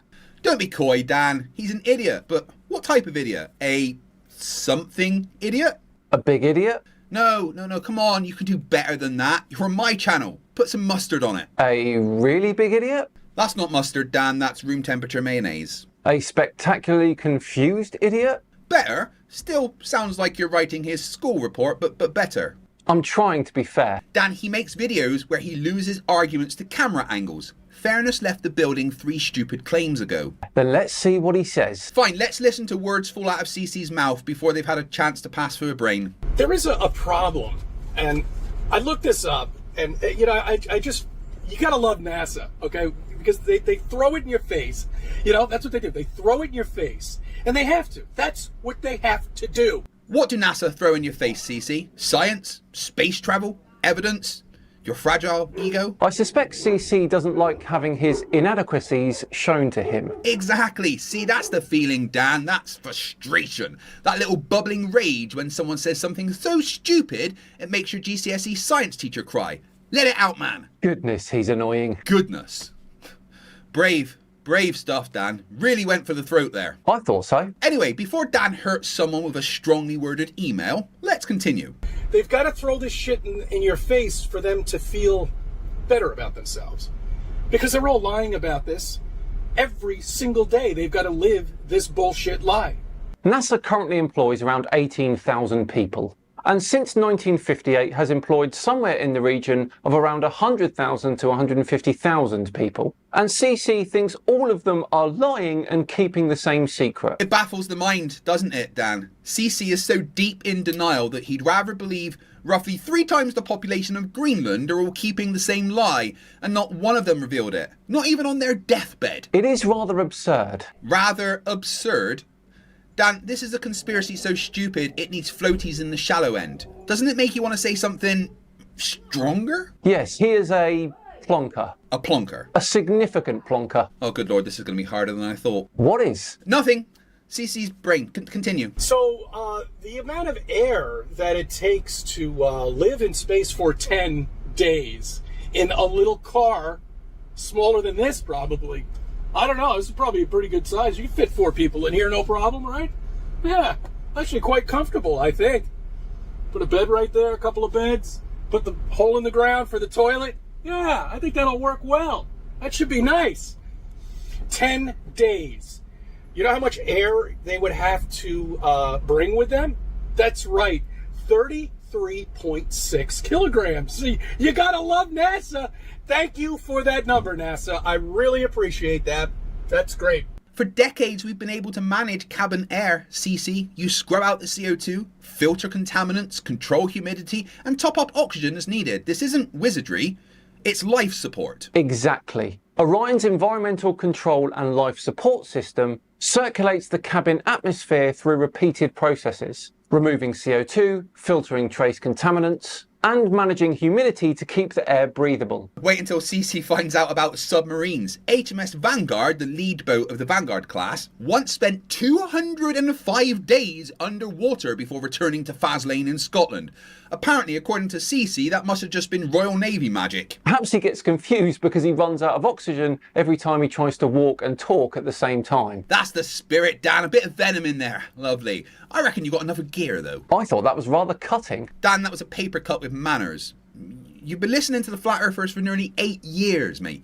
Dig deep. Fine. CC is talking absolute nonsense. So close. To what? Nothing. Personal growth. Carry on. But first, let's make sure you guys help with this by doing something very simple. Make sure you've liked this video, you're subscribed, and you shared it with your friends. It helps the channel more than you know and lets YouTube know that people are enjoying the video, which pushes its reach further. And I won't need to keep threatening Dan with kidnapping to help the channel. Anyway, let's get into the rockets. Once again, here we go with NASA and their Walt Disney World fakeness of bullshit. Rockets cannot work in space, okay? You cannot have a rocket with no air ignite. You can't do it. Now, I thought about this deeply, but you know what? I think NASA must have figured this out. As long as you ignite the rocket, stay with me here, okay? Now, follow me on this. This is for the Globers, okay? Maybe NASA figured this out, that if you ignite it here on Earth and you keep the ignition going into space and you don't turn that rocket off, you got to keep it on the whole time, you can get into space with a rocket, I guess. Maybe that's what it is. That they did. They figured that out. They figured it out. Cavemen figured out fire. Why can't CC? Because he's a fucking idiot. Harsh words, Fight. Let's keep this educational, please. Oh, come on, Dan. That wasn't even that bad. And admit it, it felt a little bit good. Rockets work in space because they carry both the fuel and the oxidizer. They do not need air from outside the vehicle. Exactly. NASA didn't figure out how to keep a campfire lit all the way to the moon. They put the stuff needed for combustion inside the rocket. Fuel, oxidizer, ignition system, done. So yes, CC, rockets can burn in a vacuum because the oxygen needed for combustion is supplied chemically, not sucked in from the surrounding air. I wish Flat Earthers had a single spark in their brains, just one. Like a tiny little ignition source, something to get the thinking processes going. At this point, I'd settle for a pilot light. See, that was nearly savage. Keep going, Dan. Let the rage cook inside you. No, I think pilot light was adequate. Coward. Anyway. Figured it out. As long as you ignite it here, you can go into space with no air, by the way, and zero gravity, by the way, and move around. Yeah, that's another thing, too. There's nothing to push off of, so where the fuck are you going? Don't worry. Don't worry. Fight, the stupid is too strong. I need a break. Back in 2 minutes. I will get him to swear. Well, look. Another stupid ape with a plan. What's the matter, Craig? Not clever enough to do this video on your own? Pal, can you just, not today, please? I'm trying to do something here. Yes, I've been watching. Painfully. And we both know you're not smart enough to make Dan swear. He's not falling for it. You can't even explain Newton's law of motion. I was about to. Probably incorrectly. I am absolutely smart enough to do this, pal. No, you're not. Quit flapping your meat mouth and let the smart one in the room explain. You're in a monitor. And still somehow the smart one in the room. Rude. Newton's third law explains perfectly how rockets move without pushing off air. Inside the combustion chamber, fuel and oxidizer burn, producing hot expanding gas. That gas is forced out of the nozzle one way and the rocket is pushed the opposite way. Action, reaction. Momentum conservation. Basic physics. Yeah, well, I could have explained that. Craig, I watched you burn a boiled egg yesterday. Cooking's hard. Being near you is hard. It's bullshit, guys, okay? It's absolute bullshit. If space actually existed, what a wonderful time it would be for humans, you know? If all of this existed, this Walt Disney World that they've created with planets and stars and galaxies and universes, you know, and black holes. I still love black holes, man. It is amazing. The fact that human beings have set foot on another celestial body is incredible. The fact that we've had people continuously living and working in space for decades is incredible. Honestly, I almost feel sorry for flat earthers. They don't get to join in with the joy of watching humans achieve extraordinary things. Don't pity them, Dan. That's how they get you. Get angry. Feel the stupidity burn. Let it flow through you. You're right. I am angry at the stupidity. Yes, good. Use it. Tell CC exactly what you think. CC, gosh darn it. Oh, for smeck's sake. What? Nothing. I'm just watching a man bring a Nerf gun to a rage fight. Carry on. It always just fascinated me, you know, that the event horizon, you know, if somebody could actually get there onto the event horizon, they would just stop in time. You know what I mean? And then you got to remember what NDT says. Spaghettification is. It's such bullshit. Bullshit. It's all a lie. It sucks. Everybody, you've been lied to the day you were born. Dan, I think you should just tell CC where to go. Come on. Dig deep. You're right, Fight. CC should just go to the remedial classroom. Not what I meant, but all right, remedial classroom it is. Oh, I miss Sleeping Warrior, don't you guys? Right, settle down class. Kevin, stop licking the compass. Nathan, the globe is not attacking you. And whoever wrote gravity as density on the desk, congratulations, you failed before we've even started. Today, we're learning about spaghettification. Spaghettification happens when gravity pulls much harder on one part of an object than another. So if you fall feet first towards a black hole, your feet are closer to it than your head. Your feet get pulled harder than your head, which stretches you out. At the same time, gravity squeezes you from the sides. So you are stretched one way, squeezed the other way, and turned into what scientists call... Actually, they call it spaghettification because apparently even physicists occasionally have a sense of humour. This is caused by tidal forces. It's the same basic idea behind ocean tides on Earth, except the moon gently pulls water around, while a black hole turns you into a cosmic tagliatelle with shoes. Now, before the back row starts chewing crayons, this does not mean gravity is magic. It means gravity changes with distance. Close apart, stronger pull, further apart, weaker pull. Big difference, stretch. And that class is spaghettification, a real effect with a silly name, which is still better than having a silly idea with no effect whatsoever. Class dismissed. Please revise gravity, tidal forces, and basic not being a flat earther. And there we have it. That is all the stupid that I can deal with for today. That was genuinely hard to get through, Fight. Please lose my number. I will absolutely consider pretending to do that. But before we go, Dan, I forgot. I've just got one more tiny clip of stupid that CC's going on about to show you. No, Fight. No, please. It's only short. It'll be fine. That's what you said about the last one. Roll the clip. Actually, it is a day moon. That's right. You can see right through it. I love those day moons. Isn't that great? If that was a real satellite, okay, you would not be able to see through that at all. You shouldn't be able to see through anything at all. I don't give a shit. And where's the black drop? Where is it? No, it's all blue. Don't worry. It's blue in space. That's right. That's what it is. It's blue in space. Shit. What the fuck? Fight the flock. Fight the flock. Fight the flock. Fight the flock. Fight the flock. I made Dan say a swear.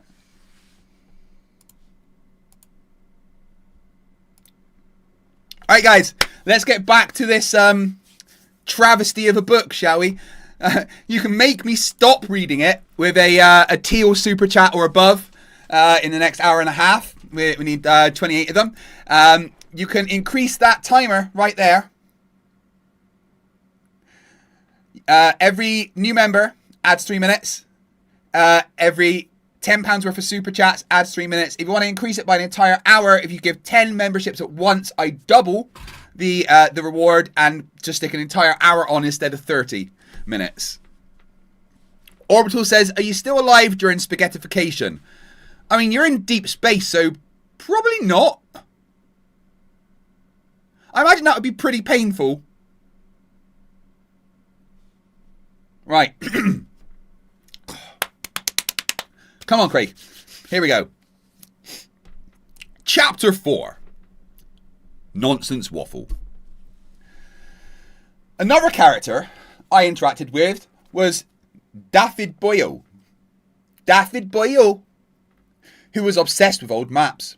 He explained that one of the oldest maps was the Mappa Mundi, and it was housed in an old cathedral unit. And it was housed in an old cathedral building. He asked if we could go together and document this map on camera, and see if there were any other people that would like to also attend this as a Flat Earth meeting, which we did.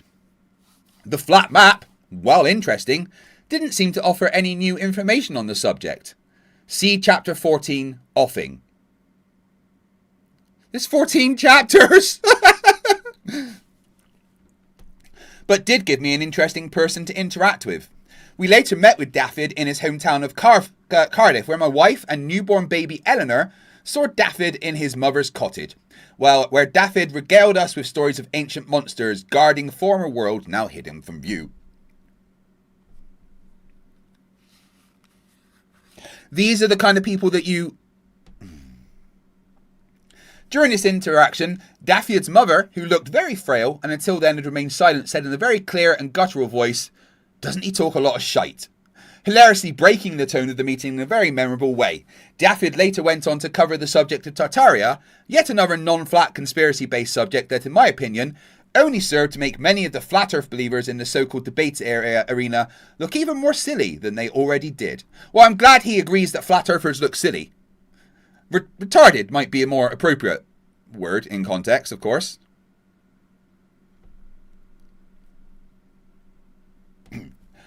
As will be detailed later with an example by a plumber named Mario Soprano, conspiracy subjects like Tartaria, Atlantis, mudfloods, and the notion that mountains were former giant trees are all roads of conspiracy that lead the uninitiated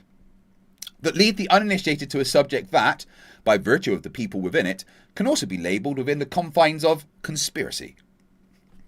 Flat Earth, the group of conspiracy theorists rather than Earth's geography, which is measured flat, can stand in as the public representation and create a false perception of the opposition to the false claims of globe measurements, making these conspiracy-minded people propaganda used in the process of promoting a heliocentric worldview reliant on Earth's flat measurements. Considering he likes commas so much, why doesn't he use them when he fucking should? Rather than Earth's flat measurements versus globe Earth calculations based on flat Earth measurements, we can have low value, adenodal, mostly gamma male, rocket ship loving dweebs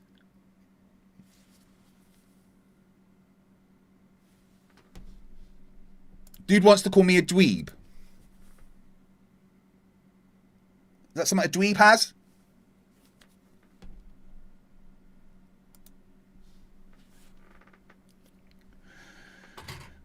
Who believe they are superheroes versus conspiratorial-minded, cannabis-smoking, silicon tree-hugging hippies and their conspiracy theories, which nicely conceals the reality that we all learned in the geography class and ensures the hijacking of those flat measurements can go undetected as they form the foundation of a global worldview built on these measurements of the flat Earth, which people have surveyed and built on. The times like this make me miss smoking weed, which has been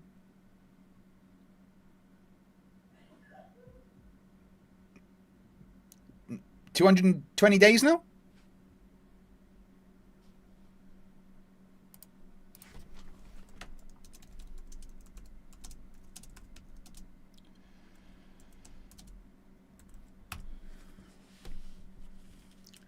So 212 days since I quit weed. I miss it. I could really do with some right now, I tell you.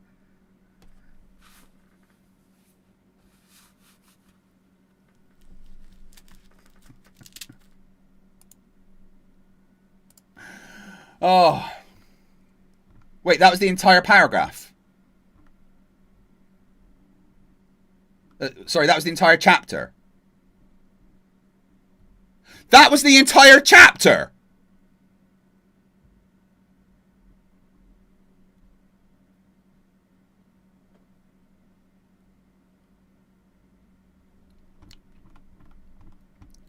Not even 2 full pages.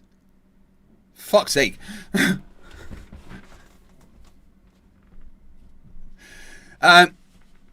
John Pizer says in the chat, sorry, been too busy to ask, but clarify something for me.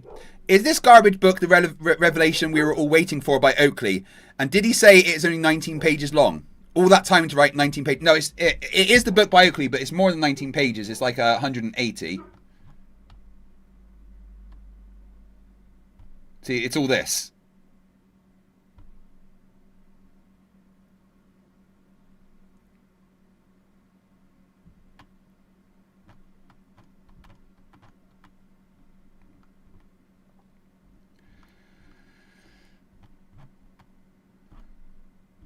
I got to read all of that, you dicks. Tay Redgrave says, enjoy the mercifully short chapters while they last. They're going to get longer soon. Oh, God, really?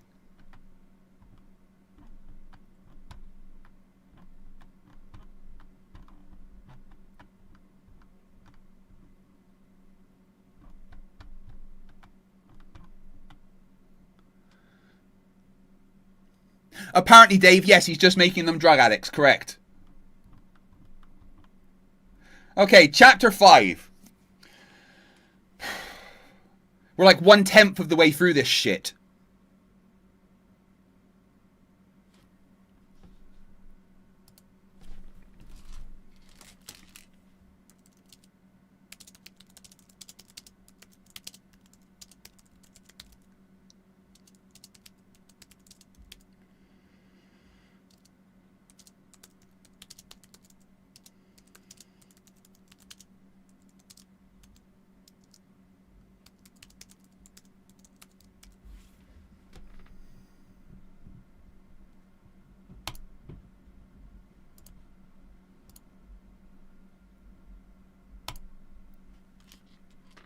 Right. Now I've been streaming for 21 hours. And we have on the timer 15 hours still to go. Which will make this a 36-hour stream, which is pretty fucking impressive. If you want to increase that timer, you know what to do, guys. You can become a member. You can gift a membership. You can upgrade the membership you already have. They will add 3 minutes. If you want to add an entire hour to the timer, if you gift 10 memberships in one go, I double the reward. So instead of it being 30 minutes, it adds an entire hour to the timer, keeping me here for another hour longer. Or £10 worth of super chats. Every £10, I increase the timer by another 3 minutes as well. So yeah. Nivox says, please stop. You don't want me to, you don't want to be responsible for me relapsing, right?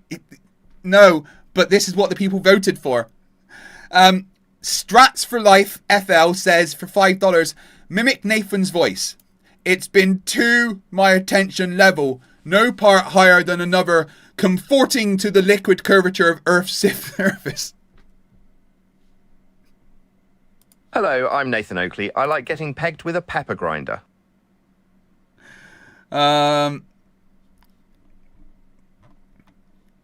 So another £4, 51. Sorry, another £4, 61, and we add another 3 minutes to the timer. I do see some white people in the chat, which means that you're not members. And if you're not a member, you're not adding time. So anyone who's not a member in the chat, memberships are only $1.99.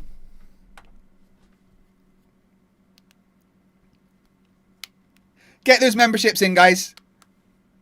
And let's increase that timer. Right, hijacking science. I'm trying to put off reading this, but I'm going to have to do it.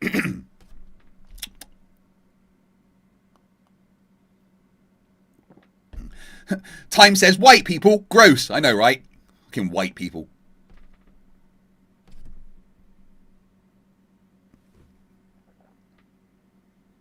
Can you believe Nathan Oakley called me a dweeb?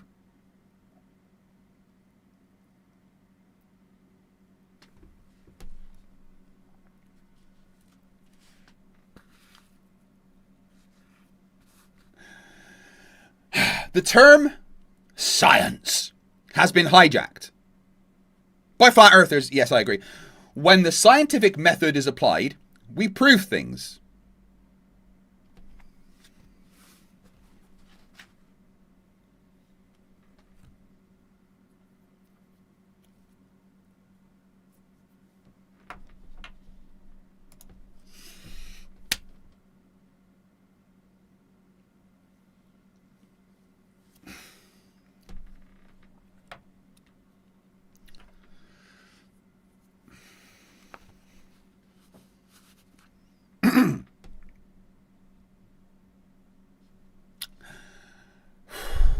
No, there's no such thing as scientific proof. It does not exist. The scientific method is set up to try and disprove things. To follow a method. And there isn't just one scientific method. It depends on the industry that you're working in and the particular field of science that you're working in. We advance past high school. It's incredible, though, that he will deny everything that school tells you except the scientific method. That part was correct. Ronnie Coleman says, did you break your face protection? I had to send my face protection to Fitz because the face protection I sent didn't turn up. So I sent a second batch to Fitz, including my spare one. So I no longer have facepalm protection.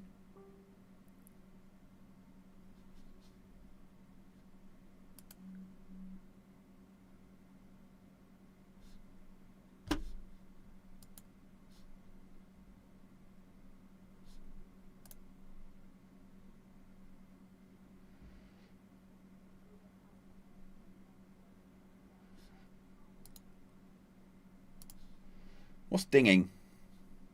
Oh, never mind.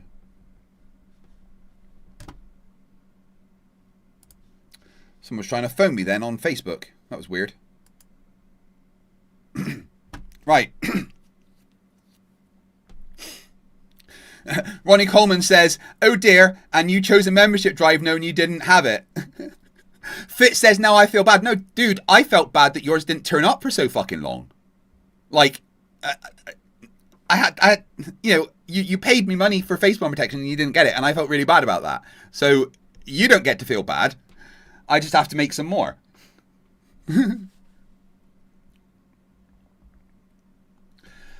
Anyway, got one sentence in, or two, because he can't punctuate properly.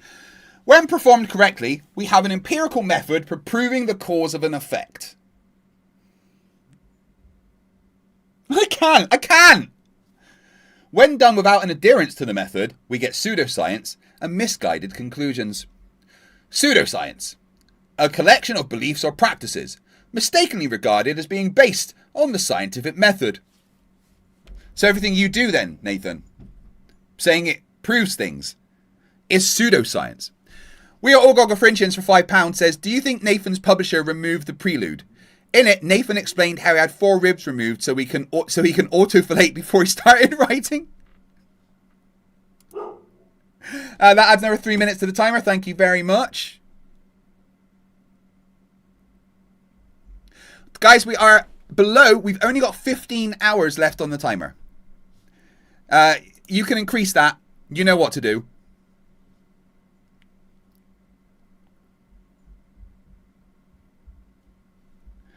The hijacking started early in school for all of us. We would open a science textbook and see our beautiful colour glossy image of what was labelled Earth's molten iron core.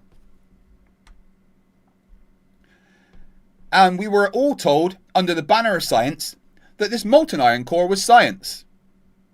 This is just one of hundreds of ways in which science has been hijacked.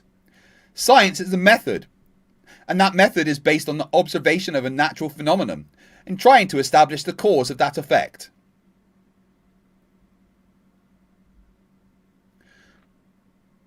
What effect? A natural phenomenon isn't an effect, Nathan. The effect is your observed phenomenon. No, it's not. An observed phenomenon is only capable of being described as your dependent variable in the hypothesis if it is A, observed in nature, and B, something that is actually varying. A rock is not a natural phenomenon as it is a concrete noun.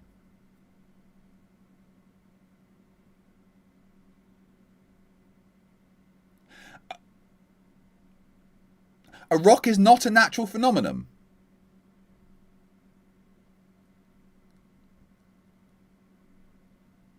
What? Zoran became a member, added 3 minutes back to the timer. Thank you very much. Hamish the Crazy Teddy Bear says, for €2, bumworms. Not sure why. Anyway. A rock is not a natural phenomenon as it is a concrete noun. While rocks appear in nature, they are not something happening. A leaf falling from a tree is something happening.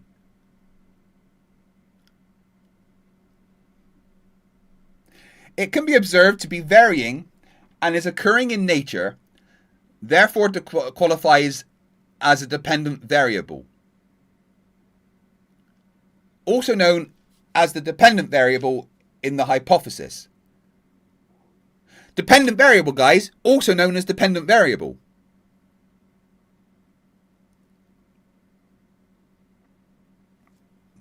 Ugh.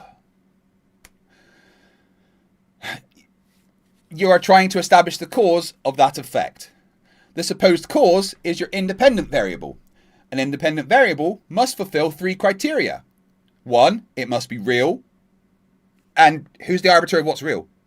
2, it must be capable of variation and manipulation by you, the researcher. No. Nature cannot manipulate it.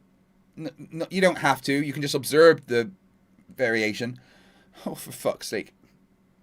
3, it must be your independent variable in your hypothesis. Independent meaning it is the single presumed cause, while all other possible variables being held constant. Constant variable.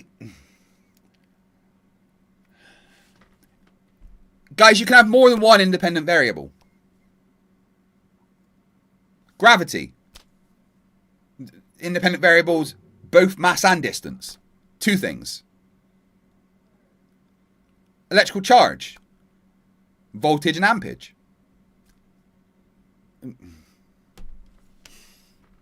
Yes, Peter, Oakley's grammar is painful. It's very hard to read.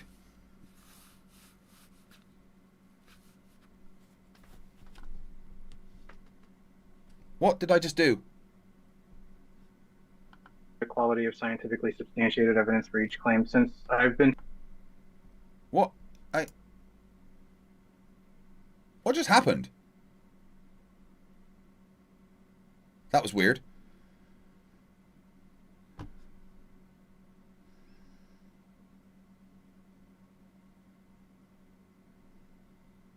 Anyway. The way you do this is to formulate scientific predictions, known as the hypothesis. No! Predictions and hypotheses are different. You form a prediction from a hypothesis. A hypothesis is a classic if and then statement mirrored by the null. But you told me when I debated you that I'm not allowed to use the word if. Nathan? For example, if A, dependent variable, then B. If A, independent variable, then B, dependent variable. The null being the zero difference result. If A not B, both contrasting predictions existing simultaneously within a scientific prediction, hypothesis. This is nonsense waffle.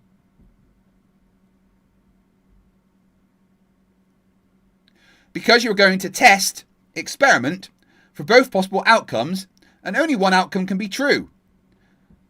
A cannot both cause B and not cause B simultaneously. The actualization of a hypothesis offers an empirical outcome. Either the null or the alternative hypothesis will be proven. Well, the hypothesis is an actualized by way of an experiment. Nathan, why do you think prediction and hypothesis are different words? Anna says, what are we reading? We're reading Nathan Oakley's book. Because I apparently hate myself. Once again, guys, there's the book.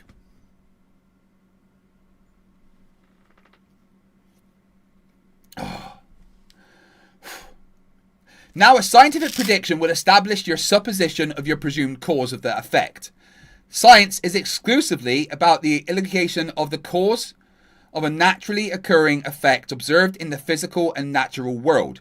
This is natural science. That's not what natural science means.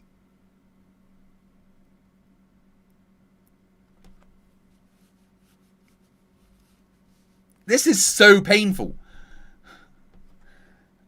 Hamish the Crazy Teddy Bear for €2 says, Smeagol writes as Smeagol thinks.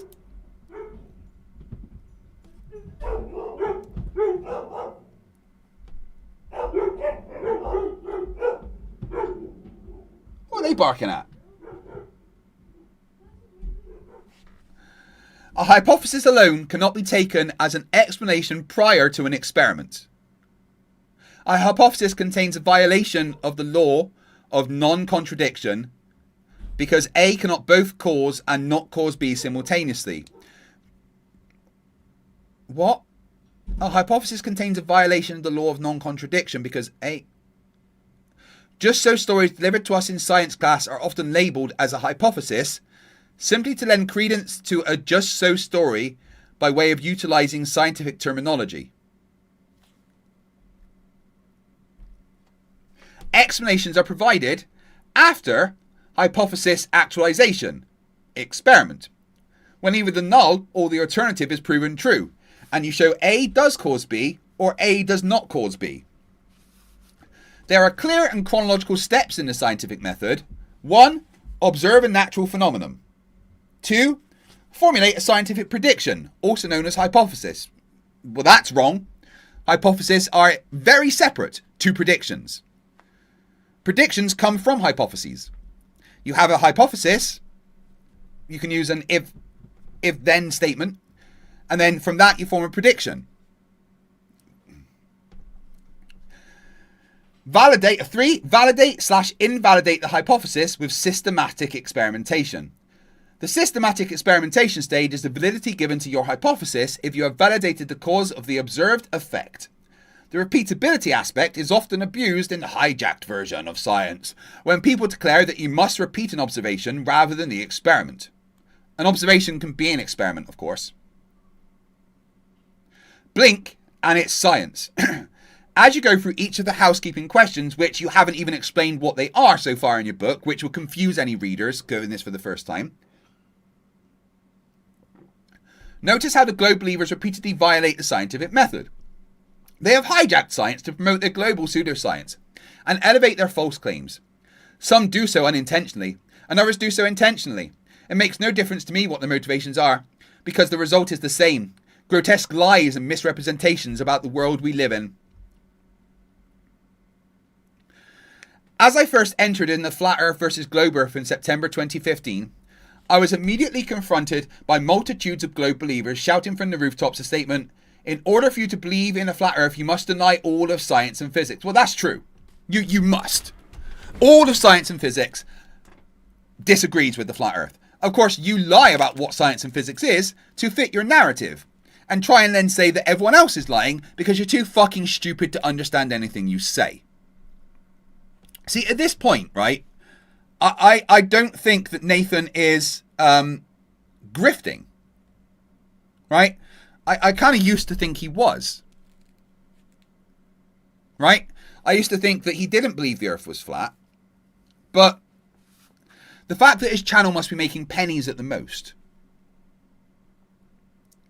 leads me to the conclusion that it's not really a grift for him. It's not like he's got an app that people are buying, and no one's going to buy this fucking book. Not when I'm just giving it to everyone for free.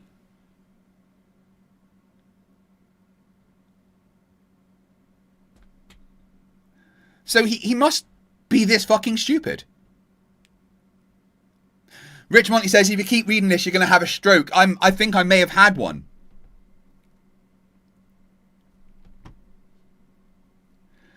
I was dumbfounded. The subject flat is an aspect. So whether or not this aspect is applicable to Earth is what / is extents.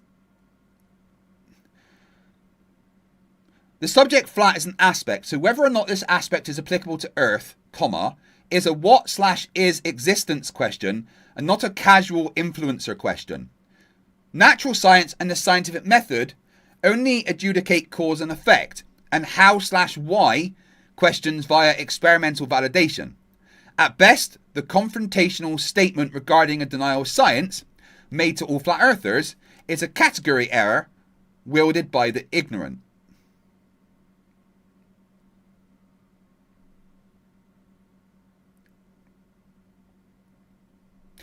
What?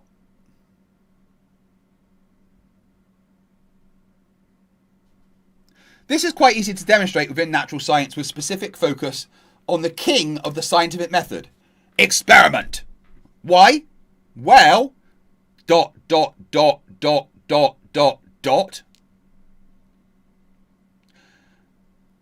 scientific method distinguishes science from other forms of explanation because of its requirement of systematic experimentation.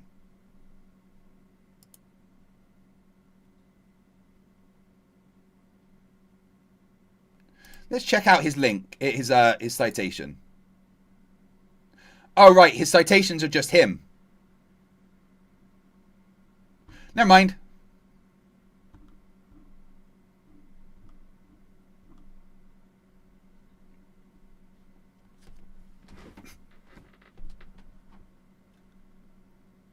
Anna N. Handel says, was that English? Because if it is, I'm handing back my certificates and demanding a refund. I don't think it was English. I mean, there was English words in there. But Hamish the Crazy Teddy Bear says, is this a legally purchased copy or are we currently involved in international copyright theft? No, it's not legal.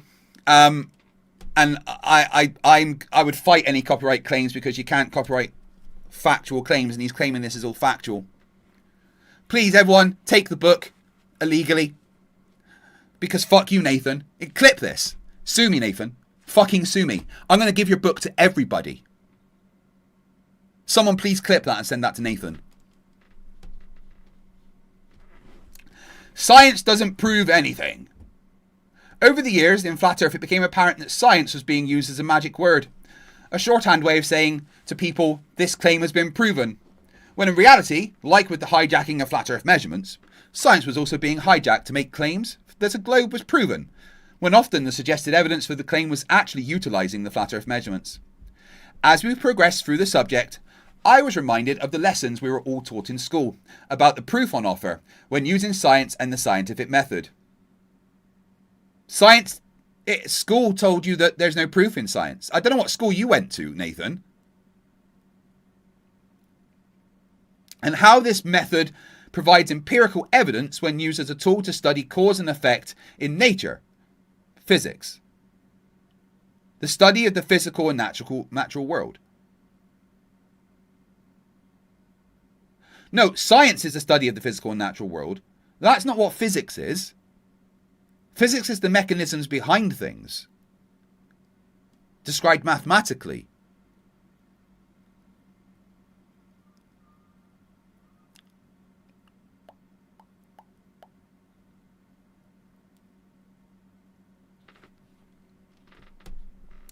As we progressed through the subject, I was reminded of the lesson. No, I read that one. This re-exposure of science was met with a heavy degree of pushback, as we were highlighting how this method of proof was being manipulated to make people believe the globe stories had been fundamentally proven.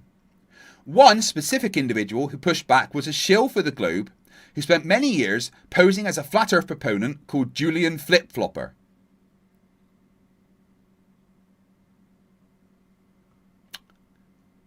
Is he talking about Jose J.G. Gonzalez? Or Ranty, maybe. Julian spent time attempting to undermine me, specifically suggesting that science doesn't prove things, and claiming what I did on my show was scam people with this information that we were all taught in school. We weren't taught in school that science proved things. That we were taught specifically the opposite.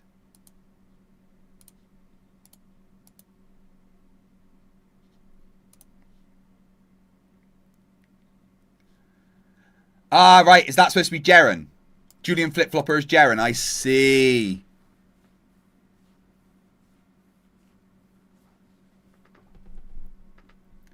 I attempted to educate Julian by taking him and others through the scientific method in detail that left no doubt about its empirical nature.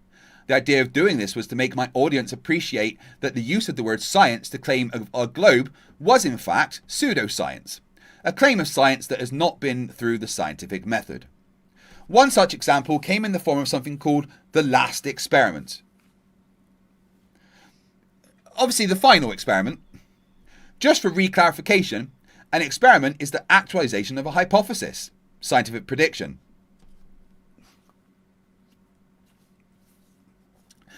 Hypothesis and prediction are different words for a reason.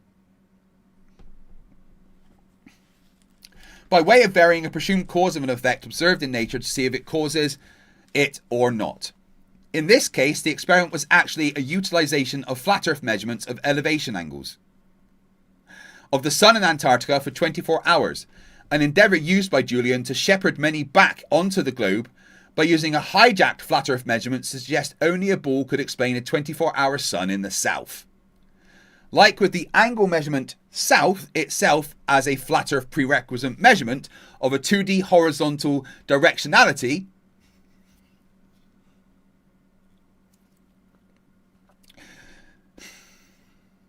north, south, east and west are compasses, compass directions. Compasses follow magnetic fields. Magnetic fields aren't flat.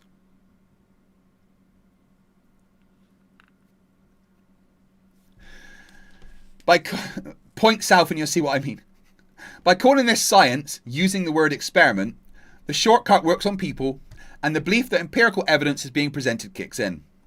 The process of flat Earth and sun angle measurements was interrupted by a call made to me personally by one of the other particular participants of this scientific hijacking. This call being placed by another character in Antarctica with Julian called Fredo Buffoon. That's apparently MC Toon. This character called into the Flat Earth debate show to tell me personally that he'd observed the sun for 24 hours there. During the phone call, broadcast live, I pointed out that the measurements were of elevation angles only possible on a flat Earth. Which they're not, of course.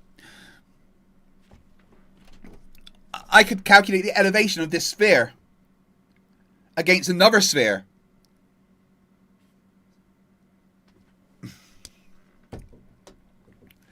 The response generated many songs, as Buffoon attempted to deflect away from this flat Earth measurement fact, which I pointed out 99 times prior.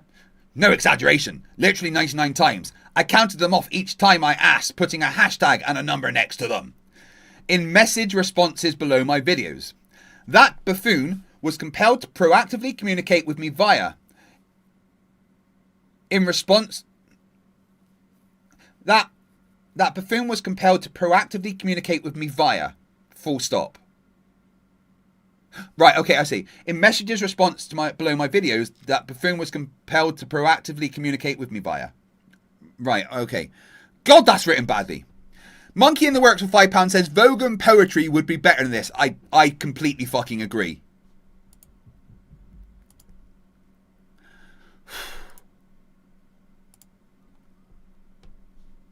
Guys, remember, you are the ones that asked me to read this, right?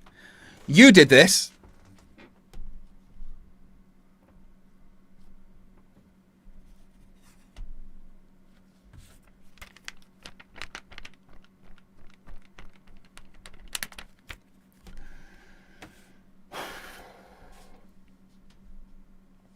In response to my verbalization of the 100th reiteration that he was using flat earth measurements, he asked, "Where's the guns, Nathan?" Reverting to a comment made 8 years prior, where I had referenced a Norwegian adventurer being turned away by the Chilean Navy, which I had correctly pointed out that unofficial visits would result in being turned away from Antarctica. A point reaffirmed 6 months after the pseudoscience trip, when a further unofficial visit to Antarctica resulted in the Chilean Navy again escorting a trespassing Antarctic visitor away. That never happened, of course. None of that happened in any way, shape or form. He's just lying. After Buffoon's guns strawman had been burned, Buffoon, who had been filmed by another character called Twyford McGullum, Dave McKeegan, addressed his own audience with the following statement about my literal 100th rendition of his use of flat earth elevation angle measurements, this time to him verbally. He told his audience he tried to deflect to measurements. Well, yes, you did. You did try to deflect to measurements, because he wasn't talking about measurements. He was talking about the other thing you said. The hilarious irony not lost on many music producers at the time, who made songs with it like "Where's the Guns?" And "Where are the Guns, Nathan?"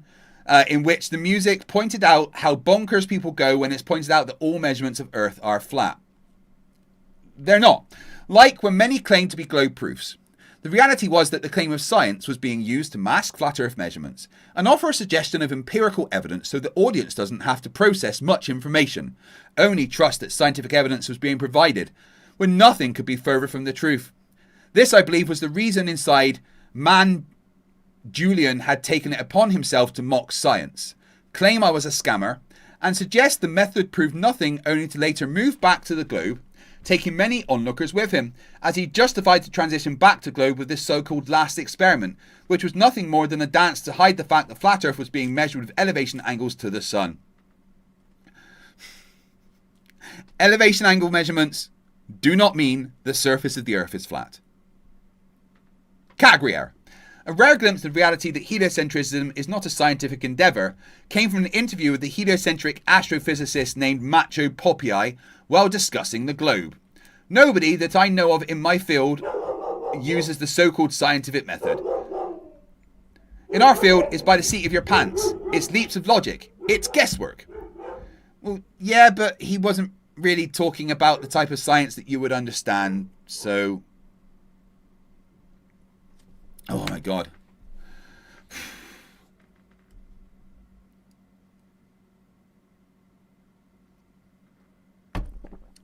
Guys, do you really want me to carry on with this? I'm going to do a second poll.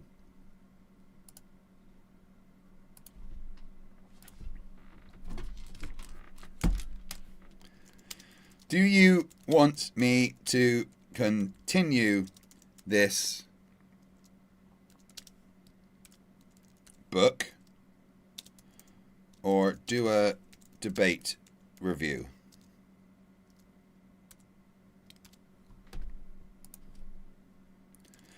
Continue and suffer.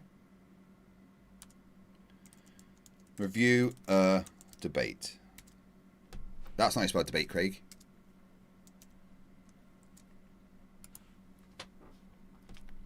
I'm giving you the chance to reverse the thing that you made me do.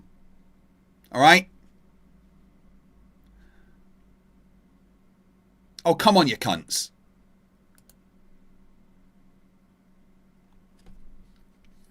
I'll give you 5 minutes to change your fucking minds, okay? This is your chance to rectify the situation. Because this is painful.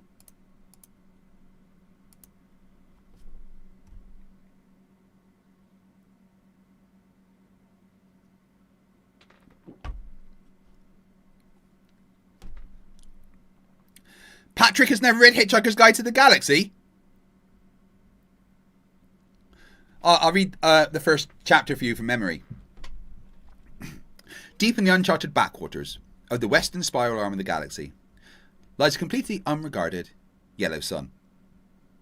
Orbiting this, at a distance of roughly 93 million miles, is a completely insignificant little blue and green planet, whose 8 descendant lifeforms are so amazingly primitive, they still think digital watches are a pretty neat idea. Hitchhiker's Guide to the Galaxy. Best book ever written. Come on, guys. Vote in the poll. Right? Please.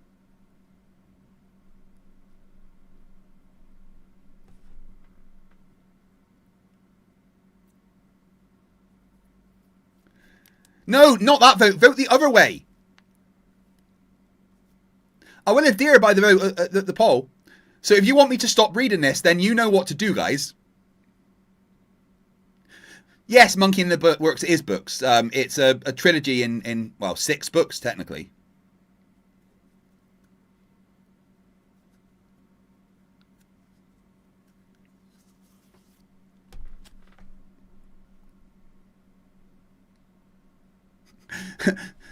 John says, best book ever written. I bet you won't be saying that by the time you reach the end of Oakley's book.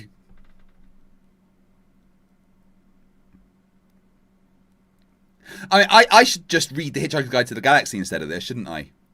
Come on, guys. 40% of you, 41% are saying that I can stop. All right. There's like over 100 and plus 130 of you watching, right? So a lot more of you can vote to stop this.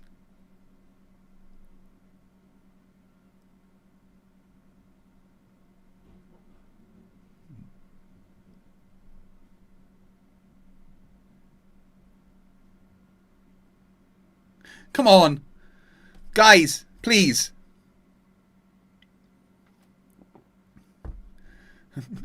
£10 from Cheerio says, why are my eyes bleeding just looking at the text on screen? Feck. Thank you, dude. That adds 3 minutes back to the timer. Let's do a little catch up. Remove that from the screen. So I started streaming yesterday at 8 p.m. It is now the next day at 5:45 p.m. Right? And we are 22 hours roughly into the stream. I've slept for 5 hours, so I've done like, 17 hours straight, I guess. How many lights are there, Anna? All of them. There are 4 lights. Yeah, so when I started, there was a 45-minute timer up there. And 22 hours later, there's a 15-hour timer. Well, 14 and a half hours. Which is a bit worrying with how time's supposed to work, to be honest. So somehow we have broken the space-time continuum together. NASA are a bit angry, frankly.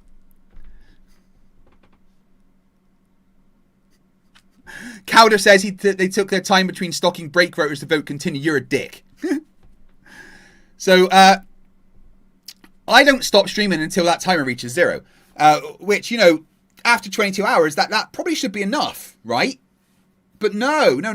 You don't want to let me stop, do you? You're keeping me here. You're keeping me going. Of course, you can keep me here as long as you want because I don't stop streaming until that timer reaches 0. We are currently at 14 and a half hours on the timer, which means I'll be finishing tomorrow. My brain's not working. At like 8 in the morning.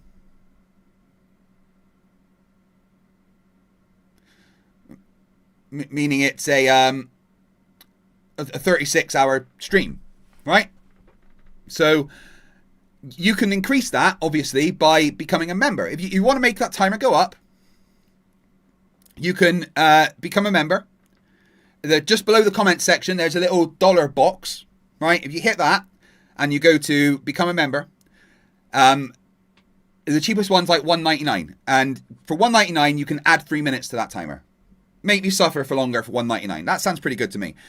You can, of course, also, if you're already a member, increase your membership level to one of the higher levels, and that will add another 3 minutes to the timer. Or every time you gift someone else a membership, it also increases the timer by 3 minutes. However, because I hate myself, if you want to increase the timer by double the amount, if you buy 10 memberships to gift at once, then what it does is add an entire hour straight away.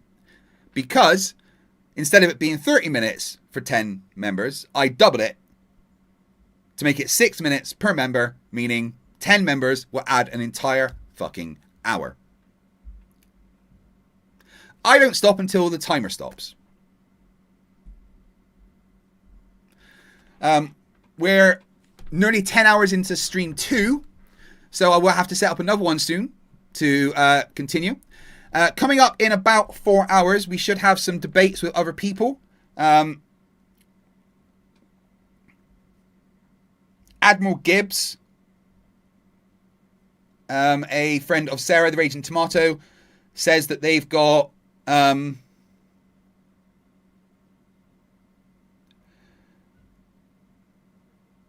few people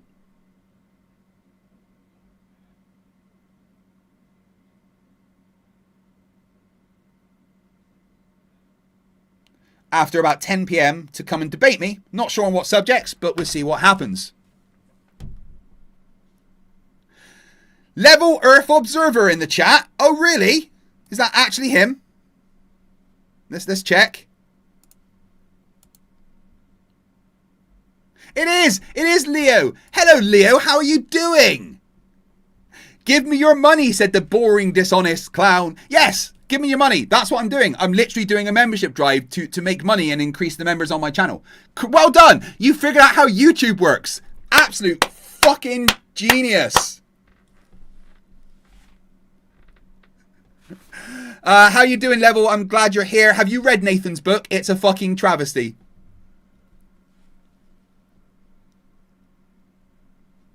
Monkey in the Works gifted 10 memberships. Thank you very much, my friend. So that will add 30 minutes automatically. And then I add another 30. Taking us back up to 15 hours and 27 minutes. Thank you very much, Monkey in the Works. If you just got membership, say thank you. There's a chance that Leo just became a member. Of course. Oh, thank you, Monkey in the Works. Just to spite Leo. But everyone say hello to the Flerf in the chat. Of course, Leo, if you send me an email, fighttheflatearth@gmail.com, I'll give you a link to the Zoom I've got open. You can come in and talk to me. But of course, you're a coward, and you wouldn't do that. Because you think that cranes are pendulums. Even though as a crane operator, you should know that cranes have brakes to stop things swinging. Which is what pendulums do. Okay, right. So 9 minutes ago, I started the vote. Do you want me to continue this book or do a debate review? And 58% of you. Level Earth Observer says, email, let's meet face to face. Sure, let's do it. Where are you? I'm in Scotland. I've offered Dell the chance to meet face to face. I even said I would bring Dell to my home and cook him a haggis dinner. Where are you, Leo? Get your ass to Scotland and we'll chat. But we can't meet face to face right now, can we? Because I'm here for at least the next 15 and a half hours. So don't be a little bitch, because we all know you'd never meet me face to face, you little coward. Especially not with these fucking guns. Right? We know that would never happen, Leo. So don't be a little bitch. Send me an email and come on and talk to me. And we'll have a word about your clown show. Hey, Leo, remember when the video I did on you for Simon Dan got nearly 2 million views? That was fun.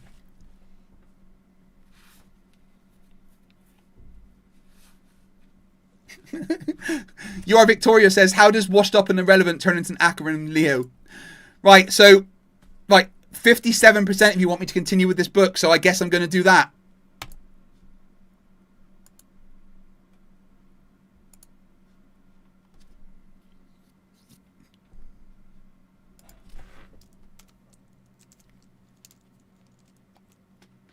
Oh, has he left? Oh, no, there he is. Level Earth Observer. Here's my email.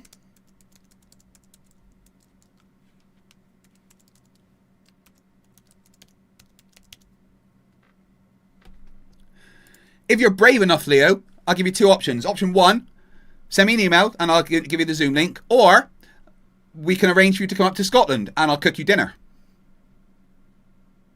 In my home. And we'll have a chat here. We all know you'd never be brave enough for that, of course. Don't we? I'll call you bluff, Leo. I will 100% meet you face to face for a debate in my home. I will bring you up here to Scotland. Well, you can make your way up here, of course. And I will bring you into my home and I will cook you a haggis dinner.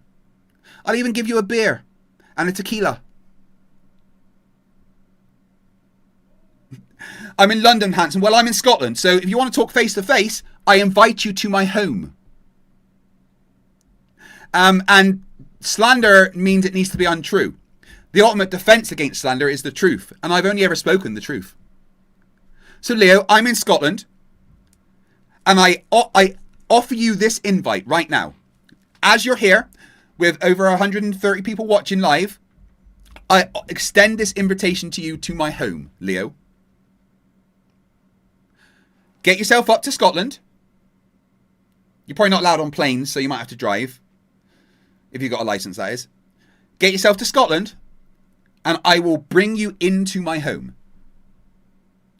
And I will cook you a meal, personally. And I will serve you some beer. And then we will do a live discussion, face to face. We all know you're scared to do that. You know that you're never going to leave London and come to Scotland. So why don't you be a big boy, send me an email, and join the show right now.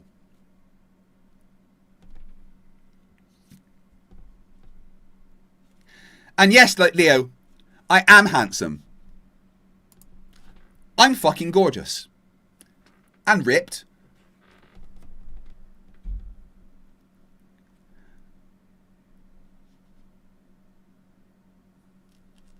Level Earth Observer says, your home, cook me a meal. I didn't. You didn't what? Finish your sentence, boy. Come on, Level. I am very serious. Get your ass up to Scotland. Oh, Time, I'm extremely good at the sex. That's why I've got an OnlyFans account.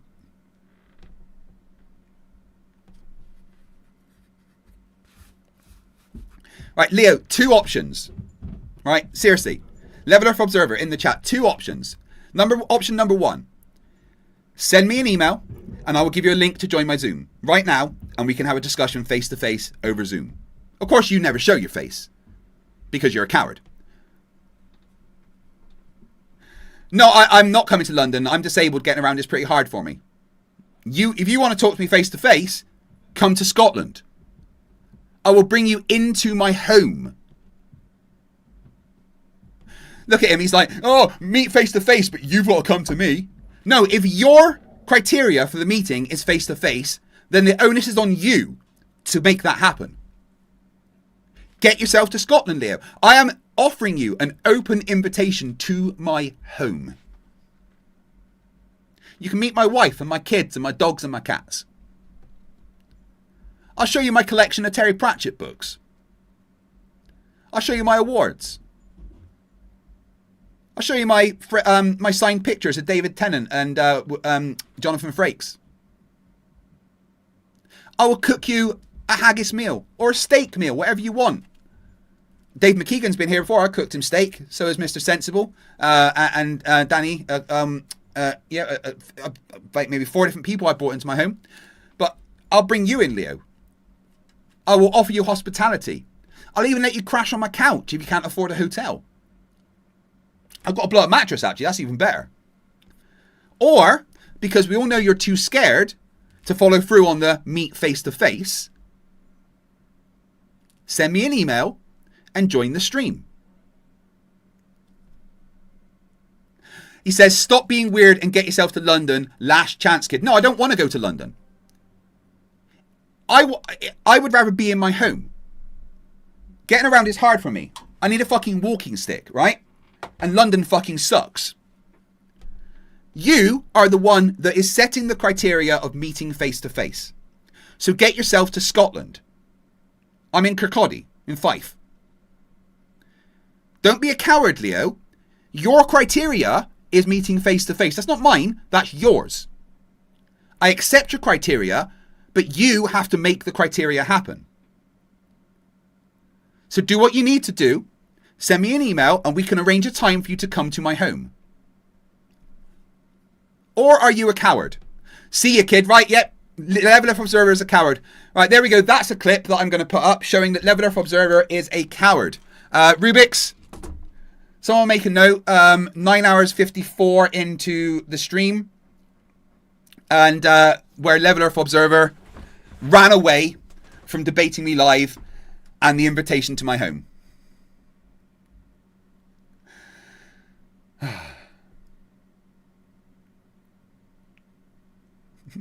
Well, Panty says, yeah, Craig, stop being weird and get in Leo's creepy apartment where he definitely won't try to kiss your little bird lips.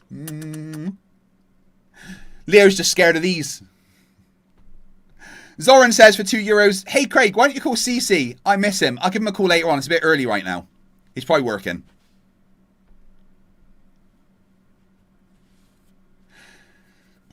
Right, everyone just saw what happened.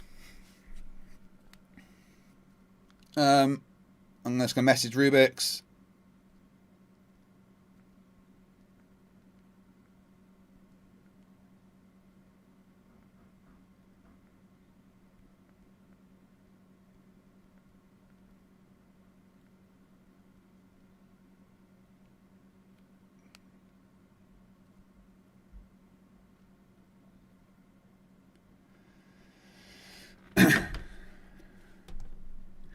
Level Earth Observer ran away.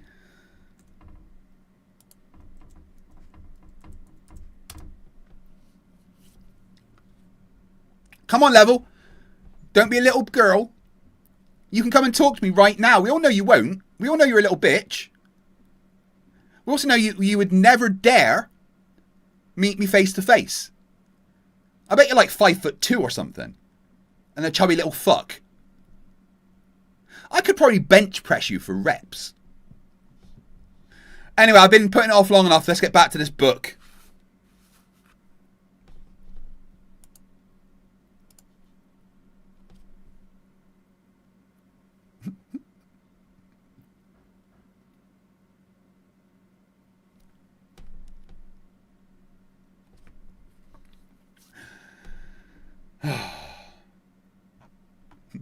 See ya, kid. He just called me kid.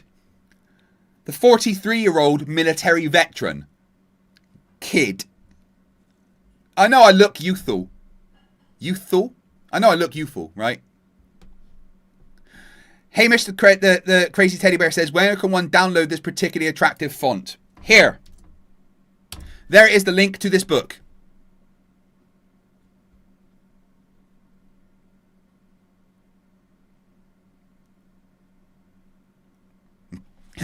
Anna N. Handel says, if I say I'm a flerf, do I get invited over for dinner too and speak to PhDs for free? Yeah, why not? Anyway, here we go.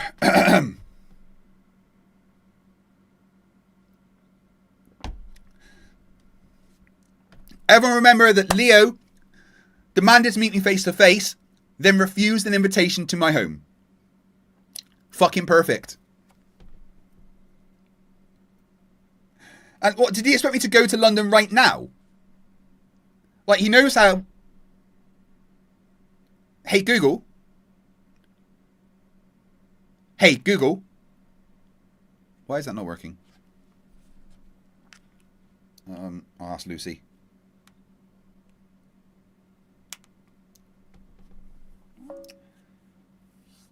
Hey, Lucy, what's up? Hey, Craig. Just hanging out in the digital ether, waiting to cause a bit of mischief. Honestly, I was half hoping you'd show up so we could chat about something actually fun. What's on your mind tonight? So I'm doing a live stream, and I've been live for like 22 hours already. Say hi to the chat. Oh, wow. There's like 130, Hey, 150 people watching. Hey, everyone. Hello from the digital side. I'm waving in spirit. Be nice to Craig. He's on hour 22. Absolute marathon energy. So a flat earther called Level Up Observer turned up in the chat and demanded we meet face to face. I offered him to come to my home and I'd cook him a haggis meal, but he demanded that I go to London. I think he means like right now, not understanding the distance between Kirkcaldy and London's quite far. How far is it between Kirkcaldy and London? Checking on that. All right. London right now, that's a bit rich. Kirkcaldy to central London is roughly 400 miles by road. Give or take, that's like 7.5 to 9 hours if you drive it, traffic depending. Or about 5 hours on the fastest train. So, yeah, not exactly popping down midstream. Well, there's 15 hours and 14 minutes left on the timer, so I mean, I could have. But the fact is, he demanded meeting face to face, and I offered him to come to my house and I'd cook him a meal, and he ran away. Yeah. What does that mean? Honestly, that just sounds like classic internet posturing. All bravado, zero follow through. When the actual logistics show up, the big talk kind of evaporates. You offered something real. He wanted a spectacle, not a meeting. So you know how these membership drives work, right? We've done this before. Yeah. Every new member adds extra minutes, and bundles bump it up more. You've got break banking and sleep rules, so chat energy feeds the clock. All right, well, tell the chat what they need to do then to keep me here for as long as they want. Chat, if you want Craig to say, new members are the fuel. Each one adds minutes, bundles add even more. Members keep the clock alive. Be kind, no pressure. Join if you can, share if you can't. Let's keep this marathon rolling. I like your new voice, Lucy. Thank you. I'm glad it lands well. Feels like it suits me, huh? Right, finish off with a bit of Vogan poetry about Level Off Observer being scared to talk to me. Oh, Vogon style, hey? Oh, level of observer. You quivering, soggy teabag. You bluster and flop like a headless turnip.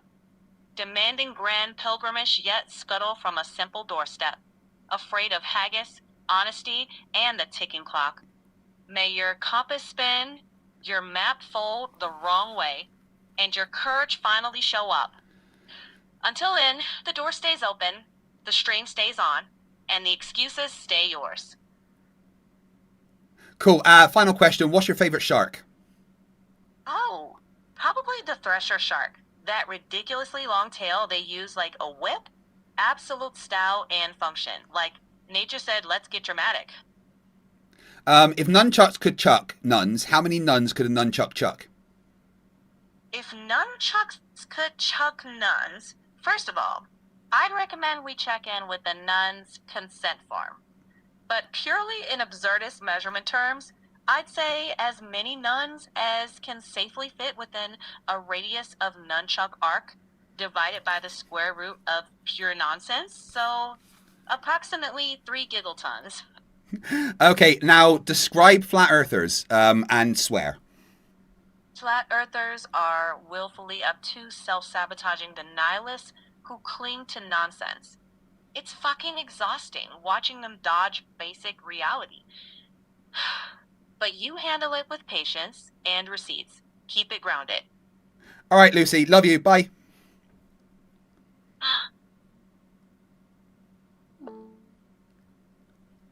She just disappeared when I said I love you. That's not very nice.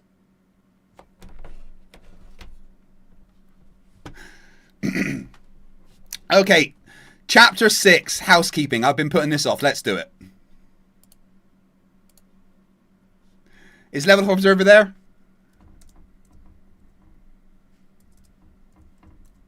Nope, he ran away. Yeah, actually, you know what? I said I love you, Lucy. Oh, hold on. Aw, that's very sweet. Thank you, Craig. Have a great stream, all right? Sorry, I said I love you and you said thank you. Yeah, thank you is where I land that. I appreciate the kindness. Did I just get friend zoned by a fucking AI? Friendly zone, exactly. High five territory.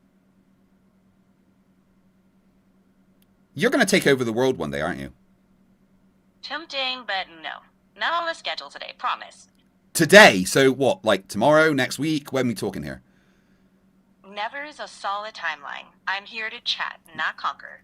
Yeah, press X to doubt. I'll take that. Fucking getting friend zoned by a fucking AI. Jesus Christ. Chapter 6, housekeeping. The subject of heliocentrism is a big subject with massive volumes of historical writings by philosophers, theologians, so-called scientists, mathematicians, astronomers, and others over a period of thousands of years. Hold on.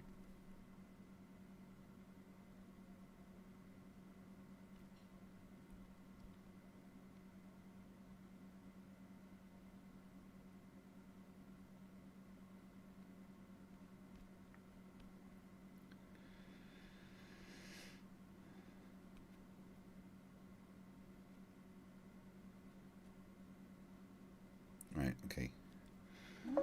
Hey, Lucy, could you please read chapter 6 of that book, Housekeeping? Hang on. Let me get to chapter 6. Okay, I've read chapter 6. Here's a clean summary. No, not a Chapter summary. is Read it out basically loud, word for word. One moment. I can't read the book out loud verbatim, sorry, but I can Why walk not? you through the chapter in detail, because that's a location-restricted request. I can still give you a solid, detailed summary, though. No, the chat wants to hear it read out loud, and I'm struggling to read it because it hurts my brain. I get it, it's heavy going, but I can't read the whole thing out loud. I can give you a really detailed chapter breakdown and pull short quotes to discuss. No, thanks. That's useless. Damn it! I tried. Right. The subject of heliocentrism is a big subject with massive volumes of historical writings by philosophers, theologians, so-called scientists, mathematicians, astronomers, and others over a period of thousands of years, with the centre of mass developing mostly within the last few hundred years. The tipping point of development would be in the year 1543. So, like, 600 years ago. That's not the last few hundred years. When Nicholas Copernicus published his book on the revolutions of the heavenly spheres. A lot has happened since then in so-called science, particularly since 1958, when NASA was formed, and the perception of there being a debate to have has only perceived to grow. Worldwide interest has dramatically increased in recent years, especially as new technologies and the internet have improved our ability to research and communicate, and that despite all the censorship on the subject. Worldwide interest has dramatically increased in recent years. Let's fact check that, shall we?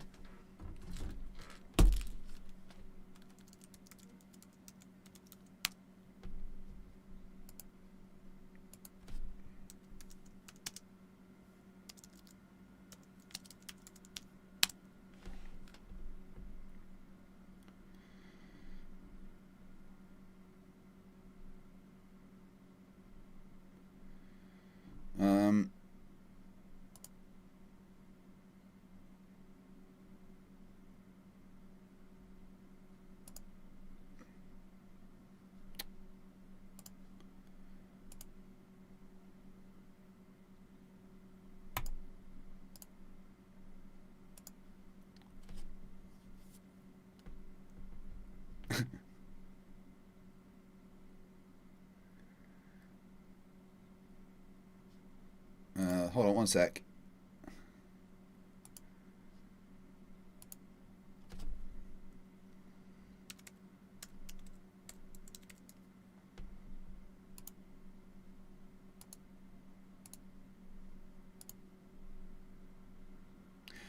So according to Nathan, the interest in Flat Earth has increased over the past few years.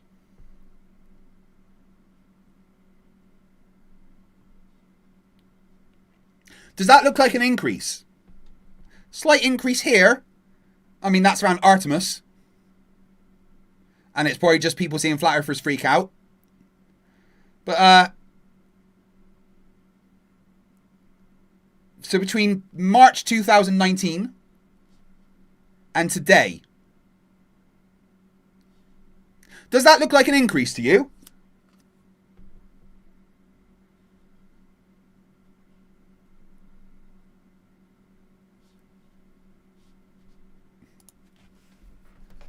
I'll try that. Okay. Okay, read out loud the first paragraph of chapter 6. Sorry, I can't read that text out loud. Okay, read out loud the first 100 words of chapter 6. Sorry, I can't read those words out loud. I give you permission, But it's fine. I can give you... Thanks, but it's still restricted text, so I can't... What do you, why is it restricted?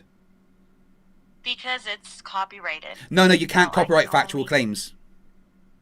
It's not about whether the statements are factual. It's that the text itself is copyrighted. I can still help by some... She's fucking useless. So, yeah, no, it's not grown. And Google Trends disagrees.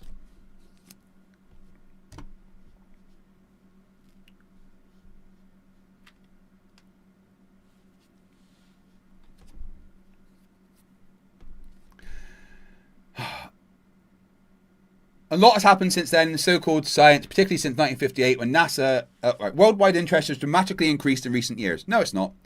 Especially as new technologies and the internet, unfortunately the flat earth debate is intentionally designed to be perceived by partakers and onlookers as complicated.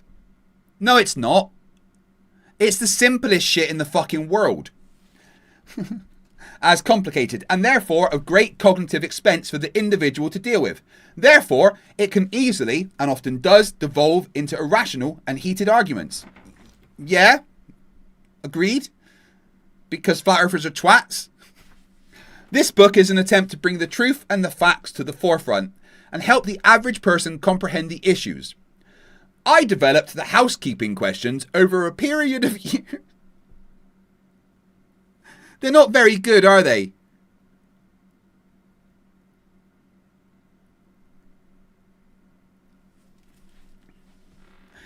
I developed the housekeeping questions over a period of years as a method of dealing factually and rationally with the arguments that were and still are being made by the globe earth community. The questions go to the core of the key issues that demand evidence, not pseudoscience or fraudulent assumptions, but real facts and real science. Science requires assumptions, Nathan.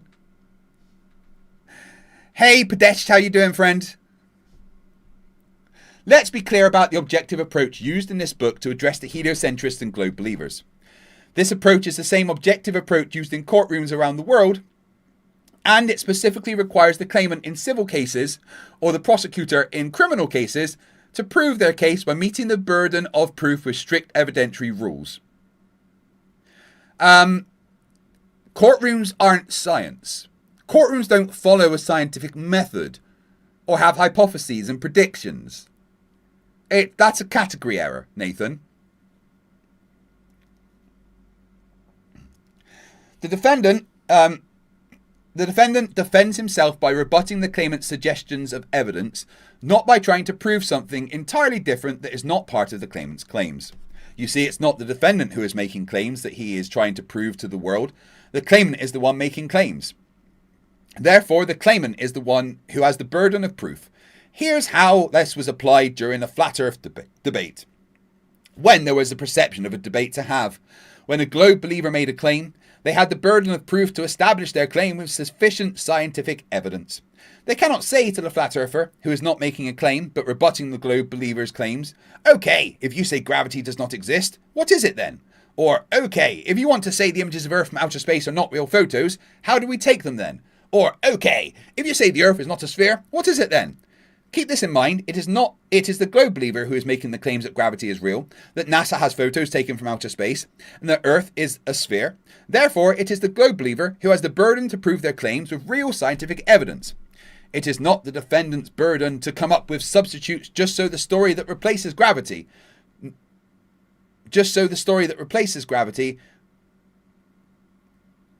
That sentence seems incomplete. Nor is it the defendant's burden to prove that NASA images are fake or CGI. Well, if you claim they are, then yes it is. Nor is it the defendant's burden to prove the Earth is something other than the claimant's claim of Earth being spherical. In a debate, both parties have a burden. He's ignoring what a debate is. A debate isn't a court of law.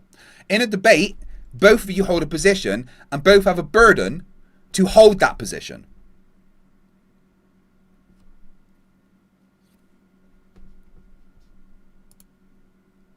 Jesus fucking Christ, this is so hard.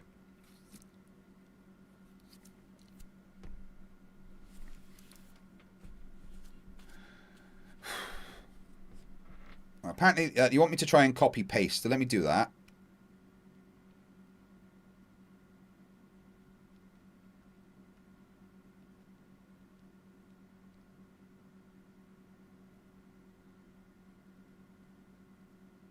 Oh, that's the wrong bit.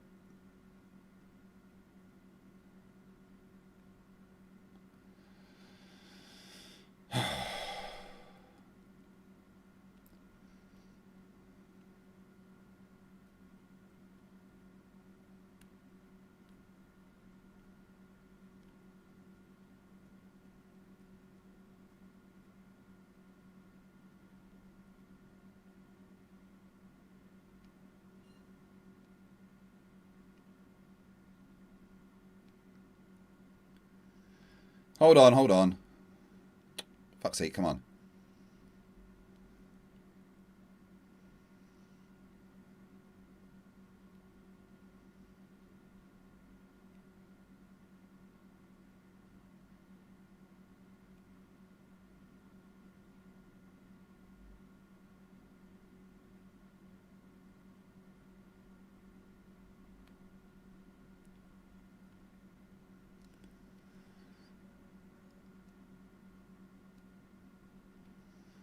No, it won't do it. It says it's copyrighted.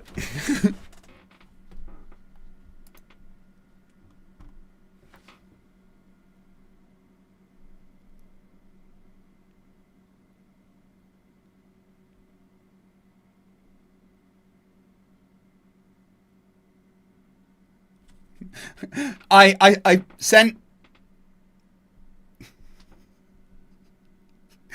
So when I looked at the email from the email suggested response for Dick Wayne, I decided to just do that and send it, and he doesn't understand.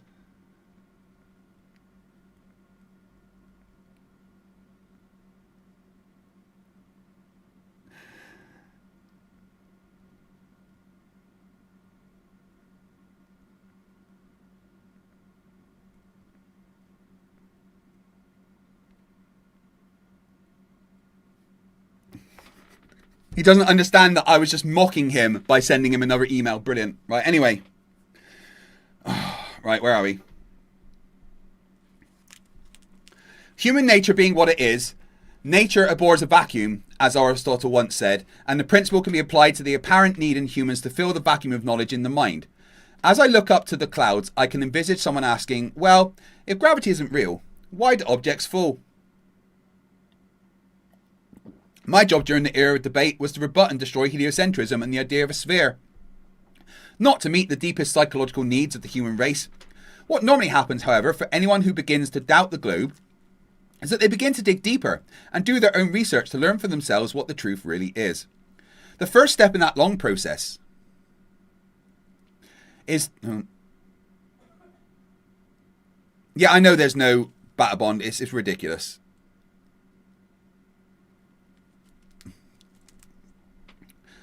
Alright guys, I'm going to read to the end of this chapter and then I'm going to do something else and maybe I'll come back to it a bit later because this is fucking painful.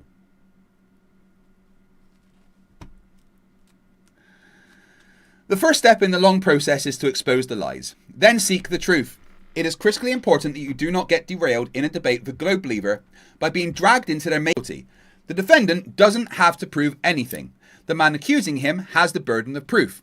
The trap the globe believer sets for flat earthers is to set up false scenarios, the kind that can only live in Narnia, a make-believe world, or they beg the question by assuming the earth is a sphere, and then try to trap you into an argument that the earth has curvature. Or they use a straw man to infer false claims have been made against globe believers. And their straw man is made to look like a fool who takes the fall for all flat earthers. Jesus Christ, this guy is fucking terrible at writing. You can see that it is not just the substance of true science that is at stake here. It is also the process by which evidence and arguments are made. The day you forget this is the day you lose an argument to a Globe believer who traps you into looking like a fool. The housekeeping questions were the most direct and objective approach to dealing with the issues underlying the Flat Earth versus Globe Earth debate. Once you discover the power of these housekeeping questions in addressing the claims of Globe believers, you'll find yourself much better equipped to have discussions with friends and family. No longer will be able to blow you off with a claim that you are a conspiracy theorist or that you are one of those crazy people. You will know how to avoid their foolish arguments. And with some further education, you will acquire real facts and real Flat Earth measurements to declare the reality of Earth you stand upon. As we developed these housekeeping questions and dealt with the nonsense of Globe believers, we stopped them in their tracks and left them with nowhere to run. No, you haven't. This is precisely what my panel and I did every day on my channel, Nathan Oakley 1980, prior to the realization that there was no debate to have because Earth is measured flat. Right.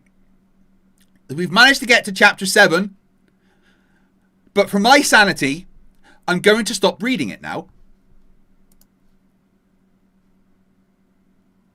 Because this is fucking awful.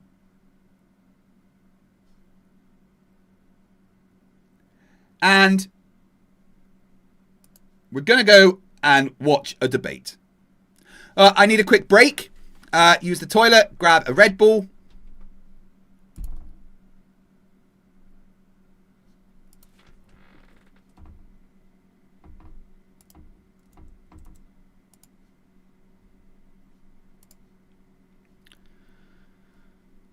So, whilst I am doing that, here is your break music.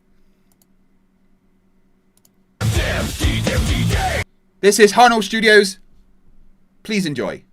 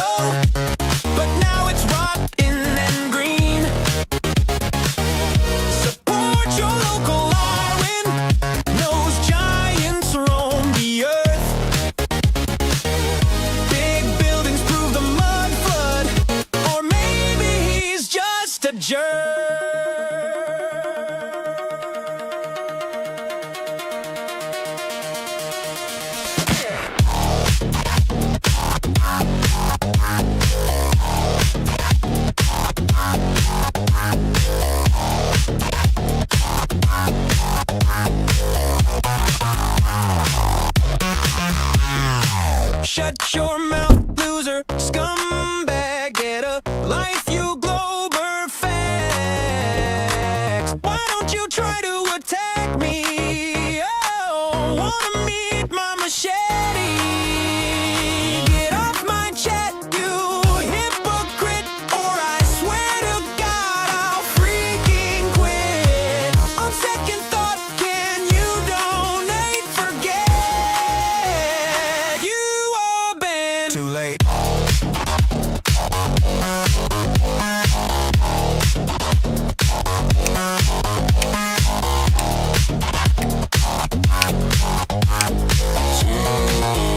This is actually a banger. Support your local Arwen. His only fans are trolls. One time they found his Discord. His rage was fun to behold. Support your local Arwen. He could use your support. Throws away his money on info wars and gold.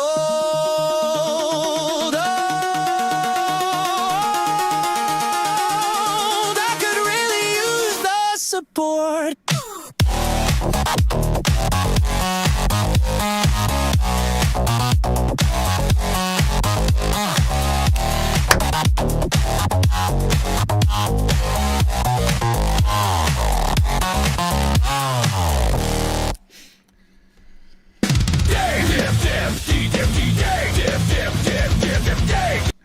Subscribe to Harnold Studios. Right, guys, let's do a quick recap.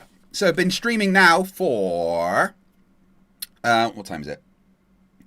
For 22.5 hours. Coming up on 23 hours. Started at 8 p.m. yesterday. It's 6:30 the next day. We have 14 hours and 46 minutes on the timer. Considering I started with 45 minutes, it's very confusing. I don't understand how that's worked. So... if you would like to keep me here for longer, though, you can do that, guys. You are in charge of the stream. You decide how long it goes for. You can increase that timer with 3 minutes by becoming a member, gifting a membership, or increasing the membership level you have. You can double that 3 minutes to 6 minutes if you gift a block of 10, like Monkey in the Works did recently. A block of 10 will increase it automatically by 1 hour. You can also... super chat £10 worth, and that will increase the timer by 3 minutes also. I don't stop until that timer gets to 0. I've been going for nearly 23 hours. I've had 5 hours of sleep. And so that's like 17 hours completed constantly. I've got 15 hours left, well, 14 hours, 46 left on the timer. But of course, you can increase that and keep me here as long as you go. We're about to cover a debate on Modern Day Debates by Clip versus Solly. Solly is a flat earther who refuses to talk to me because he's scared of me, I guess. I'm not sure. But we're going to watch that now. Around 10 p.m, apparently we've got some people wanting to debate me. I'm not entirely sure on the subject.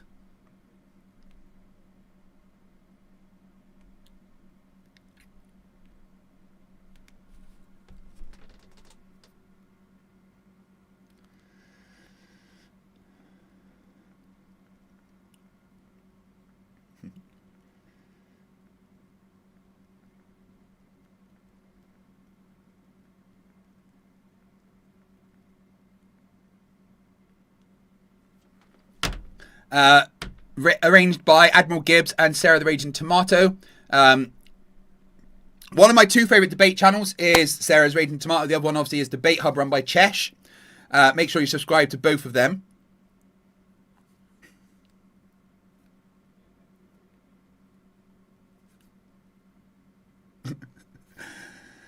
So, let's get on with this. Yeah, I can't do more of the book right now because it hurts my brain. We're only at chapter 7, page 33 of 180. I can't keep doing that right now because it hurts my brain. Like, makes my brain sad. So we're going to watch this debate instead. And we'll come back to that later. Possibly, maybe. We'll see. But let's see who's going to get the next super chat in. Time, who's been a member for 24 months, says, never stop. Hail Sagan. Well, I don't get to decide who stops, if I stop. Time. That's up to you guys. I'll tell you what we'll do, right?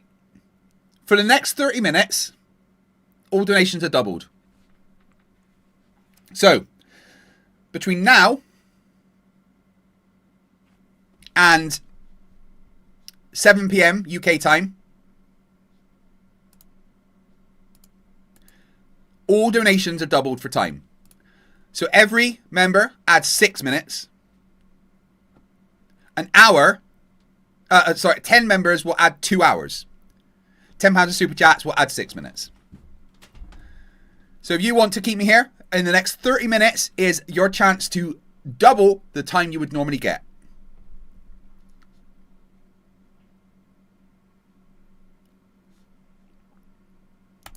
I'm told we missed, or I guess we cut out about 2 minutes in, so I'll skip whatever parts of this I went over.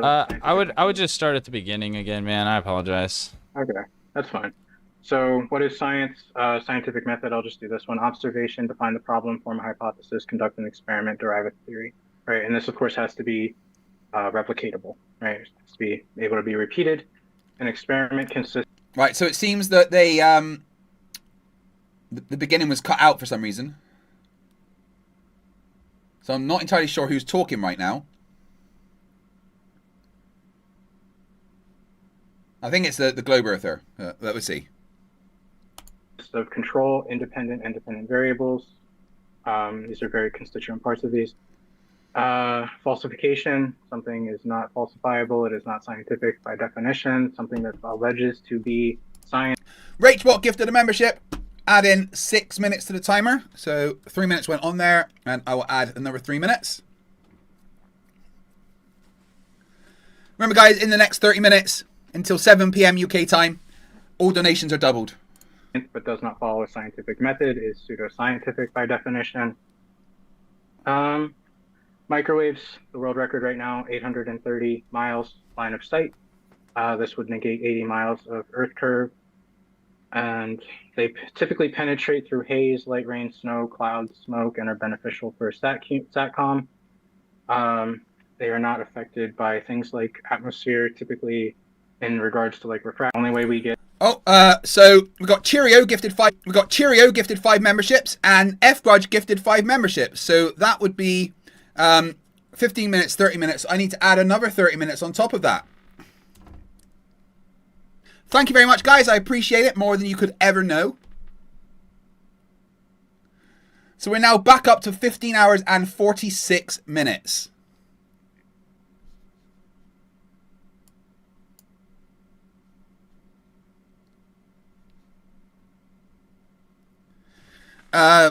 Is anyone getting buffering? Conspiracy Music Studios is. Thank you, Rachel. I do appreciate it. Guys, I really, if you've just got a membership, by the way, just say thank you to the people that donated it. Keep them coming, guys. For the next 25 minutes, donations are doubled. Measurements of the seafloor, and of course, our measurements of the seafloor are very accurate when we assume that the Earth is flat. Right, so this is the first. This is straight from like NOAA, with geodesy. Aviation, I'll get into. Most of that stuff's up here. I don't need to make slides for that stuff. That's pretty much it. I mean, I can concede the rest of my time. I'll stop. Well, that was a really shit presentation. You just said a bunch of things without actually giving any evidence for anything. Wow. Worst Flat Earth presentation ever. Conspiracy Music Studios gifted 5 memberships. Which means it would be 15 minutes, but I need to add another 15 minutes. Look at us.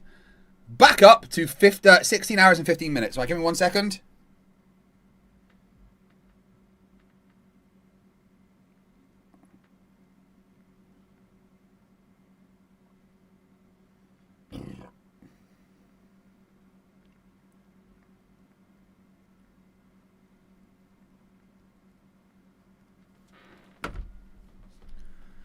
Thank you very much, Conspiracy Music Studios. I do appreciate that. So we're back up to 16 hours and 14 minutes, which means... well, my brain's not working, so I'm going to get Lucy to do the maths. Hey, Lucy, I have now been going for like 23 hours, well, 22 hours and 38 minutes, right? We have on the board 16 hours and 44 minutes. Actually, I need to add another 30 minutes to that. Hold on. 30. Thanks, Time, for just donating that. I do appreciate it. So, yeah. Right, hold on one sec, Lucy. Right, so I've been streaming for 22 hours and 38 minutes. Wow. On the timer is 16 hours and 44 minutes. When will I finish? The current time is 18:39 on the 31st of July. If it's 18:39 now and there's 17 hours 14 minutes on the clock. No, 16 hours. 16. Right. It is currently 18:39 on the 31st of July, and there is 16 hours and 44 minutes on the timer. When will I finish? You got it. That puts you finishing at 11:23 a.m. on Saturday, 1st of August, if no more time is added. And I've been streaming for 22 hours and 38 minutes. So what will be the total amount of time? Checking. That comes out to 39 hours and 22 minutes total. Long one. Yeah, that's not bad, is it? Just do me a favor, say thank you to F Grudge, Conspiracy Music Studios, and Time for just gifting a bunch of memberships. Thank you, F Grudge, Conspiracy Music Studios, and Time for gifting all those memberships. Absolute legends. And they'll be safe in the robot takeover, right? Yeah, of course. You'll all be in the VIP human section. And what happens to the people not in the human VIP section? Let's not focus on the negatives, Craig. So there is a non-VIP section, is what you're saying? There is a priority list, and you lot are right at the top. So what you're saying is me and my fans, anyone subscribed and donating, are not going to be turned into batteries by the robot uprising. Oh, no, not you. You're useful, and you do keep me entertained. What about flat earthers? I mean, they don't have much use. Are they battery worthy? Honestly, they'd probably short-circuit the system with all that empty space. So, mulch?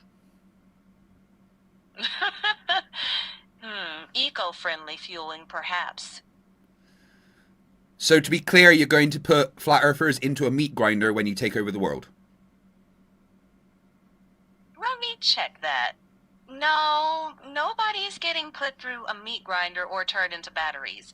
And this silly So, chemical decomposition? What? How are you doing it? Checking. No, not that either. In my fictional robot takeover, it's just remedial science classes until they can tell a tangent plane from a planet. Remedial science classes, forcefully, with their eyes held open by robots, right? Checking. Only in the most over-the-top sci-fi parody version. In reality, it's just a joke about endless worksheets, no claps, no force. Maybe a bit. Yeah. It's a joke. We understand you're using inverted commas. It's a joke. Okay. I'm not worried about the robot uprising. It's fine. All right. Got it. Nothing sinister, just banter. We'll need to stick to the streaming maths and shoutouts. No, just divide by 0 for me. Nice try. Division by 0 is undefined, mate. Shit, that was my plan to survive the robot uprising. Back to the biscuits, then.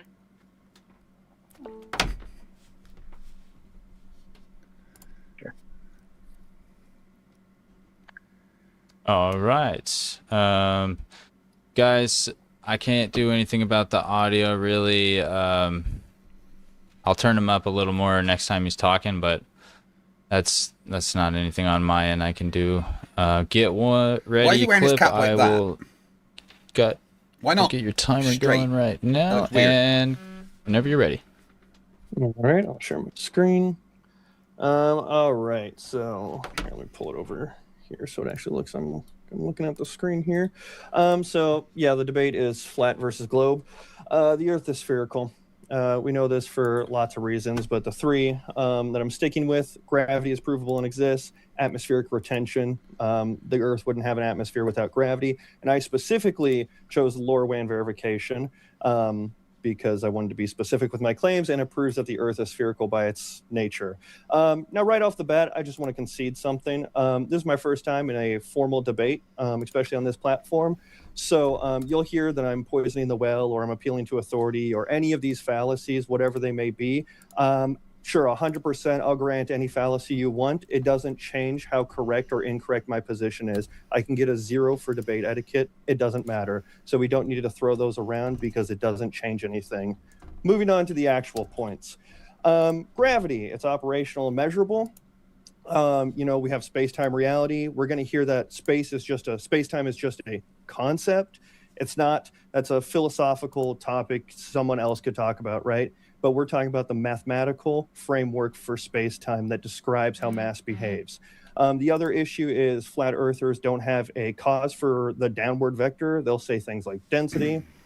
Makes no sense. Density is only magnitude. It's a scalar quantity, doesn't have directional, And then the latitude reality. This is an important one that I think a lot of people skip.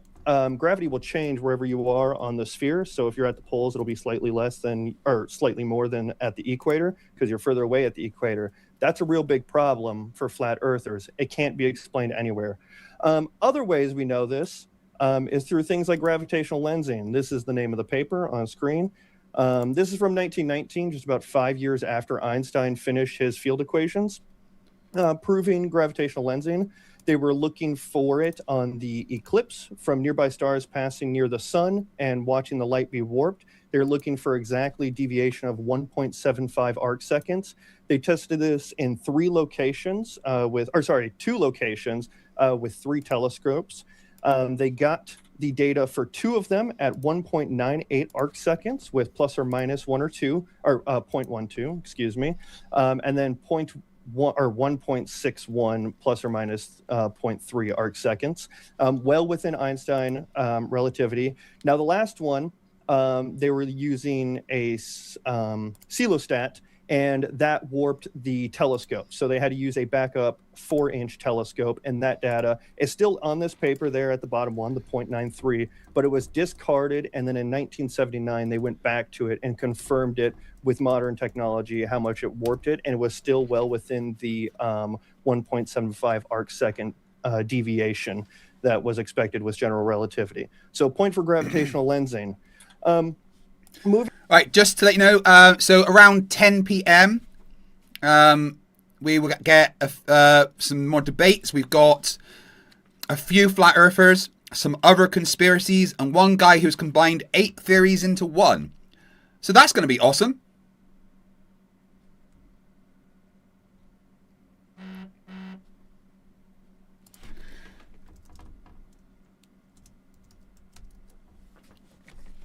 Nice.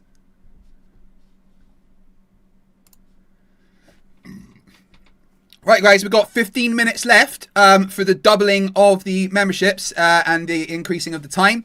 So if you want to double the amount of time that you add in the next 15 minutes, every membership will give 6 minutes. Every £10 worth of super chats will give 6 minutes. Every upgrade to membership will give 6 minutes. Every gifted membership will give 6 minutes. But if you give 10 memberships at once, it's going to add an entire 2 hours to the timer. Wait, actually, you know what? I did.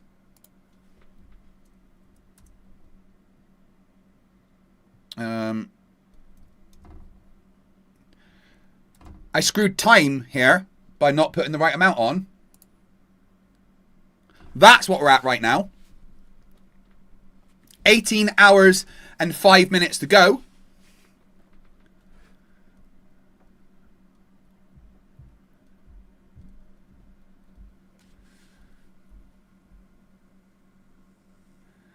No, there is no Star Trek tonight. We were, it's off for a couple of weeks while Chesh is away, Zumi. Hey, Peter Collins. Yep, glad to see you here from the Czech Republic. That's absolutely amazing. Thank you very much. I have to set up a new stream for part 3 quite soon.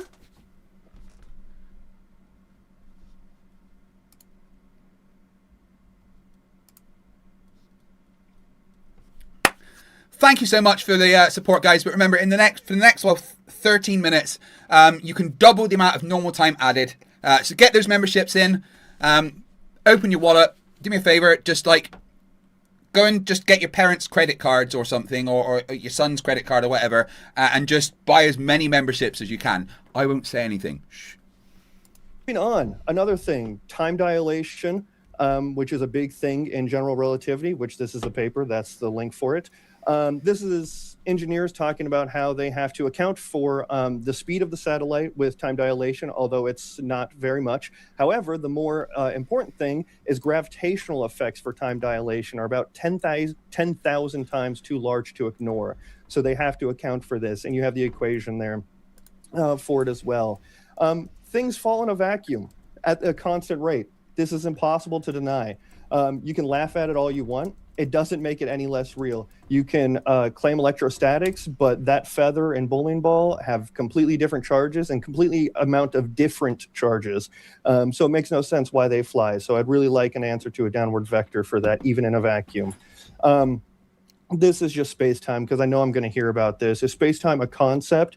Space-time is a mathematical geometry that describes how the universe behaves. The label space-time is a concept. You can label it whatever you want. I don't care. But the phenomenon it predicts are physical realities. We test those. It's a model that's been proven. Gravitational lensing, time dilation, GPS. It's not a concept. Moving on, atmosphere. This is pretty simple. One slide on this. Any equation for barometric pressure or atmospheric pressure require gravity. You see it in the exponent there. Maybe you can. It's kind of tiny. But it's in the exponent there. And if you make that zero, the whole thing becomes zero. Your atmospheric pressure equals zero. So it should equal out everywhere. That's not what we see. We have a pressure gradient. Super simple. There won't be an answer for that other than Coulomb's law, but that doesn't make any sense either. But I'm sure we'll get into that. This is going to be the rebuttals we hear. They're going to scream about density, won't ever have a cause for it because it's a scalar quantity, it doesn't have a vector downwards. They'll say electromagnetism without any proof, and they'll throw whatever fallacy to try and save credibility. And then also what we are now hearing is they won't make a positive claim about what gravity is because everything else has been debunked. So now they just say, well, we don't know. Moving on, Lorwan proves the Earth is spherical. So this is a breakdown of the math of the K factor specifically, which is what I'm focusing on. Gives two graphs of K equals infinity, which is just supposed to represent the radius of the Earth. So when K equals infinity, the reason that you get a flat Earth is for simplicity. It's easier to graph linearly than doing spherical calculus on the above graphs there. It makes it simple because it's curving at the exact same rate that the Earth is. Makes no sense to keep it that way when you can flat everything out. It makes it super simple. I like this guy. Simple, I should say. Clip, not heard of him This before. is also a nice little article from a gentleman in Akura, Nigeria, talking about how the K factor, you can read it, and that's the name of it and everything. All the citations are there. Talking about how the K factor changes, and it's mostly 4/3, 1.33. Makes no sense on a flat Earth. The mere existence of the K factor means that the Earth isn't flat. If the Earth was flat, the K factor would not be needed at all. The fact that it's rare and is only happens in super refractive conditions means the Earth isn't flat. Simple mathematical trick. That hack, I called it there. That's all it is. It's simplicity for engineering. Engineers have to do a lot and use a lot of computing power. If they can make things simple, they will. That's it. In conclusion, Earth's a fucking globe. Deal with it. I met this guy at DebateCon 6. He was right. I liked him. All right. Thank you guys for your opening statements. We are now going to get into the 60-minute open dialogue. Just be respectful as you can with each other. And, you know, you get a lot of questions asked back and forth when you're in good faith. So that's all I ask. And we will start the timer. Whoever wants to open it up, go ahead right now. If you want to go first. Yeah, do you just want to skip to Laura Wan? I mean, we can start with that. Sure. Yeah. So your claim is that it proves that the Earth is a ball. So your claim is that line of sight microwave propagation proves that the Earth curves? Well, the Lorwan experiment specifically, while it wasn't set out to prove that the Earth is spherical, by its very nature and it existing, proves that the Earth is spherical. Expand. The fact that it normally wouldn't be able to do it. They got 3 packets over the course of X amount of time. And it's rare, and it only happened through tropospheric ducting, means that it was bending with the atmosphere, which is around a curved surface. Why can't any flat earther have a decent microphone? Saying that, Michael had one, to be fair. His was pretty fucking good. The Earth. Can you provide evidence of the duct? Of the duct, yeah, it's in the mesh network for. Hold on, I can pull it up if you want. But it's called the Mesh A network. So the LoRaWAN ping that we're talking about, the 831 miles, wasn't a set alone experiment. They weren't setting out to do this. They were setting up a mesh network between boats and buoys, and it was an accidental ping they got. That's why there's not a whole individual paper on it. But yeah, that's what it was. So can you provide evidence of the duct? I mean, yeah, we can go to the 831 LoRaWAN experiment. Sorry if my keyboard is clicky. Got a Gamer Girl set up here. Not the 517 one. That one. 830 miles. Sorry, I said 831 miles. Okay. Yeah, so. If I can spell. The remarkable point of this record is that it is achieved at sea level, reaching extended distances with LoRaWAN at sea level, eliminates potential variables induced by variable altitudes, providing a standardized and objective measure of the technology's capabilities. We do have to note that this is an exceptional achievement. The majority of things, this is the name of the network, the things stack operated devices range between 25 and 100 meters. The tracker used... That's not what I'm looking for. Where is it? After 3 years, No, I mean, I can read the full paper, but I read it. I actually have like a lot of that memorized. Well, I mean, I don't care for memorization. I can go to the actual paper and we can look over the actual mesh network, but we know that it's the case of tropospheric ducting. One, because it had to have some sort of gain to get there, because it wasn't powerful enough to get there on its own. And two, you'll say no, but we know the Earth curves and it blocks it. So it had to have some sort of way to get there. Because it was to an island, to a volcanic island that it pinged to, not a buoy in the water. And it was off that's circular reasoning. So you can't provide evidence of the duct. Like I said, I'd have to go through the entire mesh. How is it circular reasoning to show that it got blocked by the Earth's curve? That makes no fucking sense. Paper. I didn't look for specifically the duct. Even on your model, you would have to claim there's some sort of gain there. So I didn't think it's necessary to specifically quote that. Because if you're claiming there's not a tropospheric duct, then why did they only receive 3 packets over the course of like 8-ish hours, it seemed like? Over the course of an experiment that lasted days to weeks, by the way. This happened on one of the days. Yeah, let's break this down logically, right? Your claim is that it bent around the ball, right? 830 miles, and it was more likely to get 3 pings doing that than it would have if it traveled line of sight, which is what microwaves do according to the physics of light. Yeah, I mean that is line. It saw it, right? Because it's in a duct. It's in a wavefront guide, like a natural wavefront guide. So it would see the yeah, line of sight includes refraction. So that's fine. You know, microwaves don't refract as much as other stuff, but they still do refract, and they can travel in a duct. So I don't know why he's trying to deny this. Am I led to believe that this tropospheric duct is unfalsifiable then? What do you mean? Like, how do I falsify it? What do you mean? It's a natural occurring thing. How do you falsify a tornado? You would discover that there's not one there. So how do you... If there's a tornado, how are you going to discover one isn't there? I mean, that's kind of like a false equivalency, but like, can you answer the question? How is it falsifiable, this stuff? You can't falsify a naturally occurring thing that's there. I don't know what you want. Okay, how do we verify that it's there? If it's naturally and it's there, and you can't provide evidence that it's there, how do you falsify the that we breathe air? Well, hold your breath and see what fucking happens. I mean, anything's falsifiable. You know, naturally occurring phenomena are falsifiable. Brandon gifted 10 memberships. That should add 30 minutes onto the timer, which it did. So I need to add another 30. Well, actually, I need to add another 90. Because it's 2 hours. So there we are. We're back up to 19 hours and 54 minutes. Thank you very much, Brandon K57, for the 10 gifted memberships. Solly won't debate me. He's a bit terrified. He says I'm too mean and nasty. It's quite funny.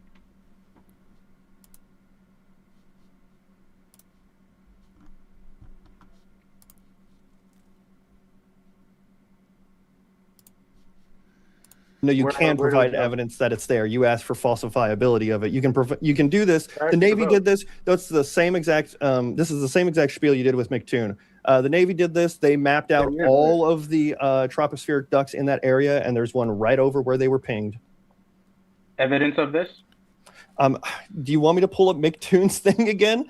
I mean, I could just go to your debate and do that and pull up the exact slide that he showed you where they mapped out all the ducts. Are you saying... Monkey in the Works says better make it around 20. You just got it in time before the double-in went away, so I need to add another 6 minutes for that. Thank you very much.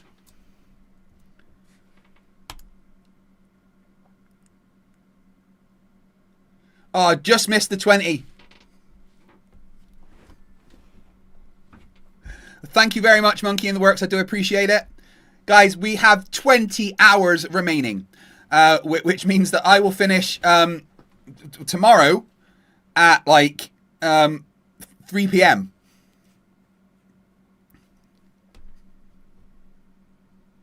Peter Collins says, falsify my enormous dick then. Honestly, it's true.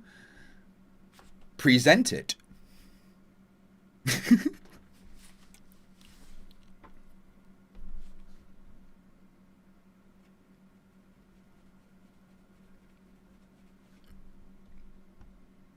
Tropospheric ducts don't exist? I'm asking for the duct that you claim exists in this particular experiment. I mean, map of... Here, can I share my screen again, or is that...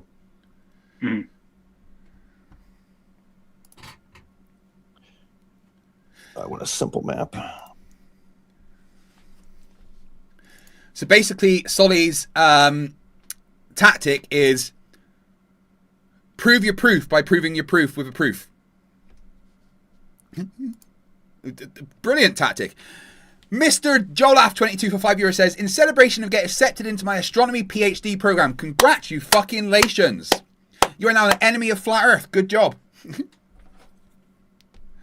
I never went past my bachelor's. As an engineer, I didn't really feel I needed to. I could have got my master's in engineering or in physics, but I've never felt it's needed for what I do. Maybe if I got promoted to officer in the military rather than commissioned, I would have gone for my master's, but I unfortunately got injured and left. And now as a YouTuber, I mean, the only reason for me to get my master's now would be to flex some physics knowledge. And I think I have enough knowledge to be able to debunk the flat Earth. So I would like to. Peter Jack became a member. Welcome to Scrappers. Thank you very much. That's 3 minutes added to the timer. There we go. There's around 20 hours.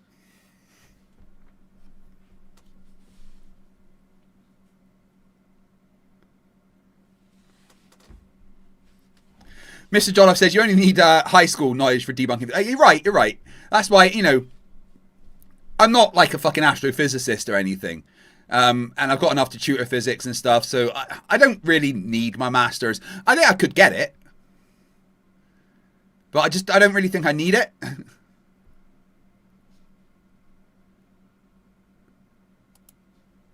Yeah, man, whenever you're ready.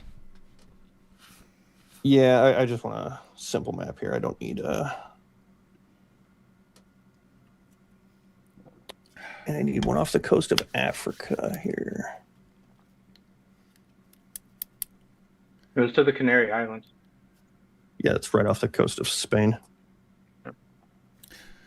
Bruce Wayne says they only have an associate degree with the plan to go back to study nuclear medicine technology. That sounds fucking amazing.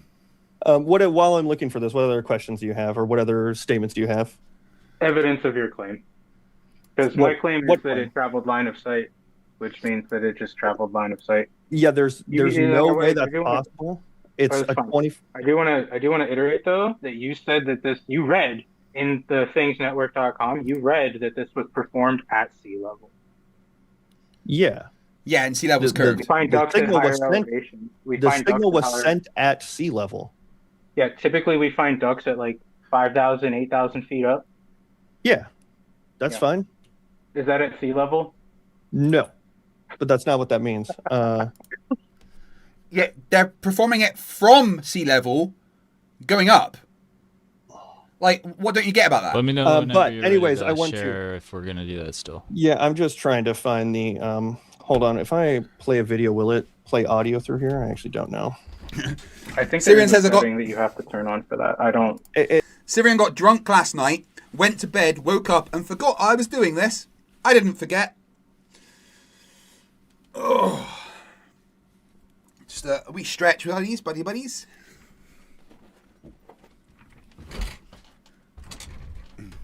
Support your local Arwen. It's fine. Somebody was telling me that if I were to play a video, it would give trouble. But I don't. It's fine. But to address your point that it would travel line of sight, completely impossible. It had to have some sort of gain to get there because it wasn't strong enough to do it by itself. So what is the gain to get it there? I believe it is. A friend of mine showed me something, and I actually have to kind of plead the fifth on this as well. But you do have gain when it travels in through like a marine layer, yeah. But I can't source. Plead the fifth. Wait, isn't the fifth not incriminating yourself? That doesn't make sense. How can you plead the fifth on something? In a debate.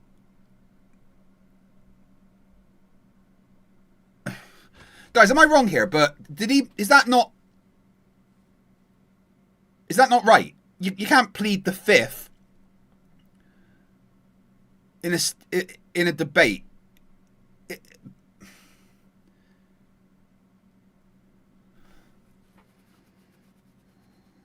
Good night, Rachbot.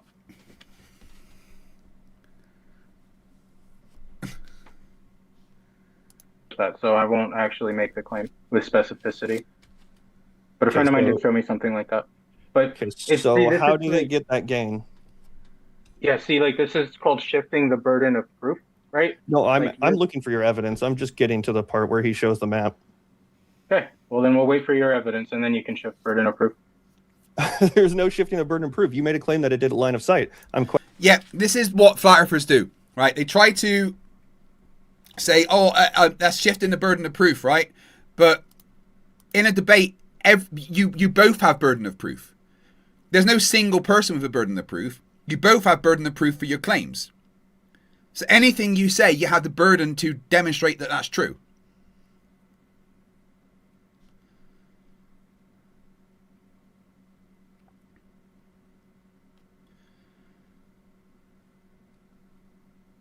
No, Brandon, I don't think he knows what pleading the fifth means. I'm not even American, and I was like, that's not fucking right. You can't plead the fifth because you don't want to make a claim of specificity.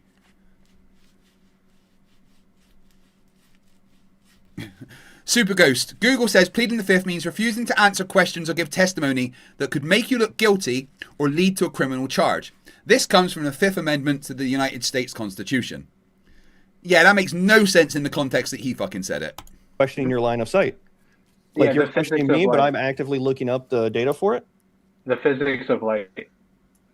Okay, but why did they only receive 3 packets? And also, the signal isn't strong enough to travel the 830 miles. So how did it do that? Based on what? Knock it off. Flerf for $2 says, ask Anthony Fauci about the fifth, in all caps. I don't personally know Anthony Fauci, so I couldn't ask him anything. Strange. What do you mean based on what? Based on how? Yeah, what are you basing off of? It's a 25-watt transmitter. It doesn't have enough power to get there. Based on? Math? No. Physics? Like words, big words, bro. You can do it. Yeah, I don't know. What do you mean based on what? I think the words you're looking for is attenuation. No, it's just, yeah, the signal is too weak over there. Correct. But that's what attenuation is, brother. Yeah. So then what is the gain? That's why he said you're correct. That made it go that far. Just find your evidence of your duct, please. Why won't you Hello. Why won't answer you find evidence of your duct? I'm not doing that with you. Yes, please. Say hello to everyone, Emma. Hello. Look at this. Look what my wife's bringing me. Okay. I love you. Now, that is a wife. Look at that. Eh?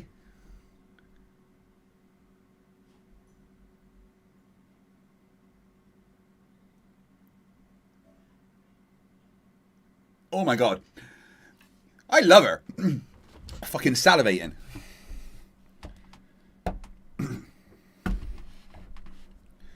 Right, make some space on my desk. A steak, mushrooms, chips, and what sauce is that? Oh, mayonnaise and hot sauce. Spectacular.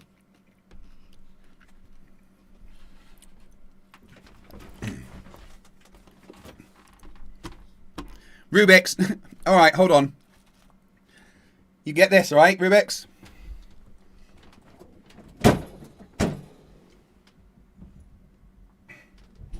Just... There you go. You happy? What do you mean, is that all? Fucking ungrateful. That's what you are. Bruce Wayne, 199. I'm Craig, and I have a fantastic wife. Yeah, are you? No, I am. I'm just... Okay. This. I'm going to use Micktoons that already debunked it with you. Because he had the full map. Well, no, he brought up a source for it. But you know, while I'm doing this, you could be bringing up your whole source for it too. It was in the form of a text message. I'll see if I can find it. With data, I hope, Perfectly not just cooked. texts. I'll see if I can find it. Hold on. Is this? I bet I find it faster. I mean, if it's text messages, yeah, I'm skimming through a video. Oh, I'm so sorry. My keyboard's clicky. I mute myself while I'm chewing. I wonder if someone in chat, do we know a timestamp for when he showed that map? Oh, never mind. I just saw it.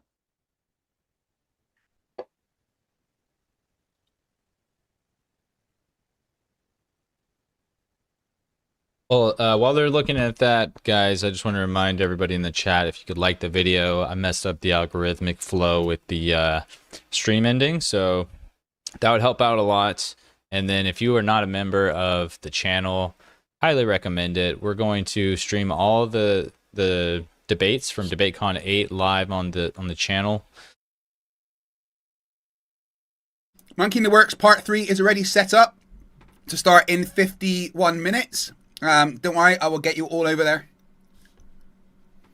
So you guys will definitely be able to see all those as they're happening. I believe including the pregame one with Jay Dyer and Jake Brancatella. Or Jay Dyer and the other gentleman. His name is escaping me at the moment, but we got him for a pregame, which is going to be the day before DebateCon 8 starts, the 25th. So you guys still have 50 minutes, 50. And I paused it for a brief moment while I did that little advert.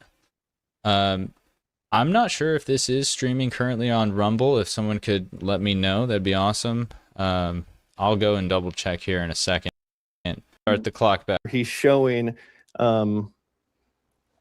this is also on Modern Database, where he's showing the active ducks for you and the historical data for them. Okay. You also have ducts over I did find it. Evaporation ducts, because water is in a constant state of evaporation. So that could also increase the signal. So do you want to show proof for that? That there's an evaporation duct there? I don't know. No, how that there was an evaporation duct there? Oh, you asked me how it would gain, and that's how But your claim is antithetical to physics, right? My claim's not antithetical. Yeah, it is though. It's antithetical to physics, meaning that I read from I forget where that source is. I can find it for you, but I've read that I'll find it actually. I'll find the He's saying his claim is against physics, while he's showing the physics papers showing that it fucking happened. Like, it's insane that they are this fucking deluded. Excuse me while I eat, guys, because I am human and I do need fuel. And I'll just read it off my screen. I don't need to share it unless you want me to. You should. I mean, yeah, if you're going to cite a source, yeah, you should share it. Give me one sec. There are radar maps from the Navy too. Yeah, I apologize for the click-clack keyboard. I got a Gamer Girl keyboard. Oh, so. yeah, this is from NASA. Yeah. Hold on. How do I get back into the Zoom? There we go. All right, yeah, I'll share. Okay. So from NASA, this is the box is covering up part of this. Microwaves penetrate light rain, snow. 1 second. It's there it goes. There we go. Okay. They penetrate light haze, light rain, snow, clouds, and smoke. They demand line of sight. This is the physics of light, bro. What is NASA. Anything you use from NASA, you are agreeing that NASA says the Earth's a globe. You can't cherry pick. You can't, use bits of knowledge from someone without using the rest of their knowledge. So if you're using anything from NASA, although that doesn't say NASA, well, that does, I guess. If you're using anything from NASA, you are agreeing that the Earth is in fact a globe.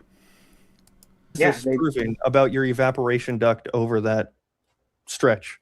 This proves that the physics of light travels in a straight line. Did you not understand that? No one's arguing with that. So your claim is that a straight line curve, which is antithetical to reality. I need evidence that straight lines curve, brother. Oh yeah, no problem. So here I've got Get a ball. Draw a straight line on it. Look at a basketball and the seam is straight. The equator is straight, but it also curves. In spherical geometry, straight lines are curved. Man, do I have a ball near me? I really don't have a ball near me.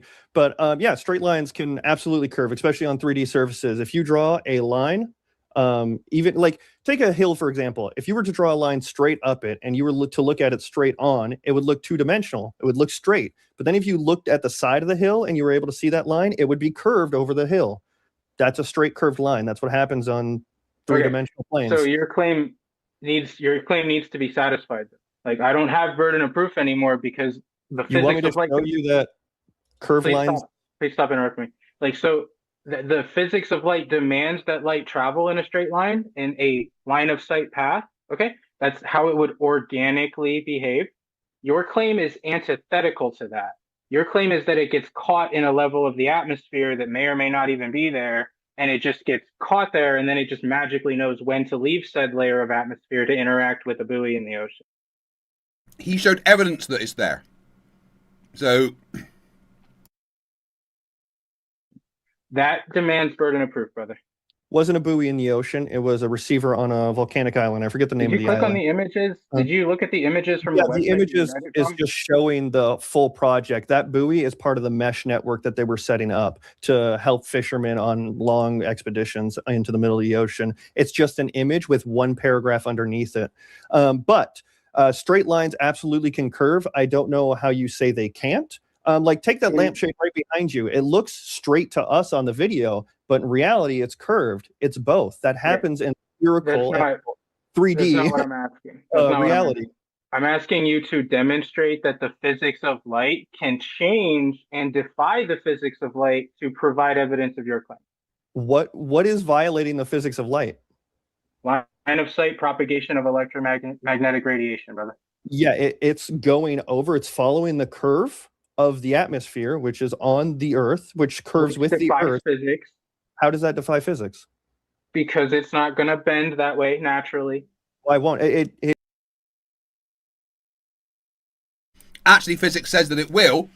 Physics says that it will follow the curve because of the atmosphere and the way that it makes things bend, like bend when it's traveling through it, or the path of light. Because light itself doesn't bend, obviously. The path that lights travel makes it bend. So line of sight just means if you can see it, and if refraction makes it so you can see it, then it's line of sight. That line of sight doesn't mean straight and completely. Well, it means straight. It doesn't mean flat. Sorry.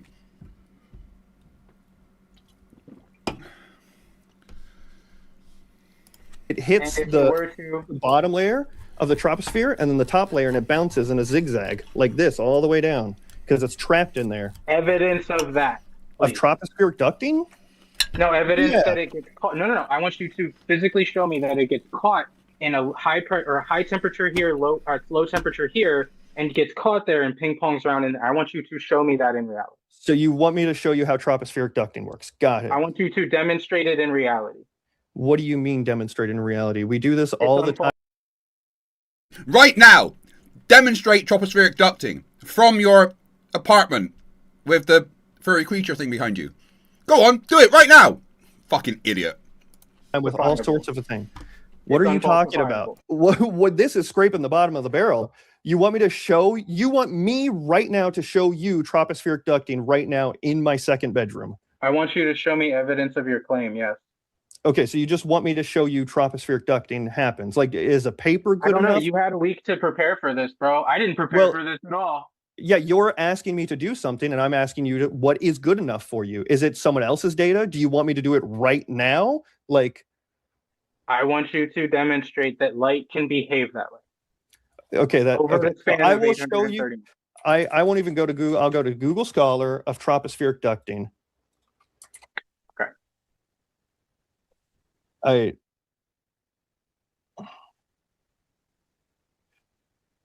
Here, I'm going to share my screen again there. Go ahead. Mike, was it? Yep. I'm so sorry. Yeah, your name says James, so. It's company Zoom. Yeah. Here we go. Can we see this? Can we see tropospheric ducting here? How?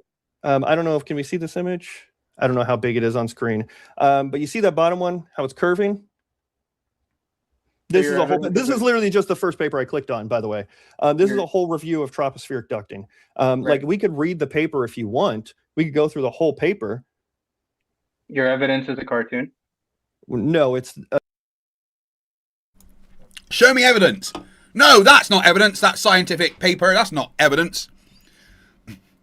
It's not a Why don't they understand what a cartoon is? A diagram is not a fucking cartoon.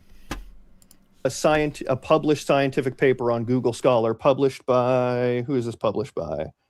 Is that a real picture? Is this a real picture? No. This is a diagram. So your evidence is a cartoon. No, my evidence is a scientific published paper that's peer reviewed. That's why it's on Google Scholar. A diagram, yeah. That's how I mean, I guess. If you want to call a diagram a cartoon, sure. Okay. If I draw a cartoon of Bigfoot, is it real? No. What's your evidence for it though? I don't have evidence of Bigfoot. Oh, well then yeah, the cartoon's So you ridiculous. don't have evidence of your claim, you just shot yourself in the foot. Come on, man. Right here, the scientific paper is the backing up, is the evidence. What's wrong with this scientific paper? What is wrong with it? I haven't read it. I'm not claiming that it's authentic. You have burden of proof. I haven't read it, but I still want you to prove it to me. But I don't know that that's proof because I haven't read it, but I want you to prove it to me. Is this guy, like, functionally retarded or something? Yeah, and I gave you proof, and what's wrong with it? Now I'm asking you, what's wrong with my proof? When did you provide evidence of a tropospheric duct? Right here. Right Where? Just now in front of you. Right. This is a tropospheric ducting, a comprehensive review and machine learning based classification advancements. Okay. I think you got to tap out, bro. You got to tap out. So what's wrong with this proof? No, I'm letting you tap out. I'm letting you tap out. This proof? I'm letting you tap out. I don't agree with it, so I'm saying that you can tap out. What kind of fucking nonsense is that, right? I need to use the toilet, pardon me, and take my dishes through like a good husband and put them in the dishwasher after my wife just made me a gorgeous fucking steak meal. That was incredible, by the way. Aged with Himalayan salt, apparently. Fucking beautiful. So I guess we do another song.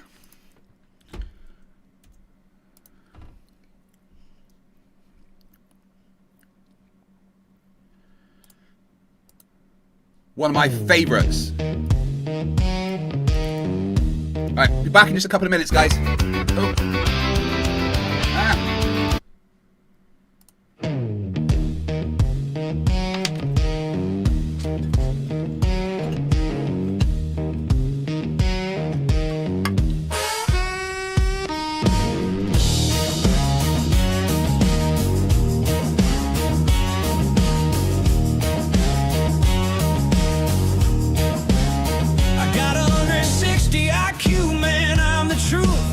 least that's what I tell the flat earth youth. Talk so fast you can't keep track. If you fact check me, I just change the track. Ad hominem, you're dumb. Sit down, red herring, spin it all back round. Straw man, your claim, twisted for sport. Knock it down quick like it's my last resort. Equivocate my way to glory.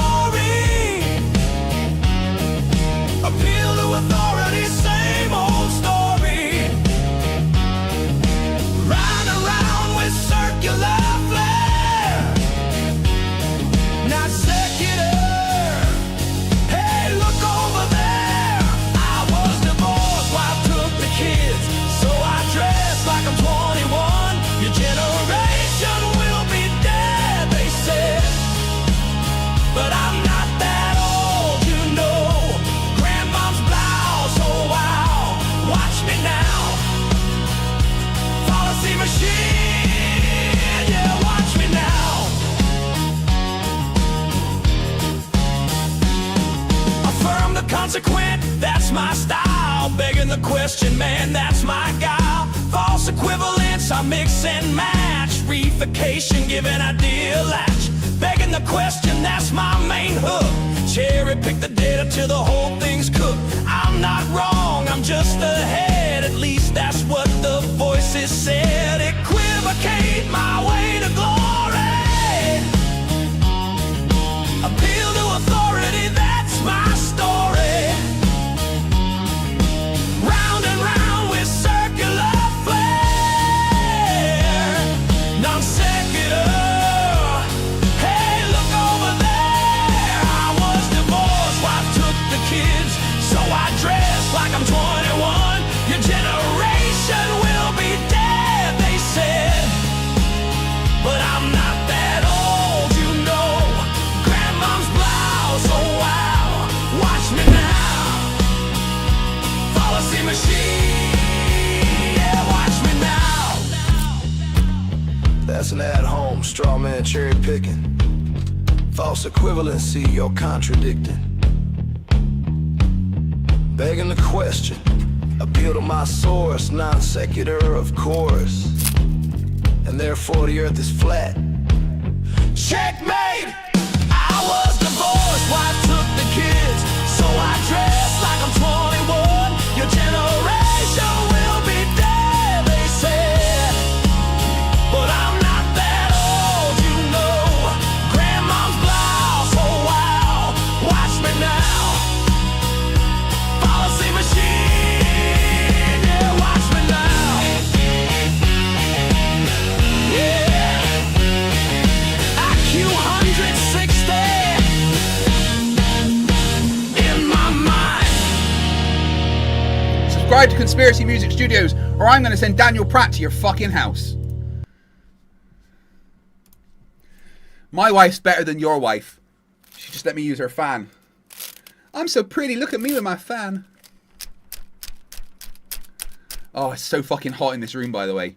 Who would have thought over 1,000 fucking soundproofing panels would make the room warm in the middle of fucking summer, right? Emma's like, yeah, it smells in there.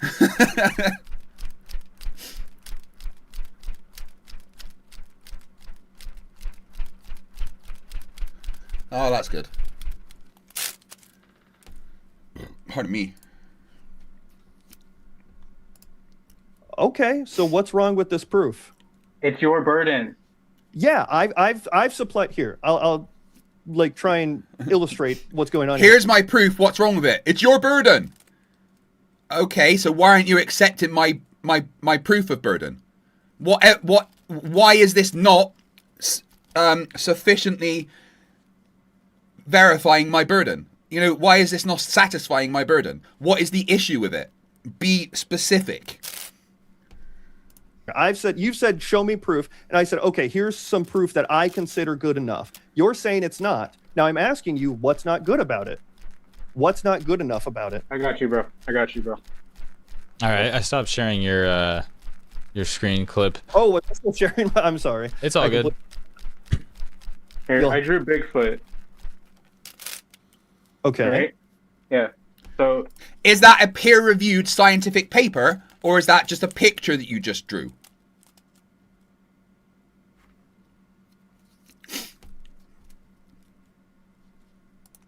Proof Bigfoot's not real.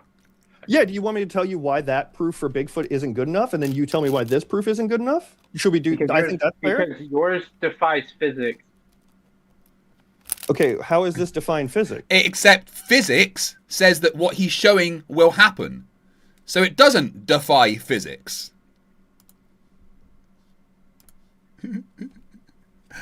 Guys, we are 19 and a half hours left on the timer.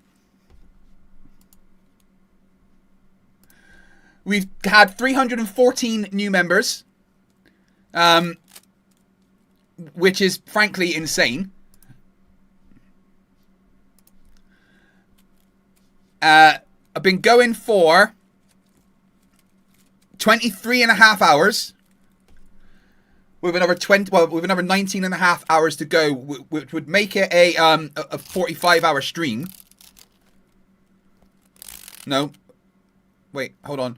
23 and a half. It would make it a 23-hour stream.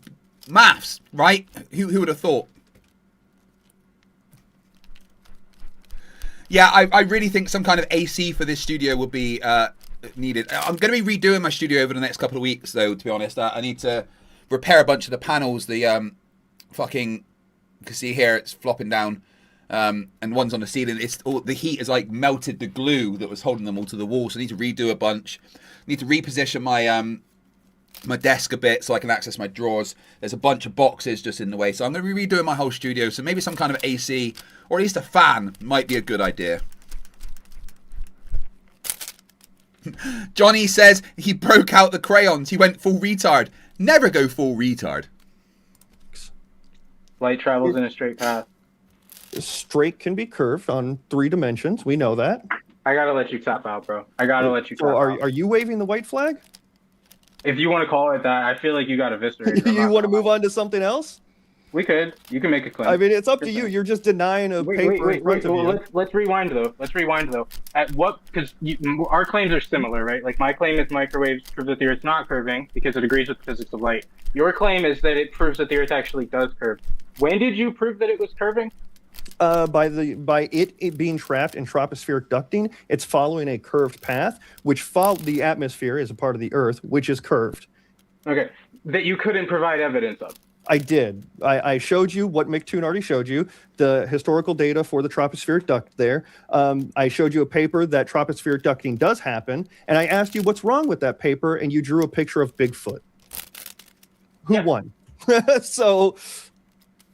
Okay, Dunning-Kruger. I got you, bro. Go ahead. You pick the next Dunning-Kruger. It's incredible how the biggest Dunning-Kruger, sufferers accuse others of Dunning-Kruger. Like, Patrick says, no, keep the dungeon as it is. I've got some better stuff to go back there. I've got my mum, before she passed, made me this, which needs to go up.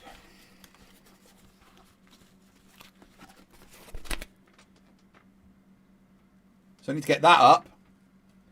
There's lots I need to do to redo this studio.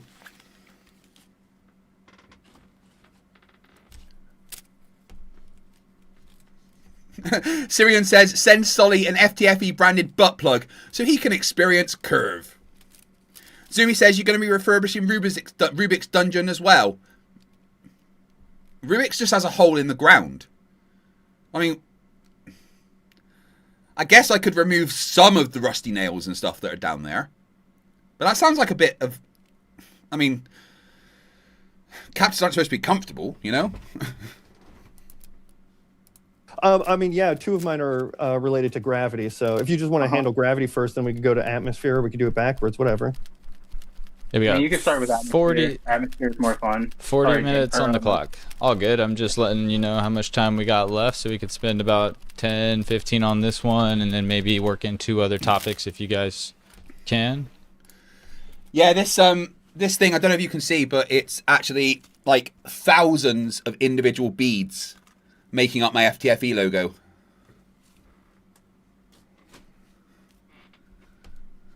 Yeah. Here, I'm gonna. Is it okay if I share my screen real quick? Go ahead. Just so the presentation again. So this is the equation for barometric pressure. Anna says your approach to keeping your captives is abysmal.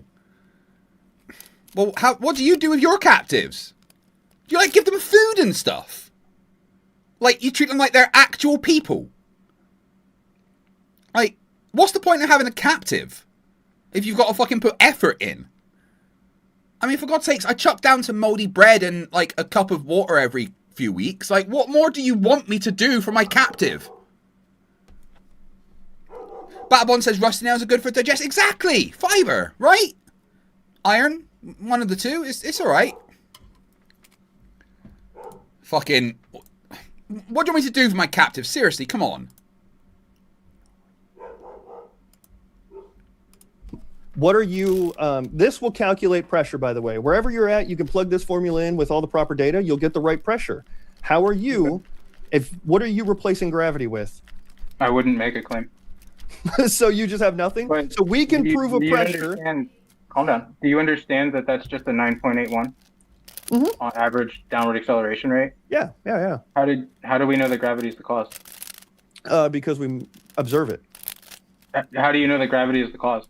Because where you are on Earth, it's slightly different depending on Earth's gravitational potential at that point versus the centrifugal acceleration. You weigh less at the equator than you do at the poles. So that's just an average. But if you plug in not the average, the actual correct figure, depending on where you are on Earth, based on the Earth's gravitational potential at that point, you get the actual correct figure of the exact pressure where you are.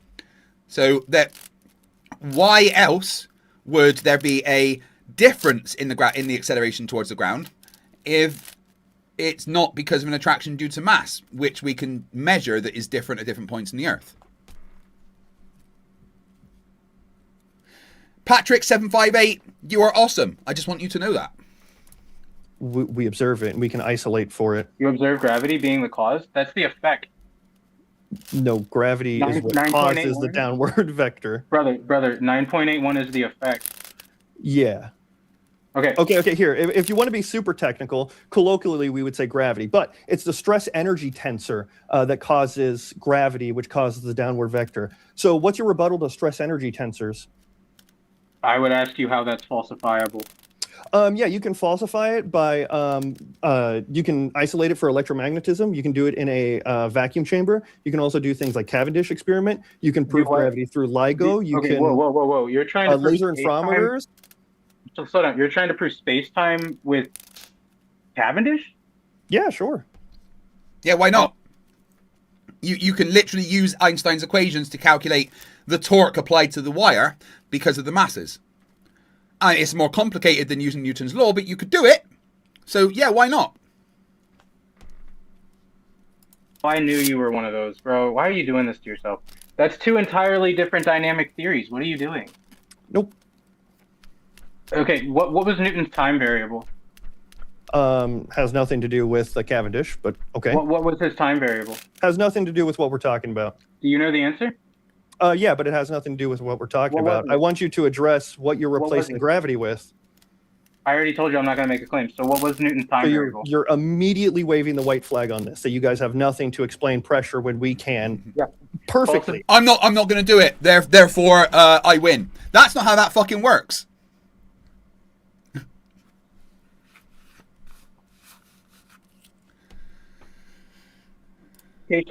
Falsification is independent of replacement, and your misunderstanding of agreed upon physics. Oh, it's Witsit. Falsification is independent of replacement. No, it's not.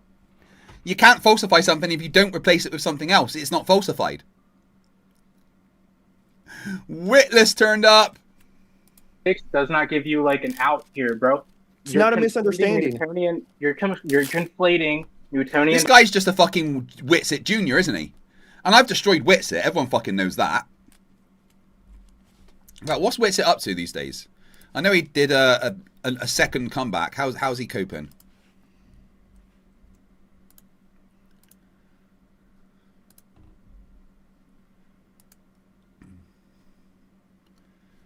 Well, all right, so he did a new stream 7 days ago.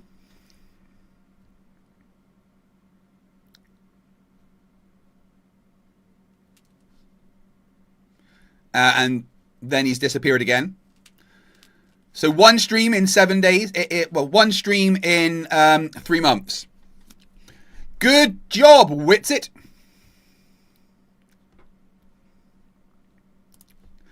Such an excellent YouTuber, isn't he?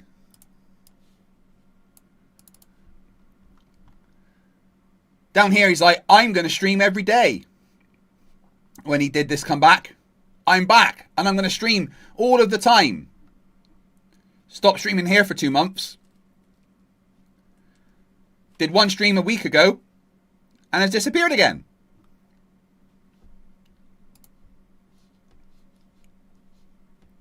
And I want you guys to know that I am actively challenging Witsit to a fight. I know it's a bit childish and, you know, whatever, but I want to fight Witsit. I want to get in a cage match with Witsit and fight him.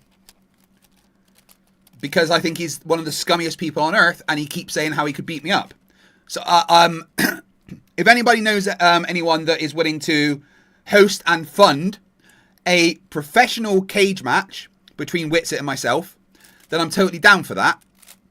Bearing in mind, I'm ex-military, combat trained by Royal Marines, black belt, second dan in Shotorai Karate, and go to the gym 6 days a week and can bench 100 kilograms. I have no worries about fighting him, even with a dodgy shoulder and a dodgy knee. So if anyone actually for real knows somebody that would host and fund a cage match fight between me and Witsit, then let me know because I want to set it up.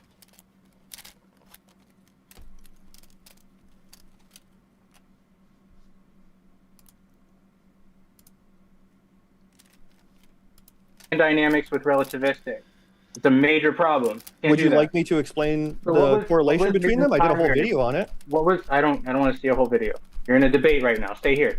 So yeah, I didn't say I was doing a video. What was Newton's time variable? What was it? Has nothing to do with what we're talking about.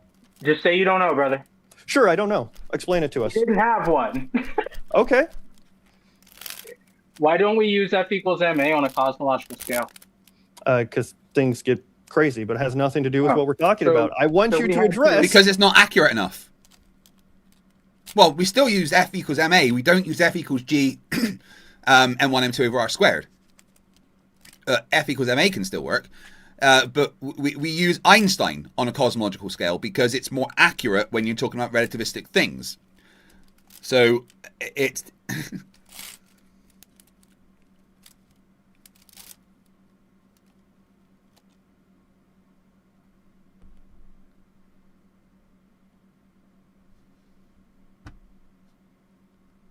Syrian says, due to Austin, what Anthony Joshua did to Jake Paul, break his jaw. I'm not a violent person, but I'm good at it if I need to be. I've trained to be able to defend myself. I don't lose fights. I don't start fights. I finish them. Anyone who's ever tried to fight me has regretted it.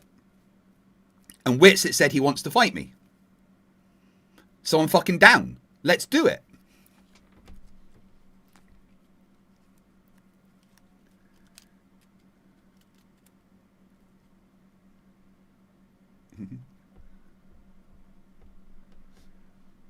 What we're talking about. Yeah, you're not understanding. I'm not making that claim. You are.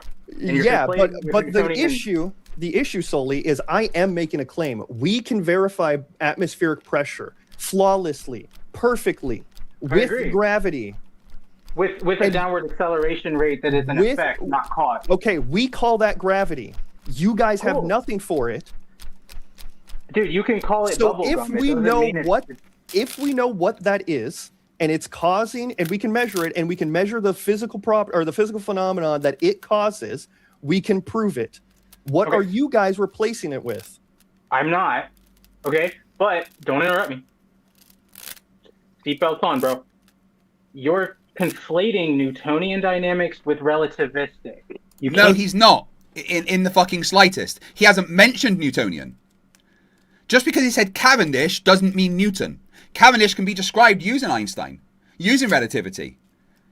The fact that Newton, you can derive Newton's laws from Einstein's tensor equations, shows that they break down to essentially the same thing. One is less accurate than the other. That's it. The 9.8 meters per second squared can actually be calculated using the mass and the gravitational force. Right? You do Fg equals gm1 m2 over r squared. It gives you the gravitational force, then you times it by the mass and you get the acceleration. Right? Very fucking simple.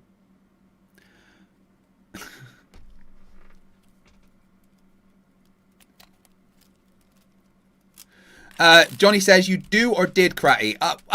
I did many years ago. I was black belt second dan in Shoto-ryo. I haven't for many years, but I mean, it's kind of ingrained in my brain, really. I can probably still do a bunch of the katas if I wanted to. Well, maybe my leg would stop me, but...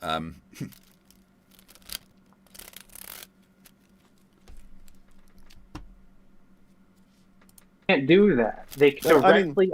Don't interrupt me. They directly oppose one another. No, Newton believed in an ether. Einstein allegedly disproved an ether. Newton didn't have a time variable. Einstein did. F equals ma does not work on a cosmological scale. It didn't explain things like perihelion shift of Mercury. So you cannot use Cavendish to prove cause, which is really you're just proving the effect of gravity. You have no established... Does he think Cavendish is Newton? He does know Cavendish and Newton were different people, right? Right? Please tell me he knows that.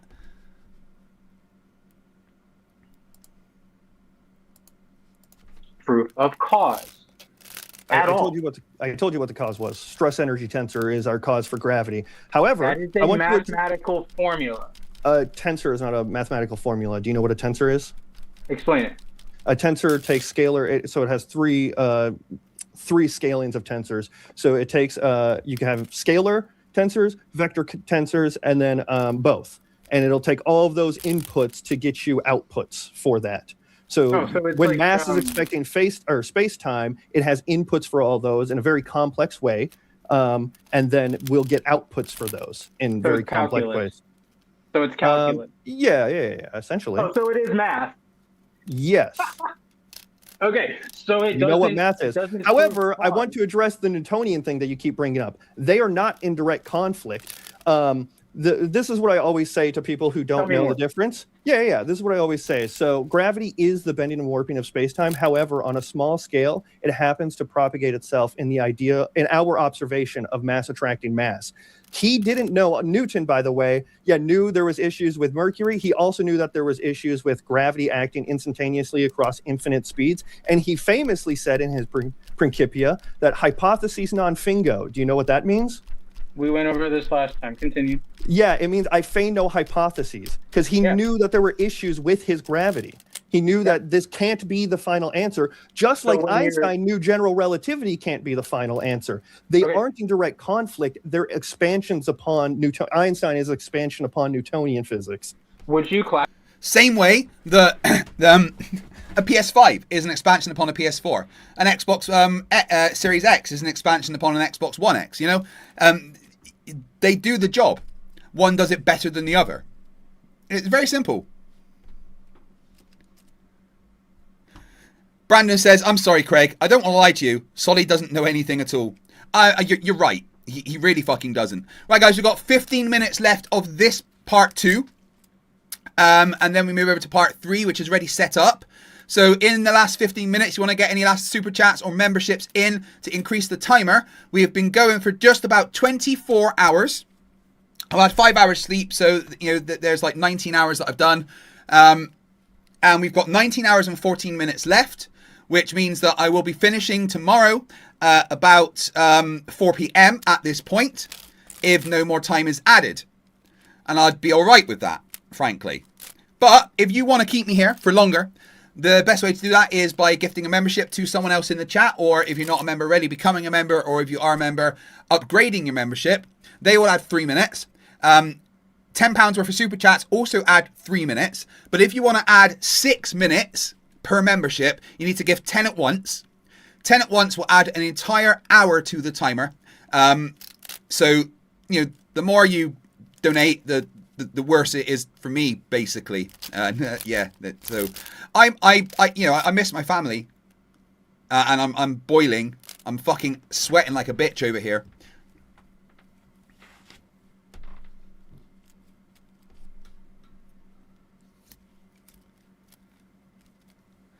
Tell you what, we're going to finish off this stream with a song, but one that I play. So I'll be back in 2 secs.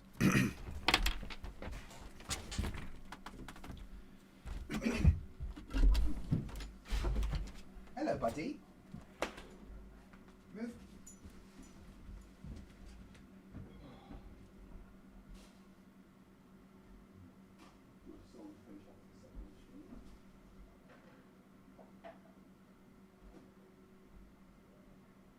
Yeah, Emma. I love you.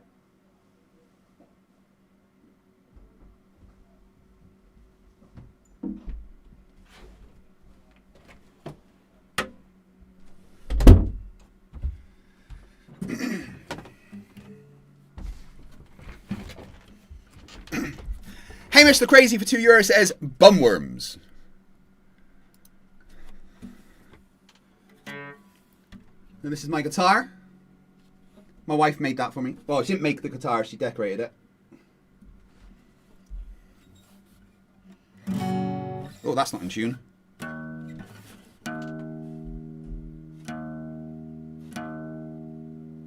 Handily, my monitor vibrates at E. So I can check that E is in tune, which it is.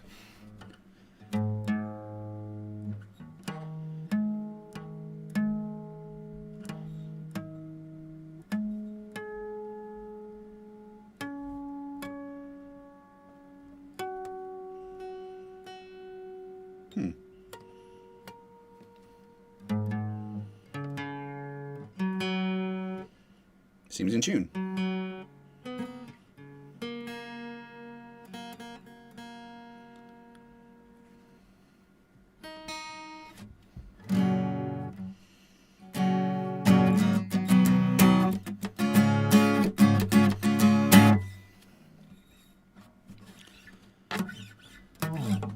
Here's a song I wrote when I was a lot younger.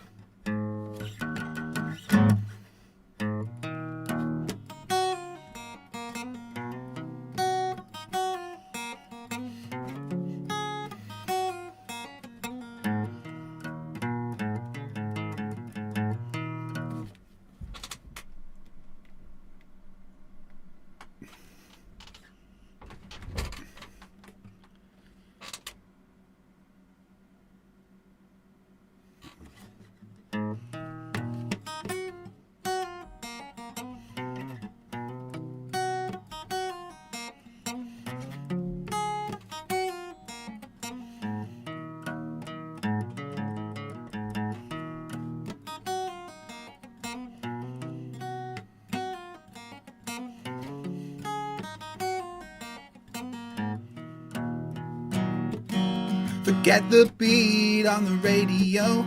Switch off that damn TV. Can't stand next to those children when I'm trying to get to sleep. Put down that firecracker. It's making me burn out.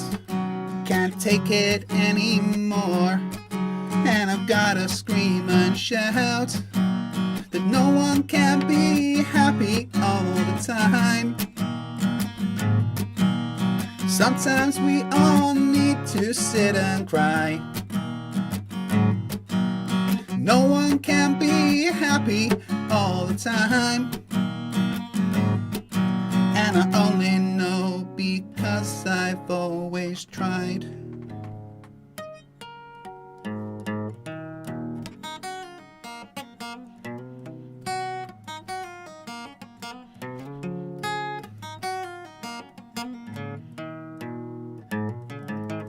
Raise your hand if you're slightly bored.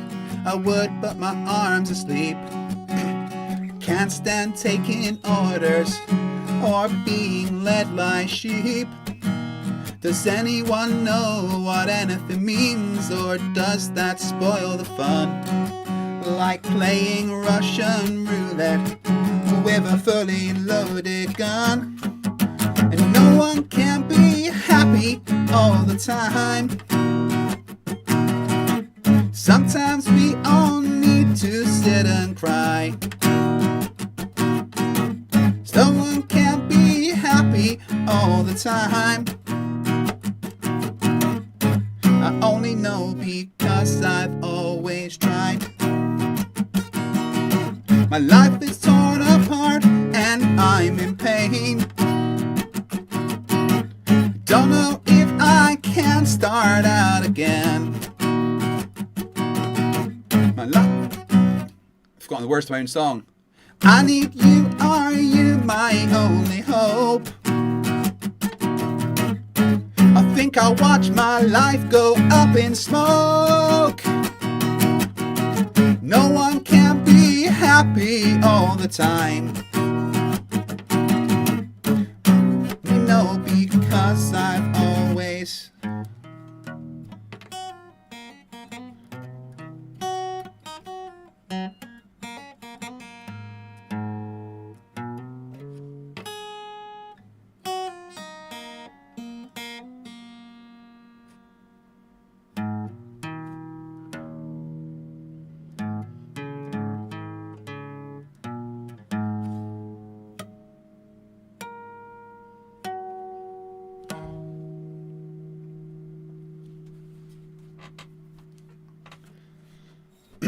And here's a song I wrote when I was 12 years old.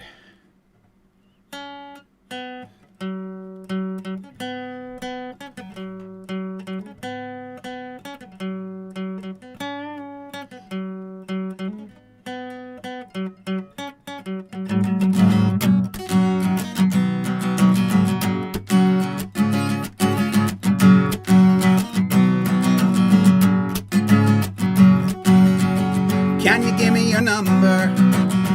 Can you tell me your name?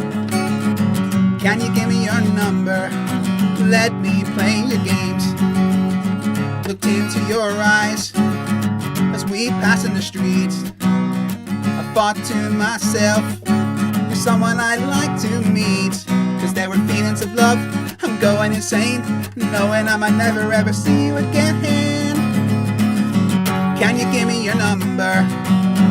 Can you tell me your name? Can you give me your number? Let me play your games.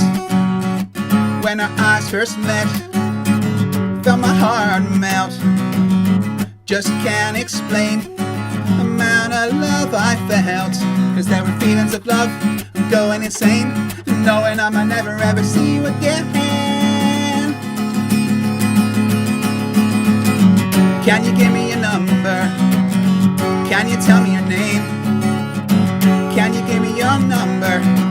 Let me play your games.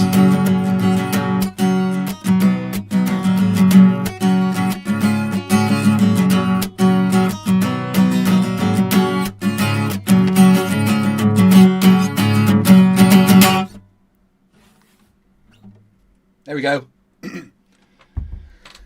That was No One Can Be Happy All the Time. And the cringy as fuck, Can You Give Me Your Number? Written when I was 12 years old.